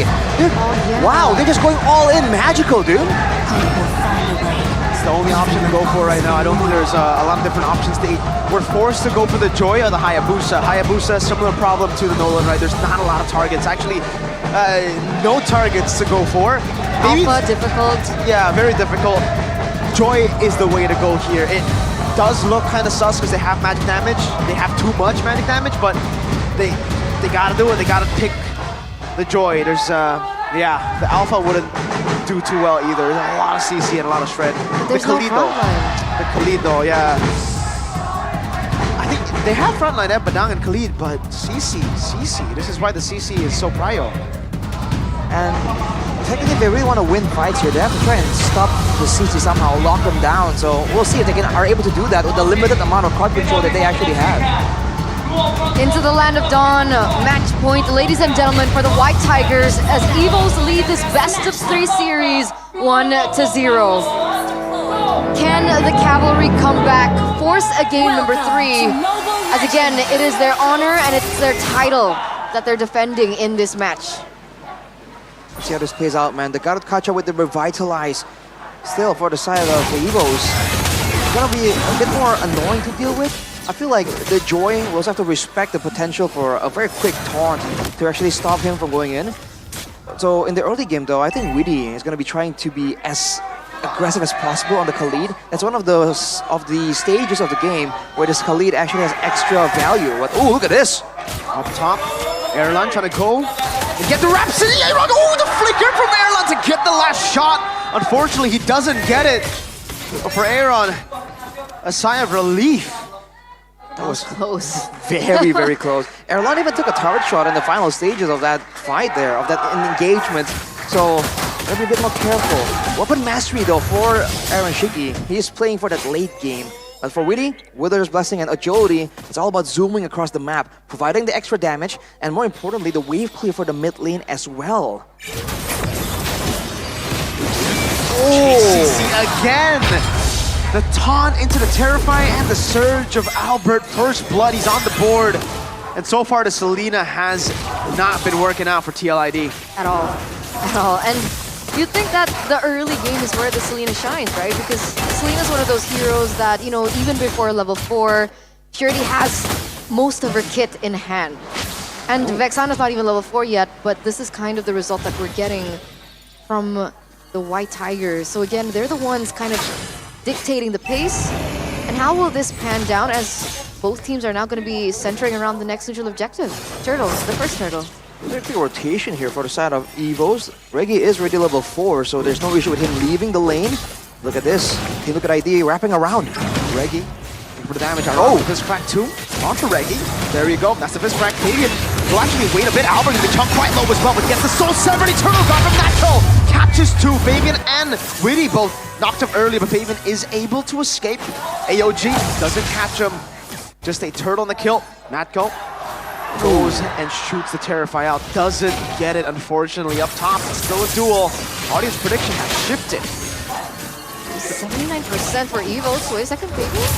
Yeah, this orange lump might be taken away. Fabian doesn't have the retribution, but they do have enough damage to take him out. Go! Now Aran with flicker forward, no Fist Crack available. Reggie's still able to sustain out, but Fabian assassinates him. Albert blinking away to safety. Fabian still playing with a rhythm, and Aran with the Fist Crack. He will be stunned, and Yehezkiel gets the kill. Now TLID in the lead. There you go. Almost a 2K gold lead earlier on for the White Tigers, but TLID have now turned things around with those 3 kills now under their belt. It's a great play for Team Look at ID to just move in and out of the fight there and eventually catch up to Evos. You can see that there's a bit more vision in what they're doing right now. In the first turtle fight, you saw that they were really trying hard to get Albert out of the picture before the fight begun. And Yehezkiel did land the Abyssal Arrow, but they gotta be a bit more careful because Albert is expecting that, right? He knows that there's a target on his back. He is him. He is him. 1-1-1 at the moment. Not doing as great in game number 2 than he was in game number 1. And it feels like every time they go in for these team fights, this CC is kind of broken. She was on like a sliver of health, popped in the Vengeance, and was able to zone out 2 members from the side of TLID away. What's the plan against the CC? I think they gotta lock her down with the crowd control. That's why they have a Vexana, I guess. But look at this. Whoa! Great flicker from Natco. Spots out that he got the taunt, that Albert was gonna go for the surge. He just flickers to ensure that that kill goes towards Evos. Now Fabian though, which beats Albert again. Too fast for Yehezkiel to catch.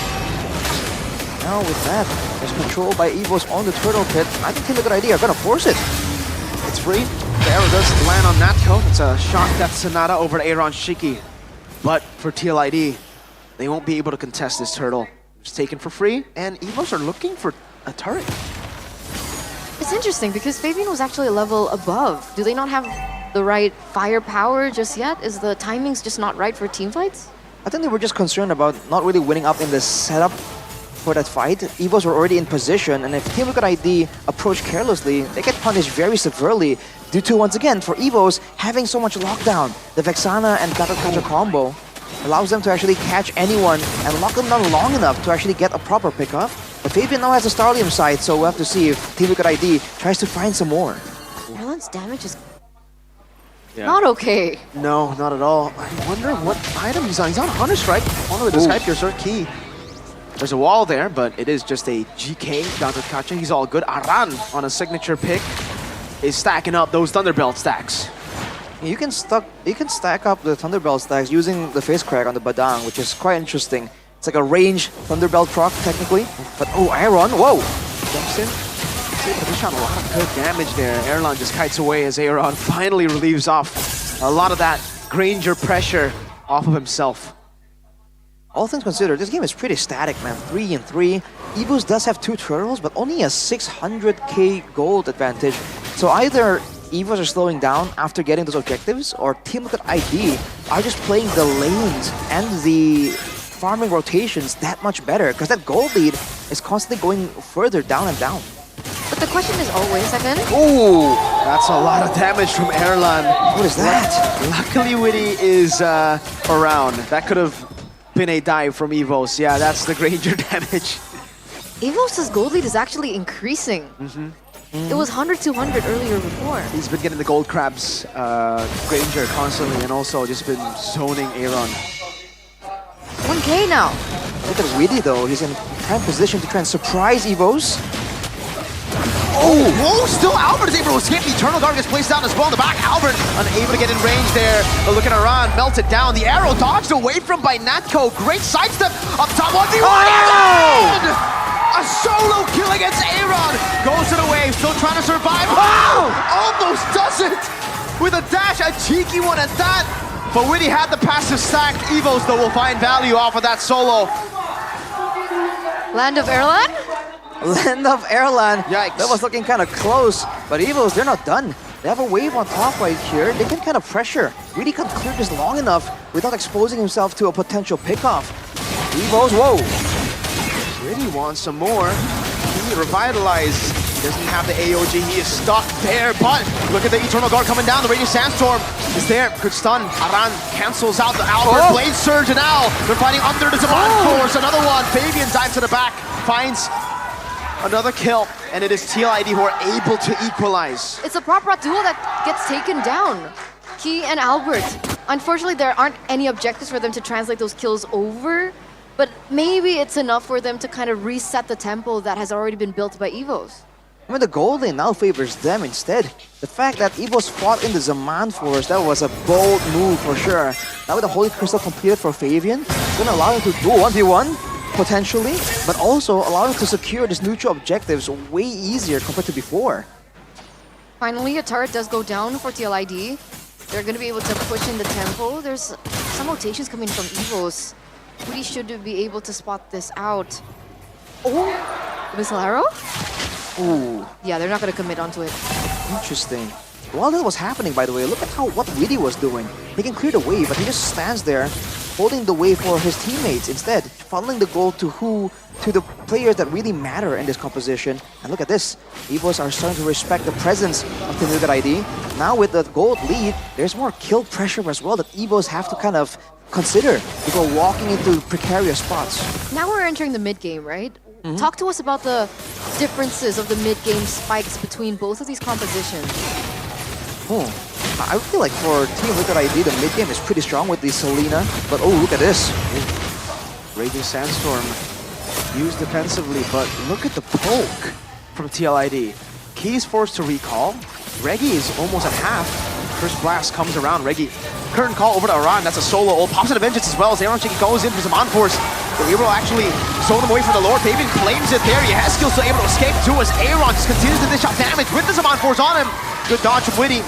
Away from the Death Sonata, and TLID out of nowhere claim the Lord and stabilize. But that's a mid-game that we were talking about, right? Fabian was also a level above of Albert, so even if they wanted it to go in for a 50-50, it was quite difficult. Yeah, I feel like for both teams, it's actually quite balanced. No one's like super. It's never one-sided when it comes to the early game to the late game. It just happens on it depends on how the fight actually plays out. With Team Liquid ID landing the Abyssal Arrow onto Albert right before the fight began, it kind of forces the whole team to kind of move along with Albert, protect him, and that just gives Fabian the room to take the Lord away immediately. In that fight though, however, you saw that Key was able to take so much more damage. So maybe in the late game, the fact that Team Liquid ID are full magic damage can be a factor here that decides whether or not EVOs can actually take it later on. Both the Joy and Harith though, they deal a lot of damage, right? Even if EVOs go for like Radiant Armor, Athena Shield, I think they have enough damage, like enough magic damage with the pen items too to go through those defensive items. Like, I don't know, man. Joy's damage in the late game is ridiculous. Once you get the Divine Glaive full items, and it is the same for the Harith. And remember, they also do true damage with the Starlium on occasion. So with a 3.6k gold lead for Team Liquid ID, I think items are going to start swinging in their favor. Now for EVOs, the question is, do they want to try and play it slow, right? Delay a bit longer, or are they still feeling feisty enough to really go for a brawl once more? They did so when they had the gold advantage, but now that they're on the back foot, do they really have what it takes to kind of beat the odds here? That's the big question. Right now, it seems like they're locked in their own base. They're trying their best just to clear in the waves. I think Wee's also positioning in a really good spot. Looking for information, trying to catch someone to clear out the bottom lane as it is kind of freezed. Still gonna hold there for a bit, but looking at the items here, for the side of EVOs actually, Winter Crown for Natco, to understand that he's a big liability when it comes to dealing with some of these dive heroes, wants to buy some more time for his team to kind of react. On the other hand, you can see there's a lot of focus over the magic resistance, but Sky Piercer still, for Erlan, only 1 kill to his name. It's looking quite difficult, especially now that Fabian, already with the Wishing Lantern and the Bloodwings, gonna be tankier, but also be able to shred Key, as well as Reggie, a lot easier if Team Liquid ID ever gets the right opportunity. Wait, what? 2,500 gold lead for Fabian? Yeah. He's been clearing waves like crazy. This is, I would say the advantage of not having a CC in your team is you don't need to give out gold to your XP. The XP becomes a secondary roamer. That's why the jungle can snowball out of control as we get to mid-game. But when you have a CC, CC needs gold. So your jungle gets impacted by that. You can't go and take the side lanes though. That's a good stun.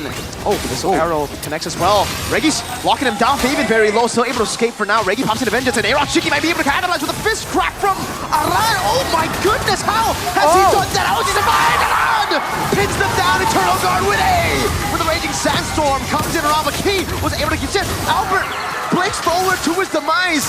Erlan still cutting away. Fabian on Key. A taunt. And an arrow dodged away from Natco and Erlan. Now, they need to rely on these two members. Aran is trying to isolate Key. He has done that. Fist crack again. Key is going to die. Aaron picks up the kill. EVOs all the way back in base. That's another Lord secured in for the Cavalry for TLID as they also rack up a 5,000 gold lead with 3 members taken down.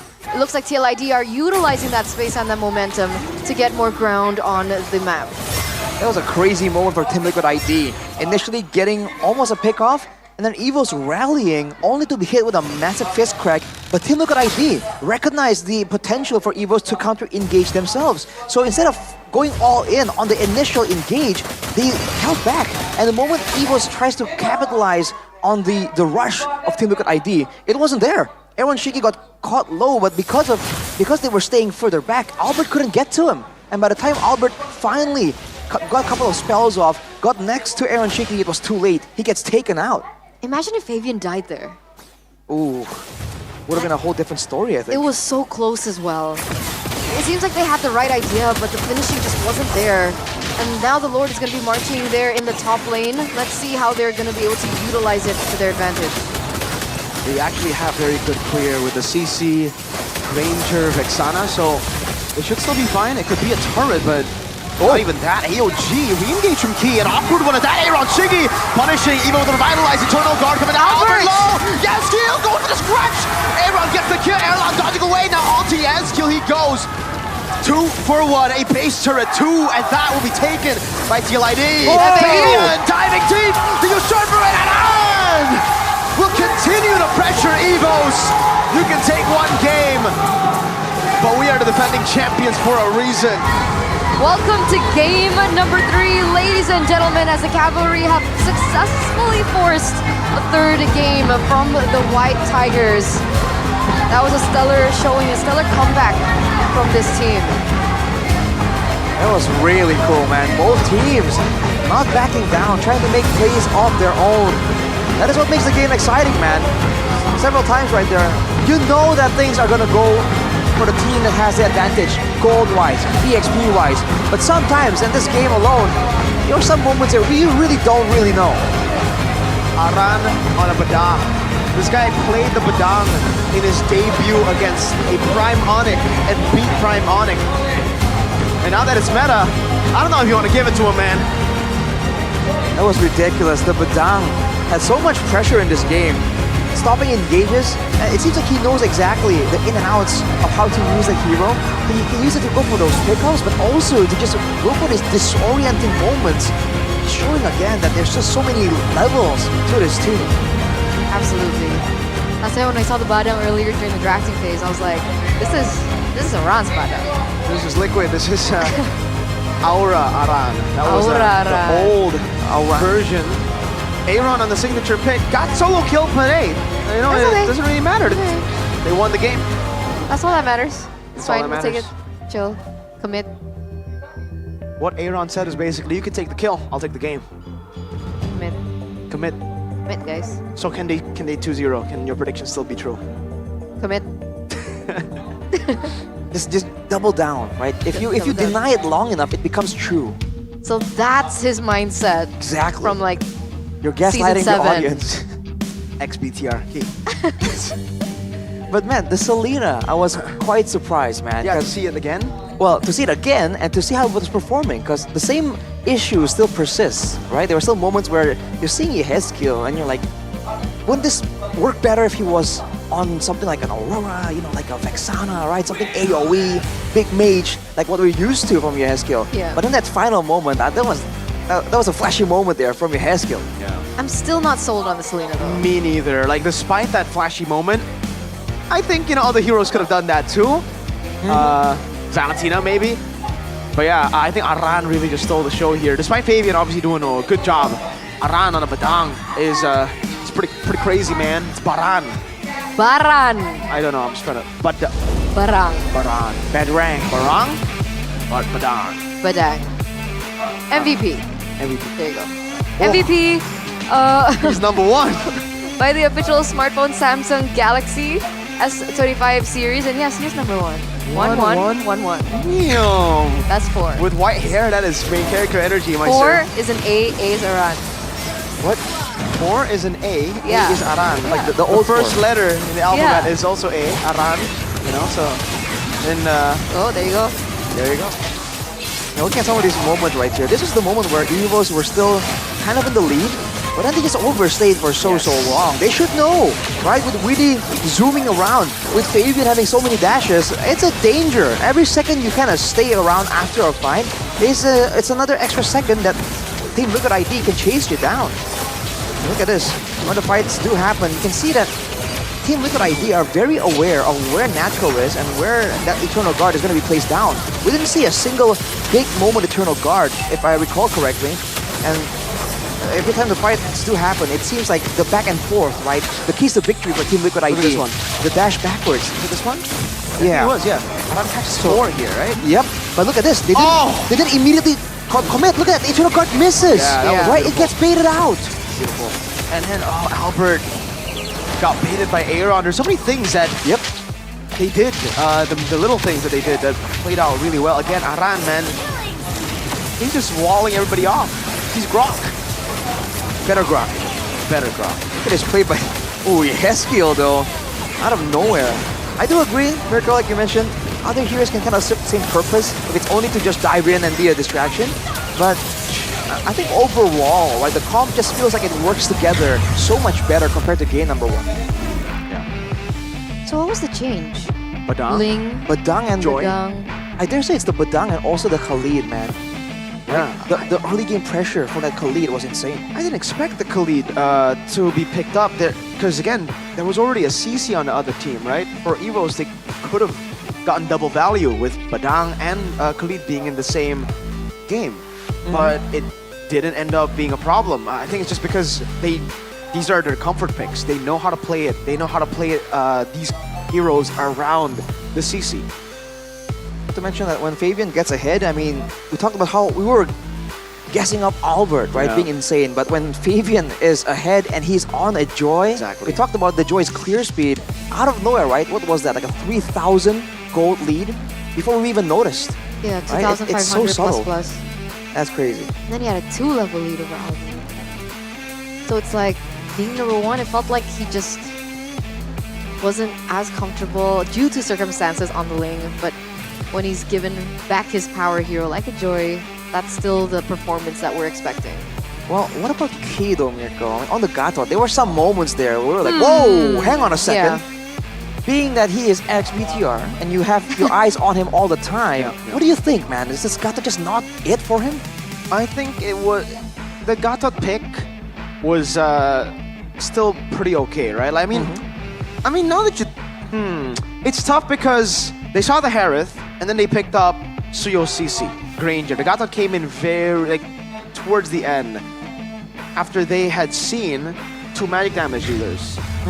So I don't know. Maybe they were thinking they were still going to be a physical damage dealer in the jungle. They're trying to counter it, but in the end it was 3 magic damage dealers. So the Gatot kind of lost a lot of value there and ended up being not as good. Like you don't soak in as much damage as you do when you're up against physical. I think it's Gatot. I don't think you can really fail at Gatot. It's just that's the hero, you know. Witty had a very similar game, 2-7 in game 1. Right. It's just that's just the nature of Gatot. He wants to fight. If you lose out early or you're up against a lot of magic, you lose a lot of value. But I felt like the AOG missed a lot. Yeah, but that's Gatot, you know. AOG, funnily enough, the AOG is really hard to hit. It's big, but man, it's delayed. It's delayed, It's very slow. delayed. It's so slow. Okay. You need follow-up. And the Selena was on the other team. Right. I do want to say, I feel like Team Liquid ID are just so much better when they're going up against big AoE comps because they seem to know how to maneuver around it, right? The Eternal Guard, the AOG. They're aware. The MCGG. Oh, the MCGG. Oh, I've been playing MCGG like crazy lately. I have not. Try to convert me to MCGG. I've been a fan of Magic Chess. You like can't. the one in MLBB. MCGG, why should I play MCGG? Because there's so many tournaments Wait, that you can actually compete with in. a prize pool? Yeah. It's amazing. It's really? amazing. It's a whole season? So we have an MCGG community tournament called MCCT. MCCT. MCCT. Yeah, and it's going to be MCCT. held on March 7th to 16th from March 14th to 16th. And the semifinals and the finals will be broadcasted live on the tournament's official website and MCGG's official accounts across major platforms in Indonesia. So you gotta get ready for high-level strategic battles, bro. Maybe I won't participate in this one. I'll watch it. Yeah, okay. Then the next one I will. But I have a question. If M Series is MLBB World Championship, what is MCGG's World Championship going to be called? Is it M Series 2?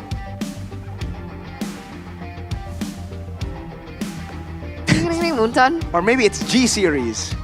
The Muntan. Go, right? M Series. It sound like a car naming scheme. just Yeah.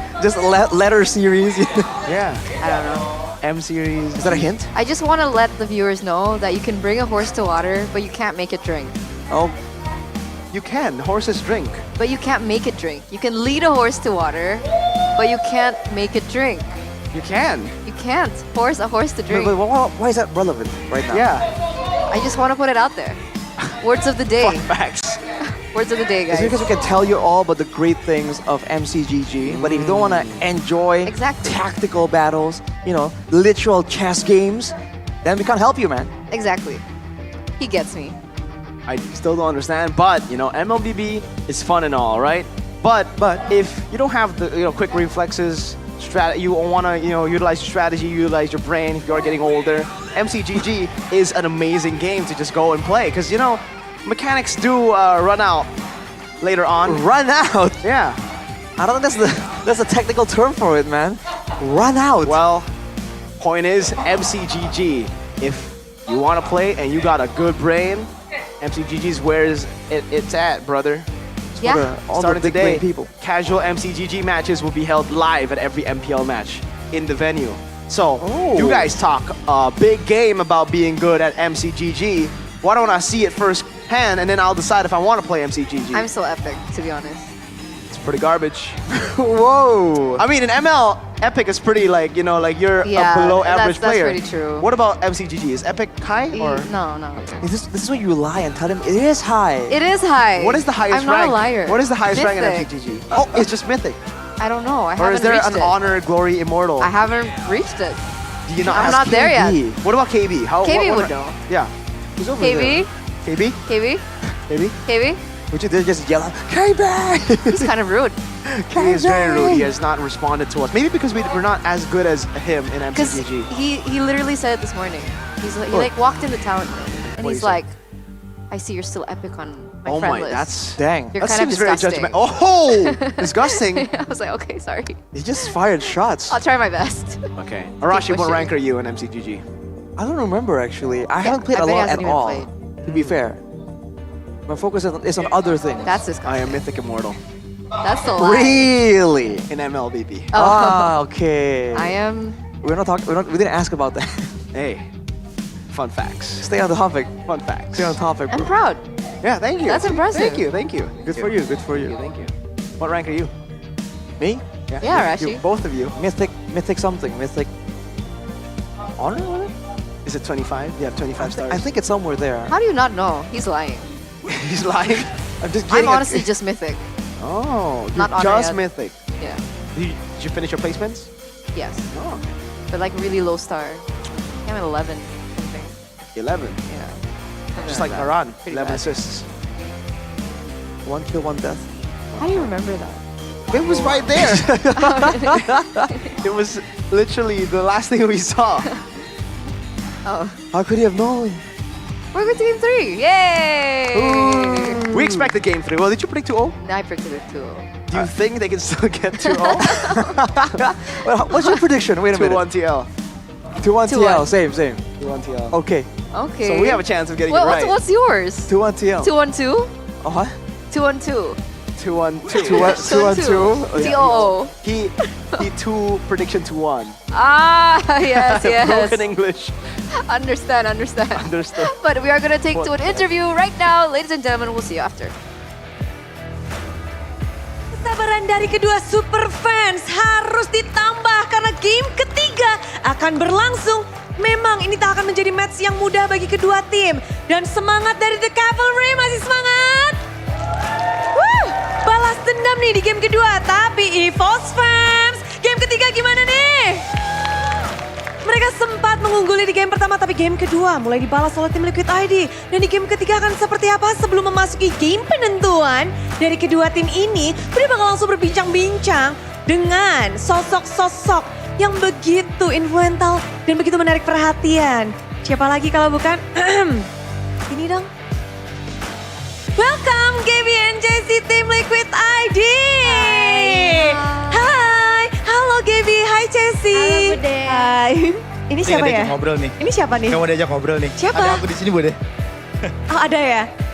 Aku pemain. Bukan. Main. Rasi Boy. Halo. Kasih tepuk tangan. Pada tepuk tangan kok tadi. Makasih. 5 orang. Tapi Ras Boy di sini sebagai? Sebagai apa ya? Sebagai pengen aja jadi pemain, Bude. Enggak sih, kamu di-announce Bukan. sebagai talent. Dari bener. EVOS, Aku jadi keluarga talent baru dari EVOS. Keluarga baru. Harus meraung dulu. Please lah, Bude. Kan dari talent. Aku cuma mau ngomongin cuma EVOS. Wow. Oke. Ini bakal seru banget. Tapi ini di sini ada Gaby dan Chessy yang hadir. Season baru, jersey baru, era baru buat kalian nih. Iya. Gimana? Match pembukaan hadir langsung untuk tim Liquid ID. Ini lumayan match yang ditunggu-tunggu banget sih. Soalnya udah lama juga kan terakhir kali Iya. kita nonton MPL.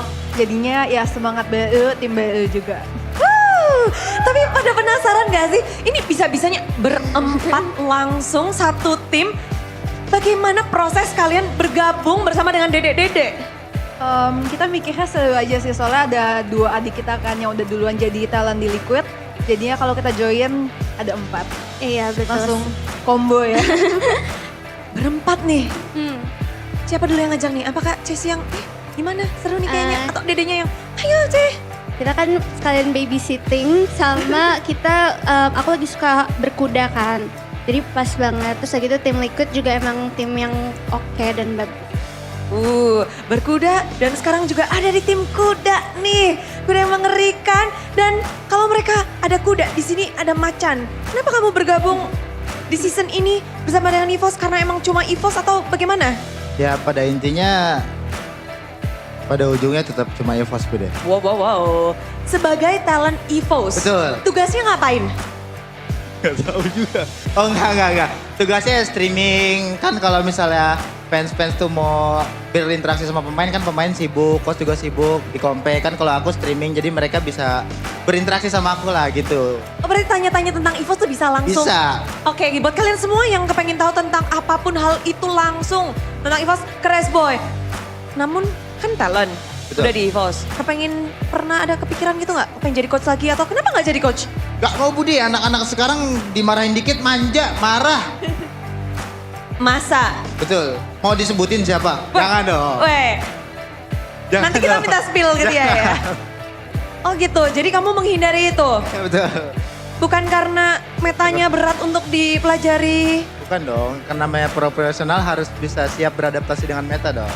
Wow, ilmumu in game masih tajam nggak? Oh ya udahlah ya, itu alasannya guys, itu alasannya. Tapi kalau kalian sendiri gimana? Ngelihat player-player yang ada di tim Liquid ID hari ini mereka bertanding, ada kesan-kesan gak sih tentang player-player ini? Menurut aku semuanya jago sih. Tadi pas kita main kayak sempet deg-degan, tapi kayak mereka semua jago banget di in-game. Di in-game jago, di out-game siapa nih yang paling lucu nih? Ada nggak yang paling lucu atau yang paling menggemaskan? Siapa Ceci? Semuanya gemes-gemes kayaknya ya. Iya. Dan lucu banget. Masih kecil. Semangatnya luar biasa. Tapi ngelihat dari semangat tim Liquid ID, kalau dari kamu sendiri ya Resboy, di tim EVOS kan juga ada duo yang baru. Mbappe. Gua Mbappe itu. Duo Mbappe. Real. Baru datang loh. Tapi dia baru datang udah bisa mengendalikan semuanya, Bro.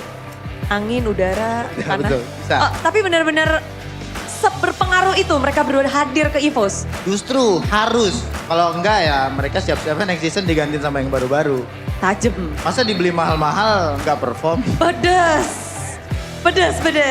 Tapi ngelihat hari ini, berarti akankah efek atau dari impact kedua player ini bisa membawa EVOS, kan galau ganjil EVOS biasanya bagus loh. Nah ini justru pressure buat pemain-pemain baru yang dulu di tim itu Mbappe, Bro. Di season ganjil EVOS selalu top 2 ya kan. Kalau emang nggak top 2, selesai itu mereka berdua. Oke, pressure. Tapi harusnya mereka bisa menggunakan itu. Harusnya bisa lah. Jadi semangat mereka. Semangat banget harusnya. Kan mereka di tim sebelumnya yang nggak main, terus Hengki juga di tim sebelumnya ditawarin jadi talent, makanya dia join ke EVOS buat main. Masa cuma mau main doang, nggak mau juara atau internasional. Langsung dibakar oleh Resboy. Dan kedua player, apakah mengisi kekosongan, mengisi kekurangan EVOS dari season lalu untuk season ini? Udah seharusnya, karena itu pemilihan dari coaching staff juga kan. Kenapa mereka diambil situ. Oke, jawaban yang menarik dari Resboy. Tapi kalau dari kedua Chelsea Gaby, boleh dong semangatin tim Liquid ID yang bakal bertarung nih untuk game ketiga, game penentuan. Semangat Liquid. Semangat Liquid. Semoga menang. Let's go Liquid bareng kali ya? Boleh. Boleh, dijawab ya semuanya ya. Nanti di let's go-in kalian Liquid, oke? Oke. 1, 2, 3. Let's go! Liquid! Let's go! Liquid! Wow, semuanya udah bersiap untuk Liquid. Resboy semangatin dong EVOS-nya. Semangat leher. Albert Bre. Oke. Dan mari kita beri semangat bersama-sama untuk EVOS. Round. Inilah dia pertarungan penentuan game ketiga. Monggo caster.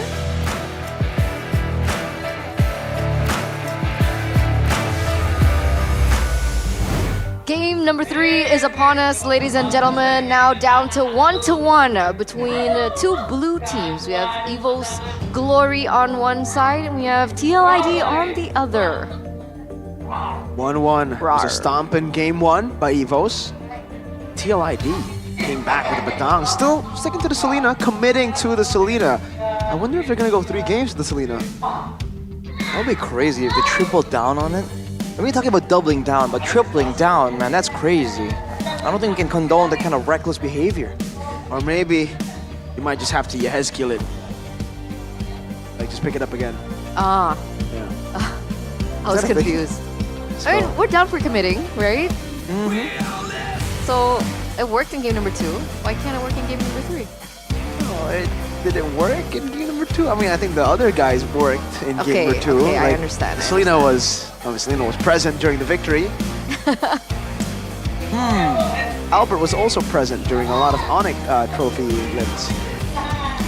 Kabuki too. That's true. Kabuki! There you go. For some I think time. the Selena is, a substitute in that game. He was just like, yo, I'm here. So credit where credit is due, for sure. He did show up. That's about it. But that's the thing, right? Because I feel like Yehezkiel has been an amazing player for he's TLID. great. Of course, of course. And it feels like the Selena just doesn't really do him justice. He's been amazing on, you have to see the heroes, right? Like Novaria, Eve. Xavier, Eve, Harsa, these high ground, Vexana. Vexana, yeah. Aurora sometimes. And, time to time, Loyi. But it's all like kind of, they don't go in. The Valentina isn't really a Yehezkiel super pick. It was back in like season 13 when he debuted. 12? Yeah, 12 when he debuted.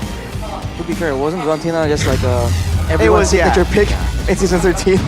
But like, not a lot of people could play it the way Moreno played it, My goat.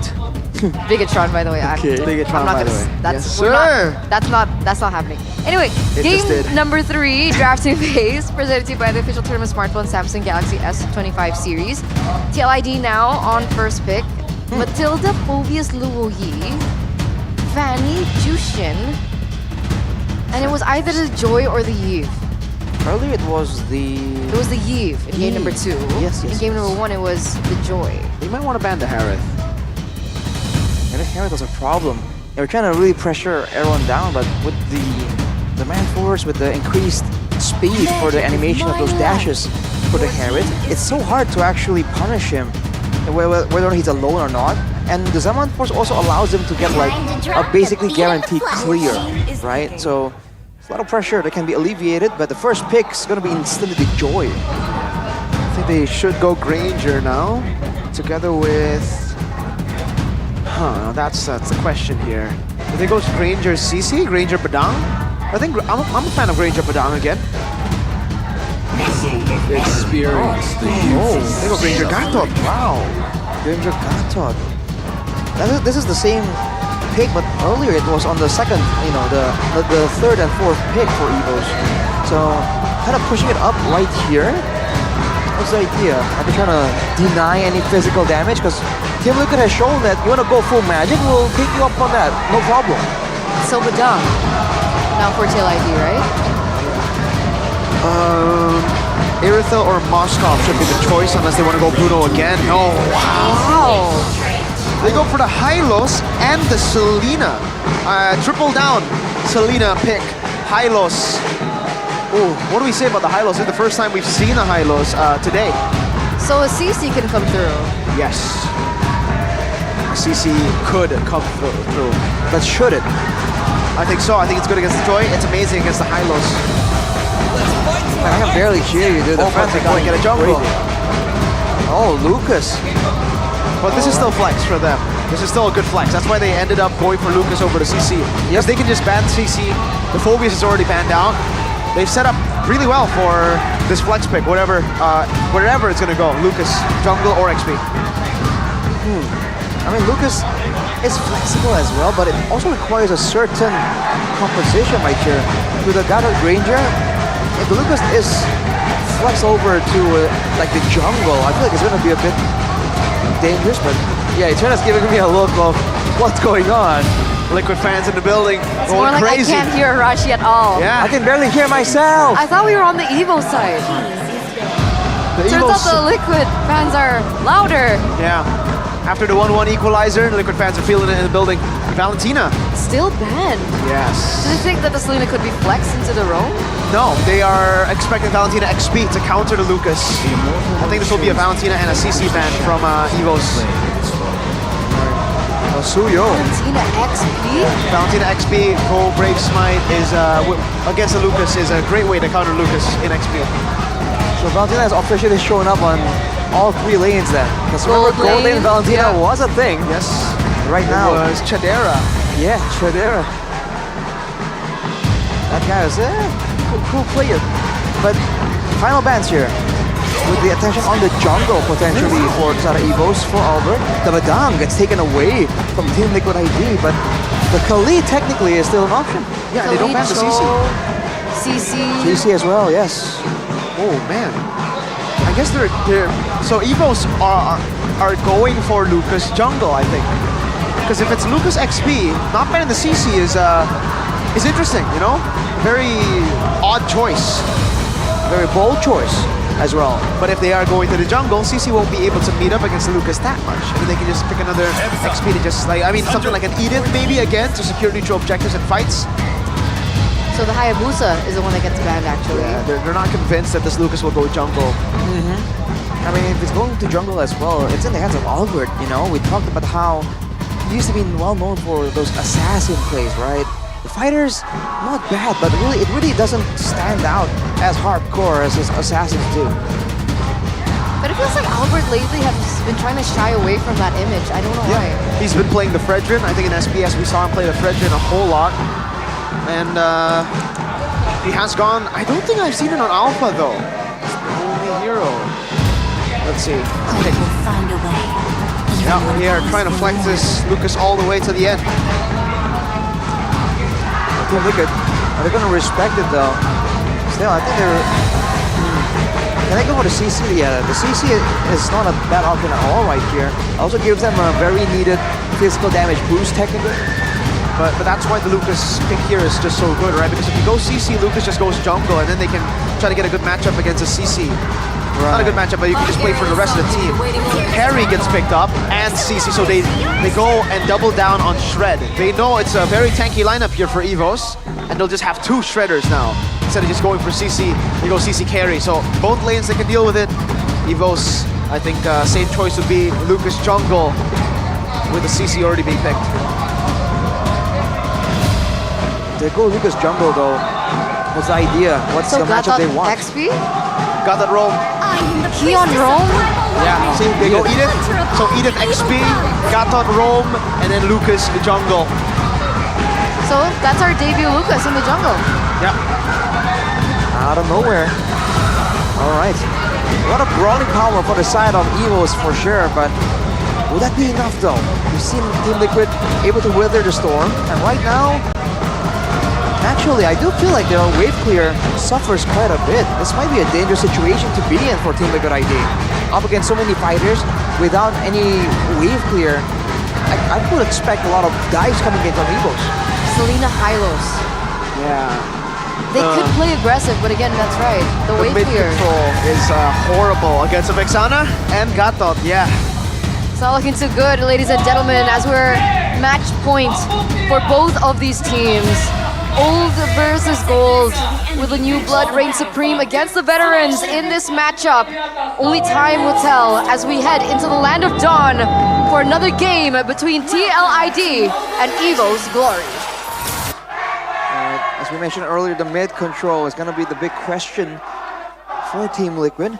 In the jungle though, Lucas in the jungle, great ganks. I wonder what's the idea for Albert. Does he want to focus more on these hard skirmishes, the invades? A lot of approaches available to EVOS, especially in the early game when they have such a beefy front line, right?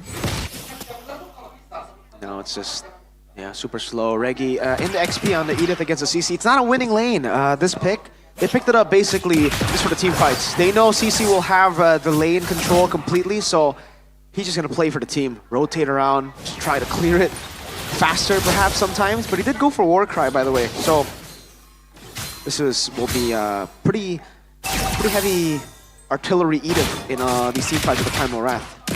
this extra DPS. Maybe they're concerned about the late game threat, essentially. If later on it's gonna be a full, long, drawn-out fight, having the extra DPS will be great for the side of Evos. But I think we have to really wait on that first turtle. I think when that happens, both teams have a plan, right? With the Selena in the picture, also with the 3 fighters, I don't think both teams can really afford to let go of the jungle, of the neutral objective.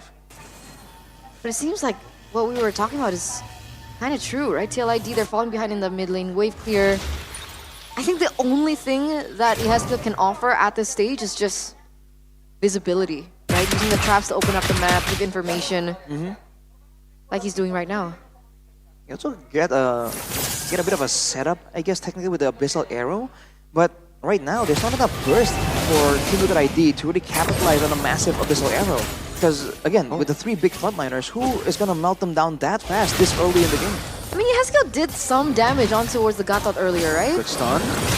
There's a taunt from Key. A good Terrify that lands on Yehezkiel with the Curse Blast on Aran. I think Fabian's a level ahead of Albert right now. Fabian got the purple buff. He's actually going to orange. Both of the teams are not going to commit to first turtle just yet. But Team Liquid ID is hovering around though. I mean, both teams are trying to make sure that they at least keep an eye on it. They don't want to make sure that they, you know, they kind of blink and out of nowhere the opposing team has a setup. But Evos make the first move right here. They're trying to brawl with these fighters, man. And they do it. They should be able to. This composition was made for that mid pressure and with the Edith to control neutral objectives. So first neutral objective going in favor of Evos. No trades from TLID. There was no commitment either, right, from TLID. The Fabian was still on his orange buff earlier on. Didn't want to go for the 50-50 contest either, despite having that level lead. So I think Fabian's just going to do what Fabian does best. Rotate, farm, look for opportunities on the side lanes later on maybe. Yeah, power farming is definitely a great idea because Joy can melt tanks down, but only with the right amount of items. But look at this, P! Oh, great Terrify from Natco! AOG out of there. Albert looking for the play on Fabian. Electrifying beats though from Fabian. He will get away from the beast. Oh, that damage! Albert! No! Even with the vengeance, Aran! Brave Smite now knocked up. What was that? Lucas jungle damage. Purple buff secured by Fabian. There you have it. That was kind of scary. Very scary. What is his item build? I haven't seen it just yet. He doesn't have anything. He only has a Fury Hammer. That's it? Yeah. That's damage, Lucas. A whole lot of base damage, man. He didn't even land the second part of the Sacred Beast form, right? No. The you know, the blast. No. Yeah, but he's still essentially almost one-shot Aran right there. That's crazy. That's the Lucas damage, man. 2-0 now in for the White Tigers, 1,600 gold lead. So things are looking quite great for Evos right now. Is there a moment where Lucas falls off? Lucas falling off? You know what? Funnily enough, he'll deal that much damage even more later in the game. He can one-shot people. So it gets worse. Yeah, it does get worse. Depends on what kind of build he goes for, though. I think he would want a bit of tankiness as well. Not at all. It's full glass cannon. Oh, wait. Oh, look at the damage. Look at the damage. Now you see him, and boom. I mean, it was with Reggie, but still, he only now has Hunter Strike. That's ridiculous, man. I mean, I thought this was going to be... I would think that against this composition with their playstyle, he needs to go a bit with some beefy items, but I guess it might not even be necessary. If they start snowballing right here, they can just push this pace and use the Lucas as a bit of an assassin almost. Yes. He shredded the turtle. He did. They have controlled everything. Oh, good Curse Blast stealing away the camp, and that actually pokes Aaron Shiggy. Eternal Guard, getting them down against each other in the turret there. Still Aaron able to clear with the help of Aran, but that means that the cannon minion had to be divided, the gold, with Aran too, so still Erlan getting a lot of value.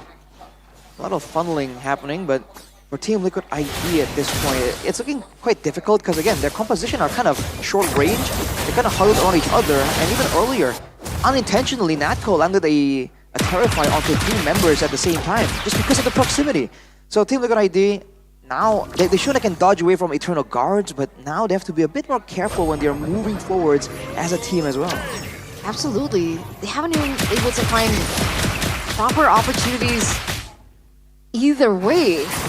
I'm still kind of stunned with the damage that this Lucas can have in the jungle. What's the counter towards this Lucas? What do TLID need to do? Do they just avoid the Lucas altogether, not go for neutral objective counters. You gotta kite back.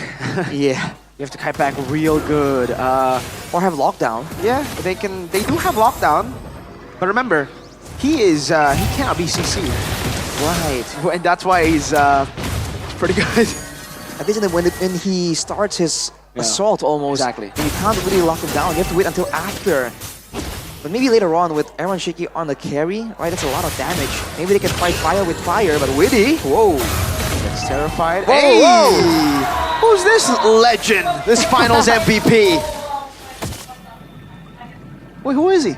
It's Mr. Aura. Oh my god! What do you mean? Is that him? Hey, an EVO's legend, watching EVO's play. Winning Aran, getting away there. Yeah, shout out to Aura, finals MVP of the M1 World Championship, winning the World Championship with EVO's Legends back in the day. So if you guys want to... Oh, wait a second. It's going to have to wait a run. So the guard coming down too. Fabian walks with electrifying beats. Oh my goodness, damage from Albert. Shoots out the damage. Reggie with a flicker forward. Anya Hezkiel, airline with a flicker as well. Trying to chase him down. Rhapsody as a Sky Piercer. That's Sonata. Not enough. Oh, he goes in deep. Gets Anya Hezkiel. Official trap Fabian. Walks back in and punishes the man. Turtle, though, will still go to the hands of Alvaraba. Crazy outplay, though, by Fabian. It's so unfortunate though that Blizzard Arrow lands as Erlan was actually in turret range. Wasn't expecting that at all from him, but for EVOs, overall it's still a great result, but they want to clean up a little bit. You know, small ones like this is what Team Liquid ID can use to try and find their footing in a game like this. They still have the damage, they still have more sustainability technically, but they have to keep their eyes on Erwan for sure. If they do have all the pressure to rotate around, they might want to use it to try and deny some farm, because Iron Shiki is relatively untouched right now. Yep, he already has 2 items, right? On the way to his 3rd item. And we were talking about him being one of the main anchors as to how TLID would be able to come back into the game. And right now he's going to be able to get a lot of gold actually from the side lane pushes that EVOs have yet to kind of target him with. Don't forget about Reggie though, going aggressive. He actually did a ton of damage in the previous fight, and he has a very healthy, about 2k if I'm not mistaken, 2k gold advantage, somewhere near there. So man, this Edith does a surprising amount of damage. So if Team Liquid ID are tunneling too much on the Lucas, tunneling too much on the Granger, Erlen can just stay out of sight, out of mind, and just poke around, where Reggie can stand there, and if he's being ignored, he's gonna shred people down too. 301 as well. Exactly. 2,400 gold lead. Key, Reggie looking for an opportunity once again. But TLID, they're not picking up the bait. Fabian's going to be able to have a little push into the bottom lane as another purple buff scenario goes down. But Albert still will be able to take it and deny it away from Fabian.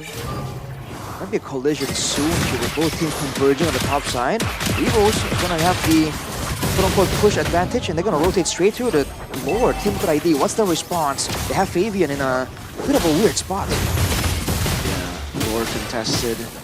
Oh man, Albert's 2 levels. Oh no, he's the same level. Interesting. Albert. Yeah, he's super squishy, so you can definitely tell that he's going Counter-Strike War Axe. Okay, so it's going Radiant Armor. There you go. A bit of respect to the Joy. Yep. For now, it's going to be still a back and forth. Team Liquid ID, again, this Selena hasn't really landed any massive shots, but maybe later with more items from the rest of the team. But look at this, Albert! What? Look at that burst. Albert wants to go back in, and he actually out-damages him in the end. Keep revitalized, still able to survive. Look at Airline with a gun down. That's a triple! Almost a Maniac. Was that a Maniac? No, Fabian gets a shutdown on Reggie. And Fabian gets away just barely. Lord, though, was secured. And now it is EVOs who are trying to siege it down. Only Fabian and the Hezkiel left to defend. What happened? That's a very good question. Albert was just taking a ton of damage from Aran, and out of nowhere, he says, all right, my turn, and just flips the table, man. Team Liquid ID were caught completely off guard, and EVOs are making sure they make use fully of this momentum. Absolutely, 3-for-1 trade, and they get the Lord. That's value, value, value, value. 4 values. And looking at the skill hit rate, talking about value, oh boy, that is just not so value No. at the moment. Especially if now they're being forced into a defensive posture. I feel like the Selena loses even more value, right? You I need agree. to be able to see your opponents when they are forced to clear the waves. You need to be able to hide in the bushes and find weird angles to throw these arrows from. Right now, he walks in the wrong bush, he gets taken out. Yeah, it's been really tough for Yehezkiel. And the clear, AOG, flicker out from Yehezkiel. It's an abyssal arrow connecting on the key. Again, Witty's going to be bursted down. Natko finds the kill. Erlan, that's Sonata trying to get Aran down. The Vengeance used up. The arrow connecting, but there's no follow-up here. Fabian walking back and forth, like to find beats. Used up already. A ton over. Oh, goodbye to the HP bar. Aran decimated. Aram purify out. That's Sonata not ready just yet. No way. The base is open, wide open. Evos have just defeated the defending champions of MPL Indonesia in their debut performance. What a way to make their way onto the stage. The Prot duo, Key and Albert, alongside with Natko, Erlan, and Reggie. Against the predictions of all the casters, Evos have done it. An upset on day one. Evos. Odd season Evos. 2-1 against Team Liquid ID. They were tried and tested. They were up against weird compositions, but they were able to adapt, bring out odd combinations of their own. And they have done it, man. They're showing the fans proud as the arena just erupts into energy. Selena, man. Selena, man. Selena, man. It was the Selena, man. The complete opposite for Evos, though. They did not stick. Well, they did stick to the Granger 3 games in a row, but that was a great pick in the end, and Erlan was able to utilize it really, really well. But we gotta say, Albert, man, has stolen the show with both performances. Game 1, Suyo. Game 3, Lucas. What can you say, man? The Lucas jungle. You're gonna go with a bit of a defense. You're gonna go with full damage. It doesn't matter, man. You better, when you try and take him out, he better stay out. Glory, mereka membuka season 15 dengan memukau. Sang Macan meraung. 2-1 pembukaan yang manis banget untuk Evos. Bagaimana kemenangan pertama kalian di season 15 di match pertama kalian ini? Kita cuman alhamdulillah ya sih Bude. Alhamdulillah aja. Tapi lawan kalian adalah juara dari season lalu. Apa yang sudah kalian lakukan sehingga bisa menumbangkan pasukan kuda? Kita punya Regi. Oh, Regi. Bener ya, udah nggak ada Fluffy di sini ya. Fluffy kemana? Ketinggalan kayak di tim yang lama. Doma kemana? Hilang juga itu. Hilang Entah juga. kemana. Bentar, ini gimana? Kenapa ada pergantian nama ya? Pakai nama asli. Apa nih? Apa karena pergantian nama ini jadi membuat sesuatu hal yang baru kah untuk kamu? Loh, kan kamu juga ganti nama. Doma, dulu Doma. Sekarang sudah bukan Doma lagi, sudah bukan Fluffy lagi. Gak apa-apa sih aku, soalnya Doma gak pernah menang kan. Jadi ganti ya ke Erlan. Dah, Erlan aja dengan harapan akan membawa kemenangan dengan nama asli. Amin. Amin. Tapi apakah ini Regi yang ngajakin ganti nama nih? Kamu yang ngajakin ganti nama. Kenapa berdua? Enggak, sebenarnya ada Albert sih. Albert kan namanya aslinya Albert. Jadi kita suruh aja nama asli aja brother. Pada nama asli semua. Nama asli semua. Oke. Bentar, ini nama asli semua berarti ini ya.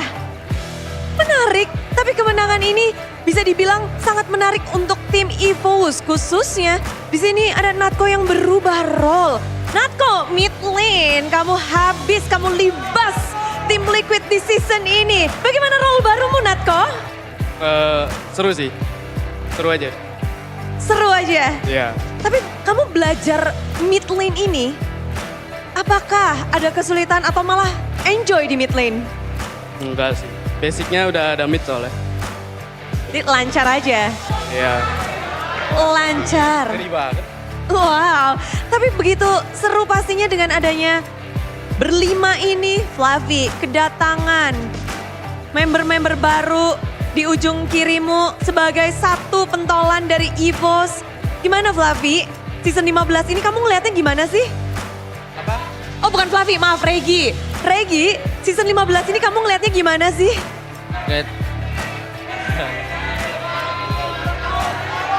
Oh, di sini Regi ulang tahun, happy birthday Regi.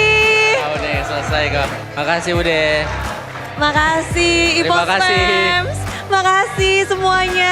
Bagaimana season 15 kamu ngelihatnya? Dengan line up sekarang. Yang lihatnya sih kayak seneng banget lah, ada Albert, ada Hengki yang bisa ngebawa suasana yang baru lagi kayak gitu. Suasana yang baru, suasana di season ini. Namun kita nggak akan berenam aja nih di panggung karena ada spesial. Satu orang yang ingin muncul juga di layar yang besar ini. Siapa kira-kira? Langsung aja silakan. Halo, MPL Indonesia, passwordnya. Mana nih? Oke. Halo? Halo? Halo. Halo Bude. Spesial banget nih. Mas Ade sudah terpampang di tengah-tengah MPL. Gimana ngelihat EVOS di season 15 match pembukaan mereka? Wah, sangat-sangat kaget ya melihat performa Natko yang biasa saja itu sih sebenarnya. Loh.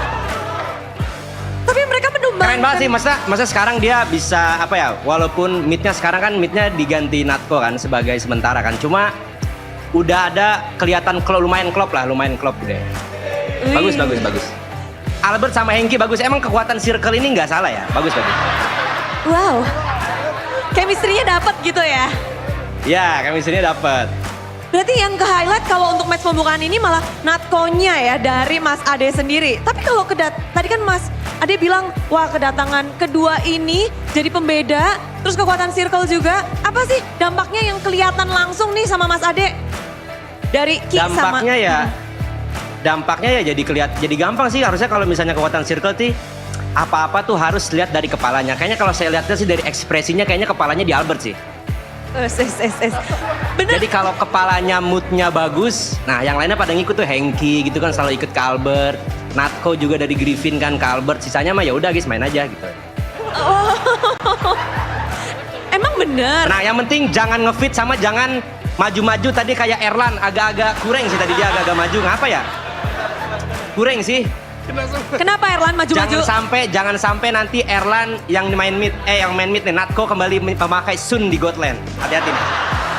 Wah. Ada mau yang dikasih tanggapan ini tolong ya. Erlan jangan diam saja. Maaf ya Mas Ade. Tapi kalau Albert bener nih, Albert jadi kepalanya di sini. Ya benar, kepalanya Albert. Nah kan. Nah, jadi goat dia. Oh. Jadi goat. Jadi kalau kata Resboy Mbappe-nya. Tapi kalau dari Mas Ade ada pertanyaan spesial nggak sih? Mungkin atau ingin dari tadi bertanya-tanya apakah tentang hero junglernya Albert atau apa? Ada yang mau ditanyakan? Ada. Pertanyaannya gimana sih perasaannya bisa jadi Natko yang lebih baik dari semua mid di Indonesia?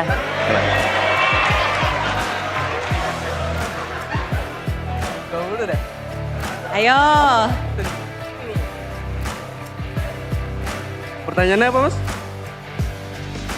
Budek apa ya orang ya?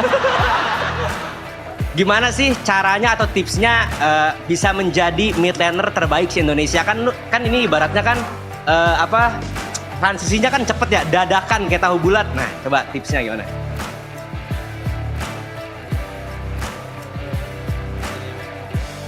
Gak ada sih Mas, orang belum paling jago.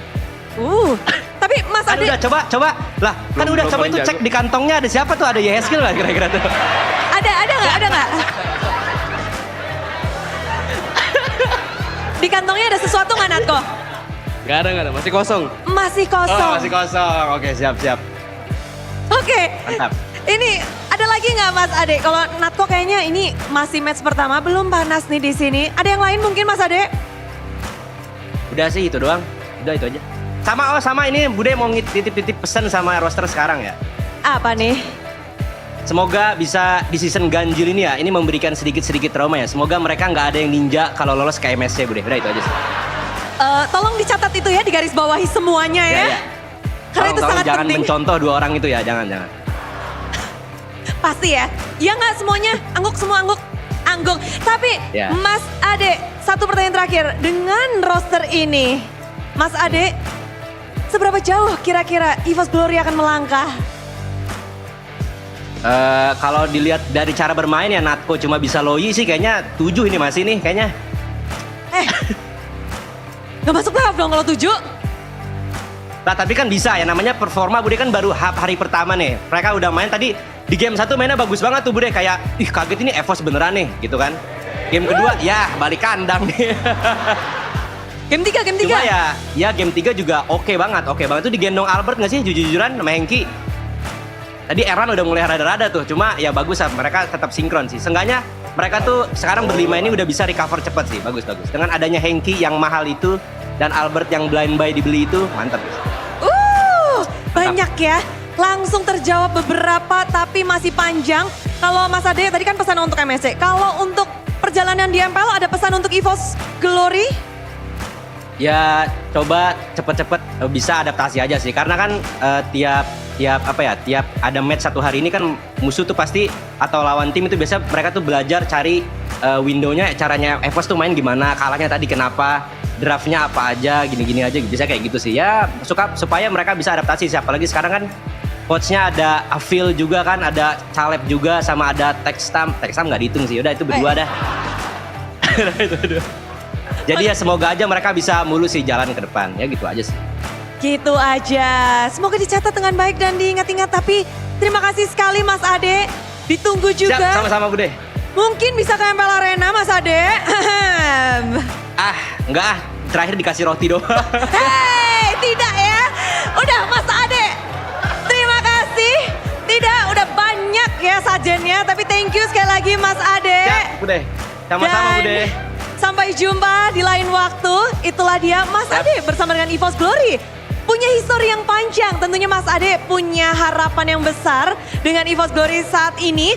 Ki dan juga Albert, kalian kayaknya pundaknya agak berat gak nih di season ganjil masuk EVOS yang historinya memang di season ganjil EVOS tuh jadi runner up, top 2, mewakili Indonesia. Gimana Ki? Kalau dibilang berat apa enggak, pressure-nya sebenarnya enjoy aja sih. Kita fokus step by step lah, match by match. Kalau emang rezekinya nanti lolos, ya alhamdulillah. Alhamdulillah semuanya kita ngelihat bahwa bagus banget. Tapi Albert, satu hero, Lucas Jungler. Banyak yang bertanya dari Albop sendiri, dari baby alien kita, bagaimana munculnya Lucas untuk di game ketiga? Apakah itu memang kunci rahasia? Udah di plan sama coaching aja sih, jadi ya dipakai aja. Latihannya juga banyak main Lucas juga. Oh, jadi sudah dilatihan? Ya udah dilatihanin, udah dipersiapin juga sih. Untuk melawan tim Liquid ID? Lawan siapapun. Kemenangan yang luar biasa, satu kata kemenangan hari ini? Mantap. Mantap! Dan kemantapan ini mari kita rayakan kemenangan untuk EVOS Glory!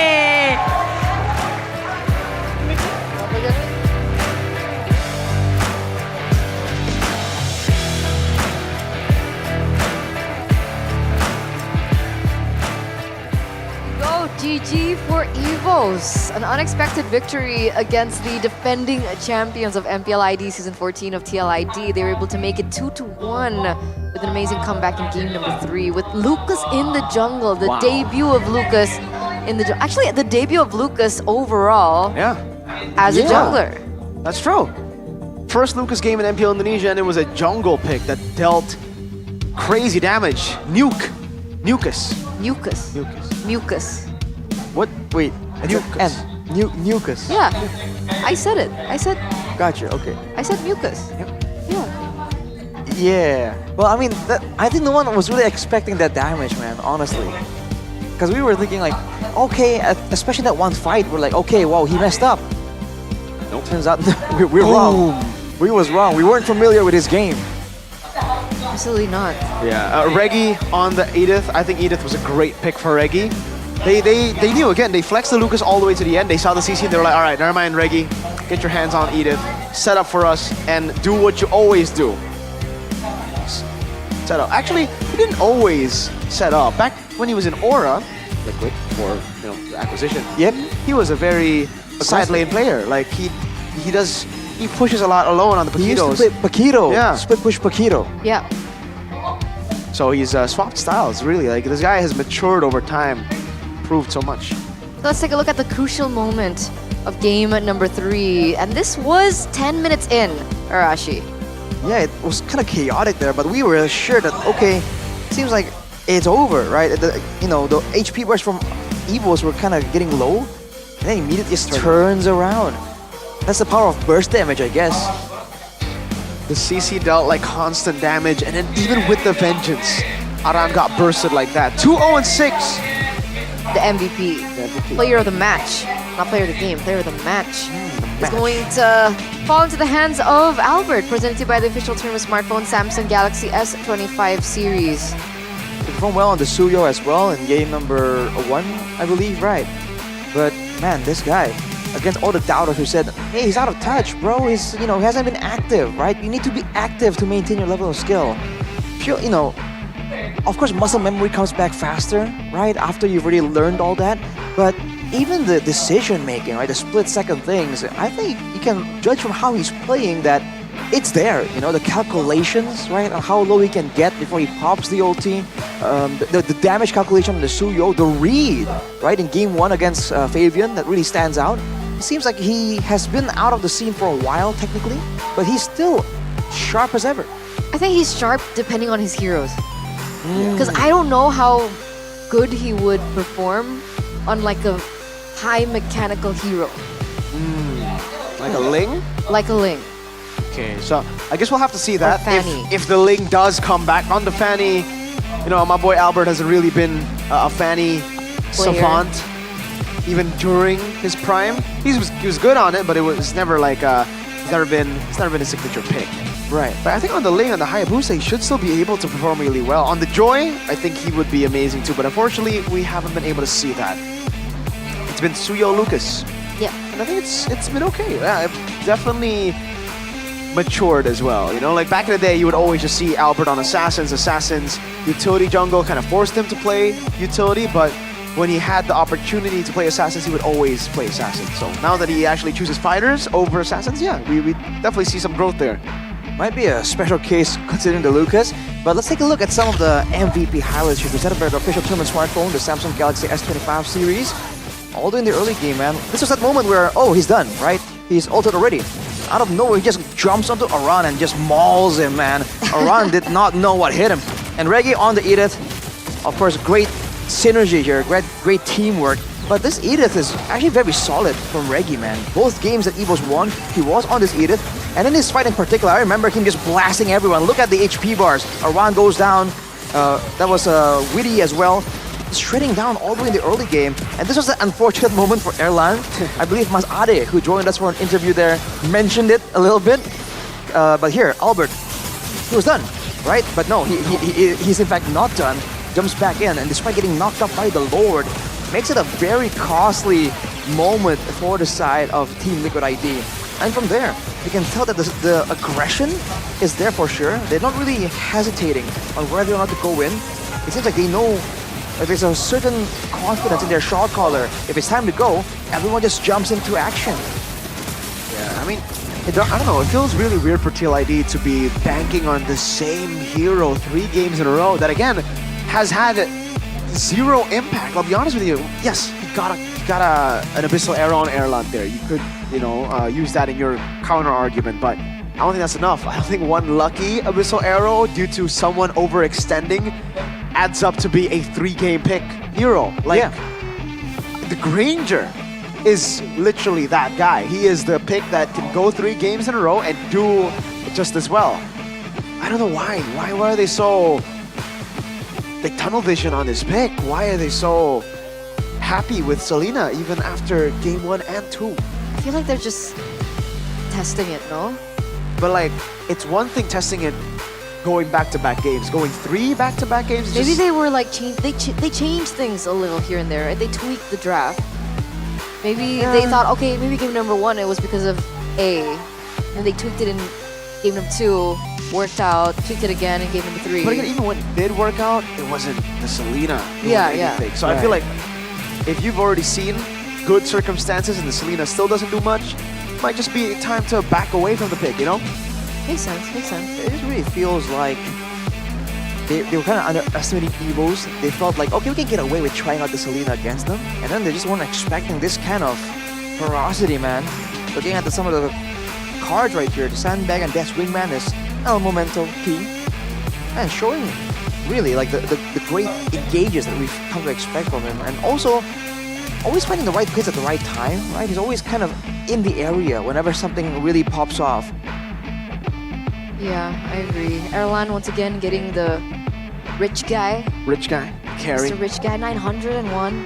I think he's been the highest today. Yeah, he got so far, 913 or 916, I think, in game around number that 1. number. So we're gonna take a look at the mic checks real soon between TLID and Evils to see what the comms are like. Ada biru dia guys, kalau mau guys. Tengah darah. Boleh biru guys. Cici setengah darah, Cici. Gua ambil mid ya nih kalau gitu nih. Ambil. Guys, Mau nggak biru birunya? guys. Ayo. Jangan guys. Gua tewe. Gua telin. Ayo. Gatot di gua deh. Lesan. Aman. Sini. Ayo, Nick. Gas boy. Ada gua. Hati ya, Bro. Aman. Saling. Ini dulu aja. Gua lempar. Aman. Lihat Niki. Aman itu, Cici ulti guys. Ulti Bob, linknya Bob. Awas, Gatot. Aman Bob. Aman. Nice. Kuat going. Lu kuat Bob. Kuat.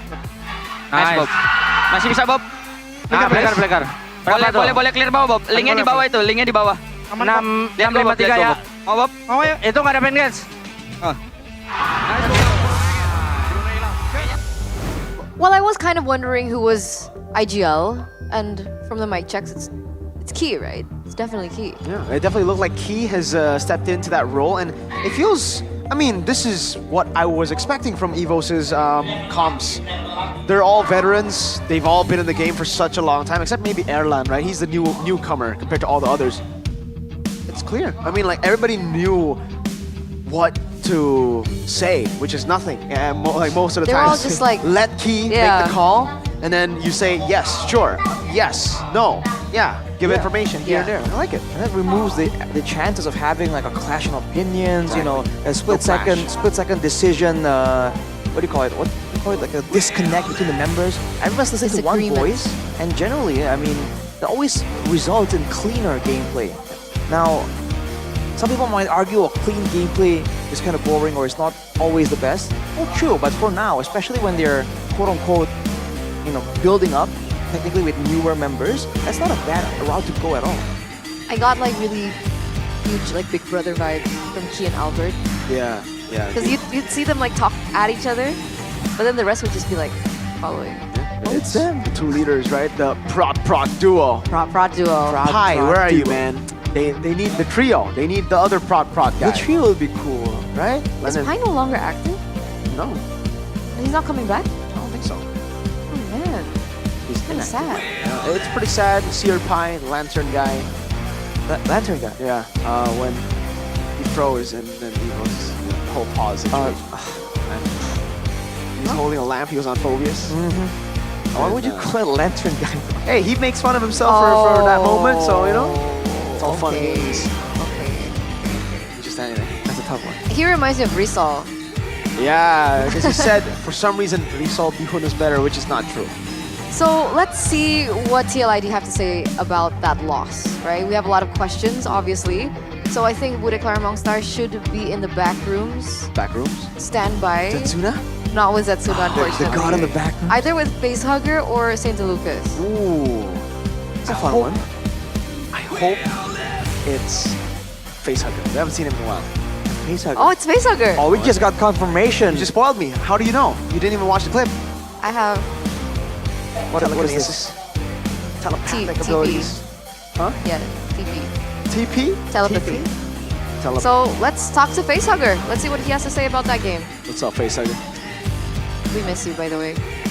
He's not coming back. He has skills really good. And maybe on That's Selena, true. after that Selena But I'm pretty performance. sure Yehezkiel was taught by Facehugger.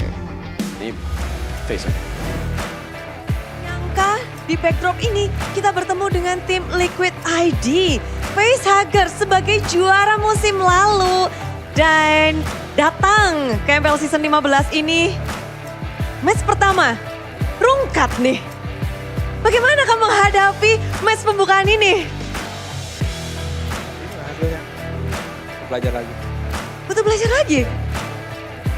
Tapi banyak yang penasaran, kan banyak yang melihat bahwa wah ini 5 player masih sangat kuat dengan member yang sama dibandingkan tim-tim lain yang masih otak-atik member. Apa yang terjadi dengan match pembukaan ini? Mungkin eksekusi di in-game-nya aja sih. Kita banyak yang masih masih banyak blunder, masih kurang cepat ngambil decisi aja sih. Jadi kayak mereka lebih dapat celahnya buat lawan kita. Itu lebih dari tim Liquid ID sendiri? Mungkin hari ini mereka lebih baik. Tapi ngelihat hari ini juga banyak yang penasaran.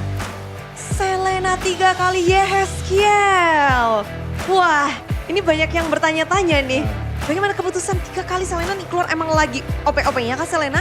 Atau ada apa? Sebenarnya itu bagian dari strategi yang udah kita siapin lah. Namanya first week itu kita nggak tahu nih musuh punya apa, kita punya apa. Mungkin kayak itu strategi yang kita keluarin di week pertama aja. Dan belum sukses aja. Karena roster sudah tetap jadinya ingin mencoba strategi-strategi baru? Ya pastinya. Pastinya. Karena ini liga kan. Liga, kita masih panjang, masih banyak banget minggu-minggu dan match-match lainnya. Tapi penasaran pastinya dengan lawan kalian adalah tim biru yang tadi kalian lawan, EVO's Glory. Menghadapi mereka di season 15 ini apakah berbeda dengan season-season sebelumnya? Tentunya berbeda lah. Makanya mereka kan punya pondasi baru kan. Jadi kayak emang beda sih EVOS yang sekarang sama EVOS yang sebelum-sebelumnya. Fondasi baru, apakah Ki dan Albert menjadi salah satu aspek yang penting banget nih untuk EVO's Glory? Harusnya sih iya, karena kalau veteran itu kan pasti punya banyak pengalaman lah. Jadi kayak mungkin fondasinya dari mereka dan yang anak-anak mudanya bisa melengkapi itu. Kekurangan yang ada di veteran-veterannya. Jadi kamu ngelihat player dari EVO's Glory line up ini cukup kuat? Cukup kuat. Cukup kuat? Dan kalau ngelihat coach barunya gimana itu? Harusnya sih dengan pengalaman saya yang dulu pernah nge-steam sama dia, harusnya makin kuat dengan strategi-strategi yang dia bikin. Afil. Ini bakal jadi main games yang seru dong antara Facehugger dan juga Afil nantinya. Iya. Leg kedua pengen balas dendam dong? Pastinya harus. Harus. Dan menarik juga tadi mungkin dari arahan coach katanya udah dilatih juga adanya jungler yang jarang kita lihat hero-nya Lucas. Apakah itu kecolongan atau mengagetkan atau bagaimana? Sebenarnya enggak sih. Kalau Lucas tuh karena kita lihat dari meta mungkin dari region lain juga kita lihat kalau Lucas ini hero fleksibel jadi kayak capable buat diambil di atas dan mereka pakai buat itu tadi. Jadi kayak masih masih abu-abu sih nih Lucas, masih bagus apa enggaknya. Jadi untuk minggu-minggu awal ini apakah tim-tim MPL akan banyak mengeksplorasi hero dari tim Liquid ID? Harusnya sih banyak. Tiap tim harusnya punya strategi masing-masing buat menangin di week pertama ya. Jadi kayak semua strategi pasti berbeda sih, nggak ada yang sama. Bakal seru tentunya dan Facehugger menjadi juara di season lalu. Tentunya banyak ekspektasi yang diharapkan di season ini. Dan ekspektasi Facehugger di season ini? Sebenarnya ekspektasinya kita lebih ke arah berkembang sih, berproses lagi lah. Namanya liga ini bukan yang turnamen 1 minggu kelar. Jadi kayak per weeknya tuh kita harus tetap belajar, improve, dan ya menjadi lebih baik lah. Menjadi lebih baik dan kita tunggu seperti apa proses dari tim Liquid ID. Thank you banget Facehugger, good luck untuk next match-nya. Sekian dulu untuk booster interview yang mungkin tidak disangka-sangka oleh banyak orang. Kita akan langsung balikan kepada para caster, monggo.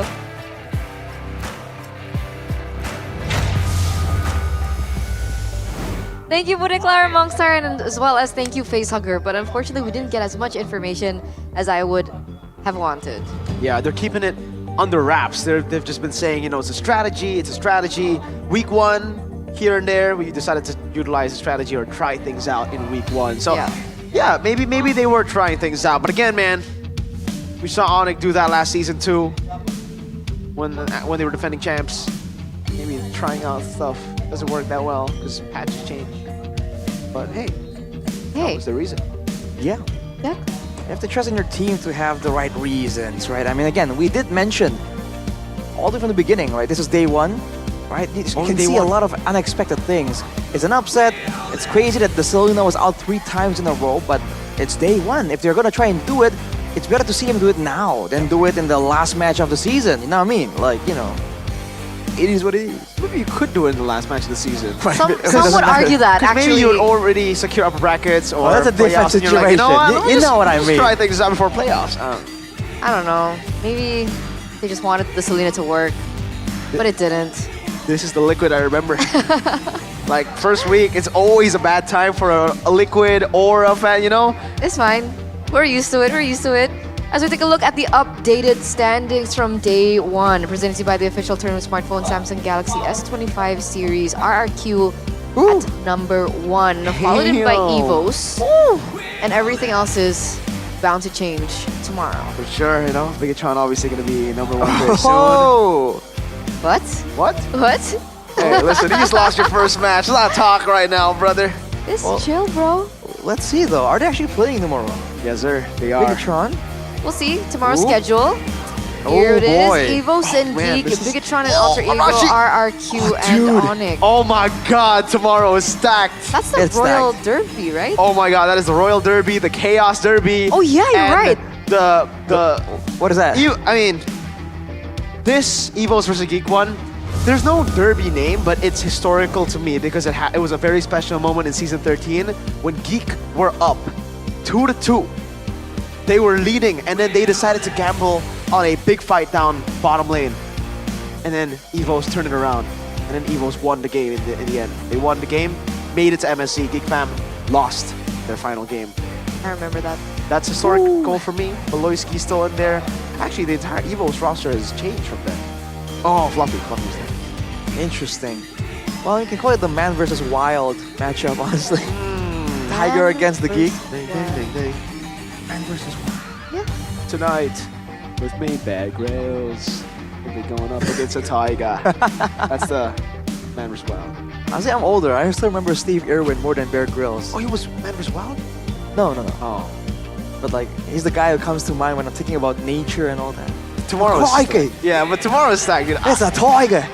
I'm very excited for the matches. Every single one. Can we skip? Can we go tomorrow? No? I think we can. Oh, yeah? Yeah, you want to call? Oh. Like, just call. Call who? For who? Come on, Tom. Oh. I don't think that they have a time machine. We don't? Okay. They have a Samsung S25. Which is amazing. Always.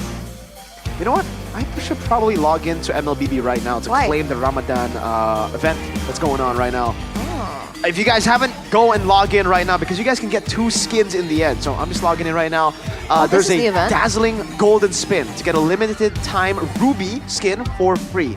So you know usually you have to roll with diamonds. Here you just play a game and complete these tasks right here. Wait, you completed that task. Yes. Press it. Just claim it and then you get to roll. Once you roll and then you get enough points, you will, in the end, get a chance to win a lot of different skins, like the Ruby one. There's another one that I forgot. There are 2 skins in total, and it starts every night from 21 p.m. to 2 a.m. Oh, I'll do that later. Interesting. Why not? 1 minute.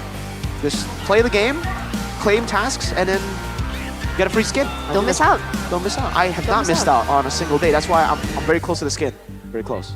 But also, we would like to remind you that, in the spirit of the holy month, of the Ramadan month, MLBB will actually be sending 10 lucky players and their chosen companion on a free Umrah trip. Wow. All you need to do... That's actually crazy. That's actually crazy. Yeah. Wow. It's crazy. So it's all the way All the way over to there, right? Makkah. To the middle. Yeah. Yeah, all the way to Makkah, free for 10 people. So how do you get this, Eterna, Mirko, and Arashi? All you do is post a video or a picture about your Ramadan daily life. So any kind of good content works. Don't forget to use the hashtag Hadiah Ramadan MLBB in your post. And that's it, because everyone has a chance to win. That's Free. honestly, Free. that's actually crazy. If it's like, man, you play this game, you watch MPL, and that could result in you getting your mom, your dad, together to go to Umrah. That's actually wow. That's so cool. So cool. W Muntan. When else does a game allow you to do something like that? That's kind of crazy. It is. It's amazing. It's amazing. You can do it the old-fashioned way if you don't do it with the giveaway. You can do it by competing, becoming professional and then competing in the Snapdragon Pro Series Mobile Masters. They can? Yeah, I mean, if you're good enough, you qualify, MPL, just like Favion did with the rest of his team. Because I heard that Snapdragon Mobile Masters is actually coming to Indonesia. The venue will be at the Tennis Indoor Senayan Jakarta on April 11th to the 13th this year. So you guys don't want to miss it. I think the event takes place after Lebaran, so it should you guys have some time after that because MPL ID will also be on a break. So it's a perfect opportunity for you guys to fill in your time and of course just continue enjoying more MLBB action. Plus, there are going to be 12 teams from various countries that will be competing. So it's basically like a teaser or a trailer to the MSC maybe. Definitely, and also it's a great mid-season tournament because it's literally in the middle of MPL ID, MPL PH, I think even MPL MY, where we're gonna get to see these teams compete against each other. Onyx PH come back to Mobile Masters. They actually just lost today. Their second loss in MPL PH. I don't know what's going on. Liquid and Onyx PH have lost. Yeah, who would have expected, right? It's crazy. But Arashi, what's this? Well, this is the announcement that the MPL ID Season 15 tickets are now available, right? You can buy it on GoPay on the MPL website, right? And you can get free diamonds, dude. That's where it's at, right? The maximum efficiency. You get the tickets, you get the diamonds. It's just a win-win. I don't see why not. Win, win, win, triple win. Triple win. Triple win. WWW. Because you guys don't want to miss out on an opportunity to see Mirko. You can talk to him, maybe cry to him. Cry? Oh I don't my know, goodness. like take pictures or talk to him, or you taking pictures with Arashi as well. Yeah. Is also something that you guys can do. So come over, guys. Come over. Come over. It's a good time here. You get to see your favorite team win or lose. Well, it's a competition. It's fine. There's gonna be a winner. There's gonna be a loser. It's a marathon, not a sprint. Arashi's a winner today. Some of the people are not winners. Some of It's the people, a marathon, not a Some of the sprint. people didn't even get to see their team today. Not yet. Not yet. You gotta wait. Sheffin and me will see them tomorrow. All right. T-Fan versus Evos. Bigatron versus Ultra Ego. RQ versus Onyx. Oh my, can we skip? Such please? good matches tomorrow. Tomorrow is the day of the week. What's your Tomorrow is highlight a for day of- tomorrow? What's your highlight for Which tomorrow? is your match of the day? It's gotta be the RQ one, I think. RQ one. I agree. Of course. I think So, it's cool. with that, ladies and gentlemen, it has come to a close. So we're going to throw it over to Bude Clara Mongstar. We'll see you guys tomorrow.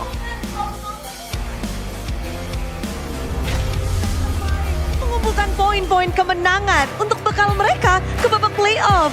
Dan kita sudah melihat 4 tim, masih akan ada tim-tim lain yang beradu untuk esok hari.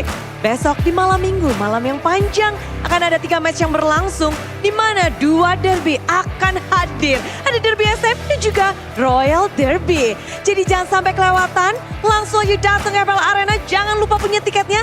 Dan ajakin semuanya untuk menonton bersama dan menjadi saksi bagaimana player-player Indonesia menunjukkan kebolehannya dan memberikan yang terbaik bagi para timnya.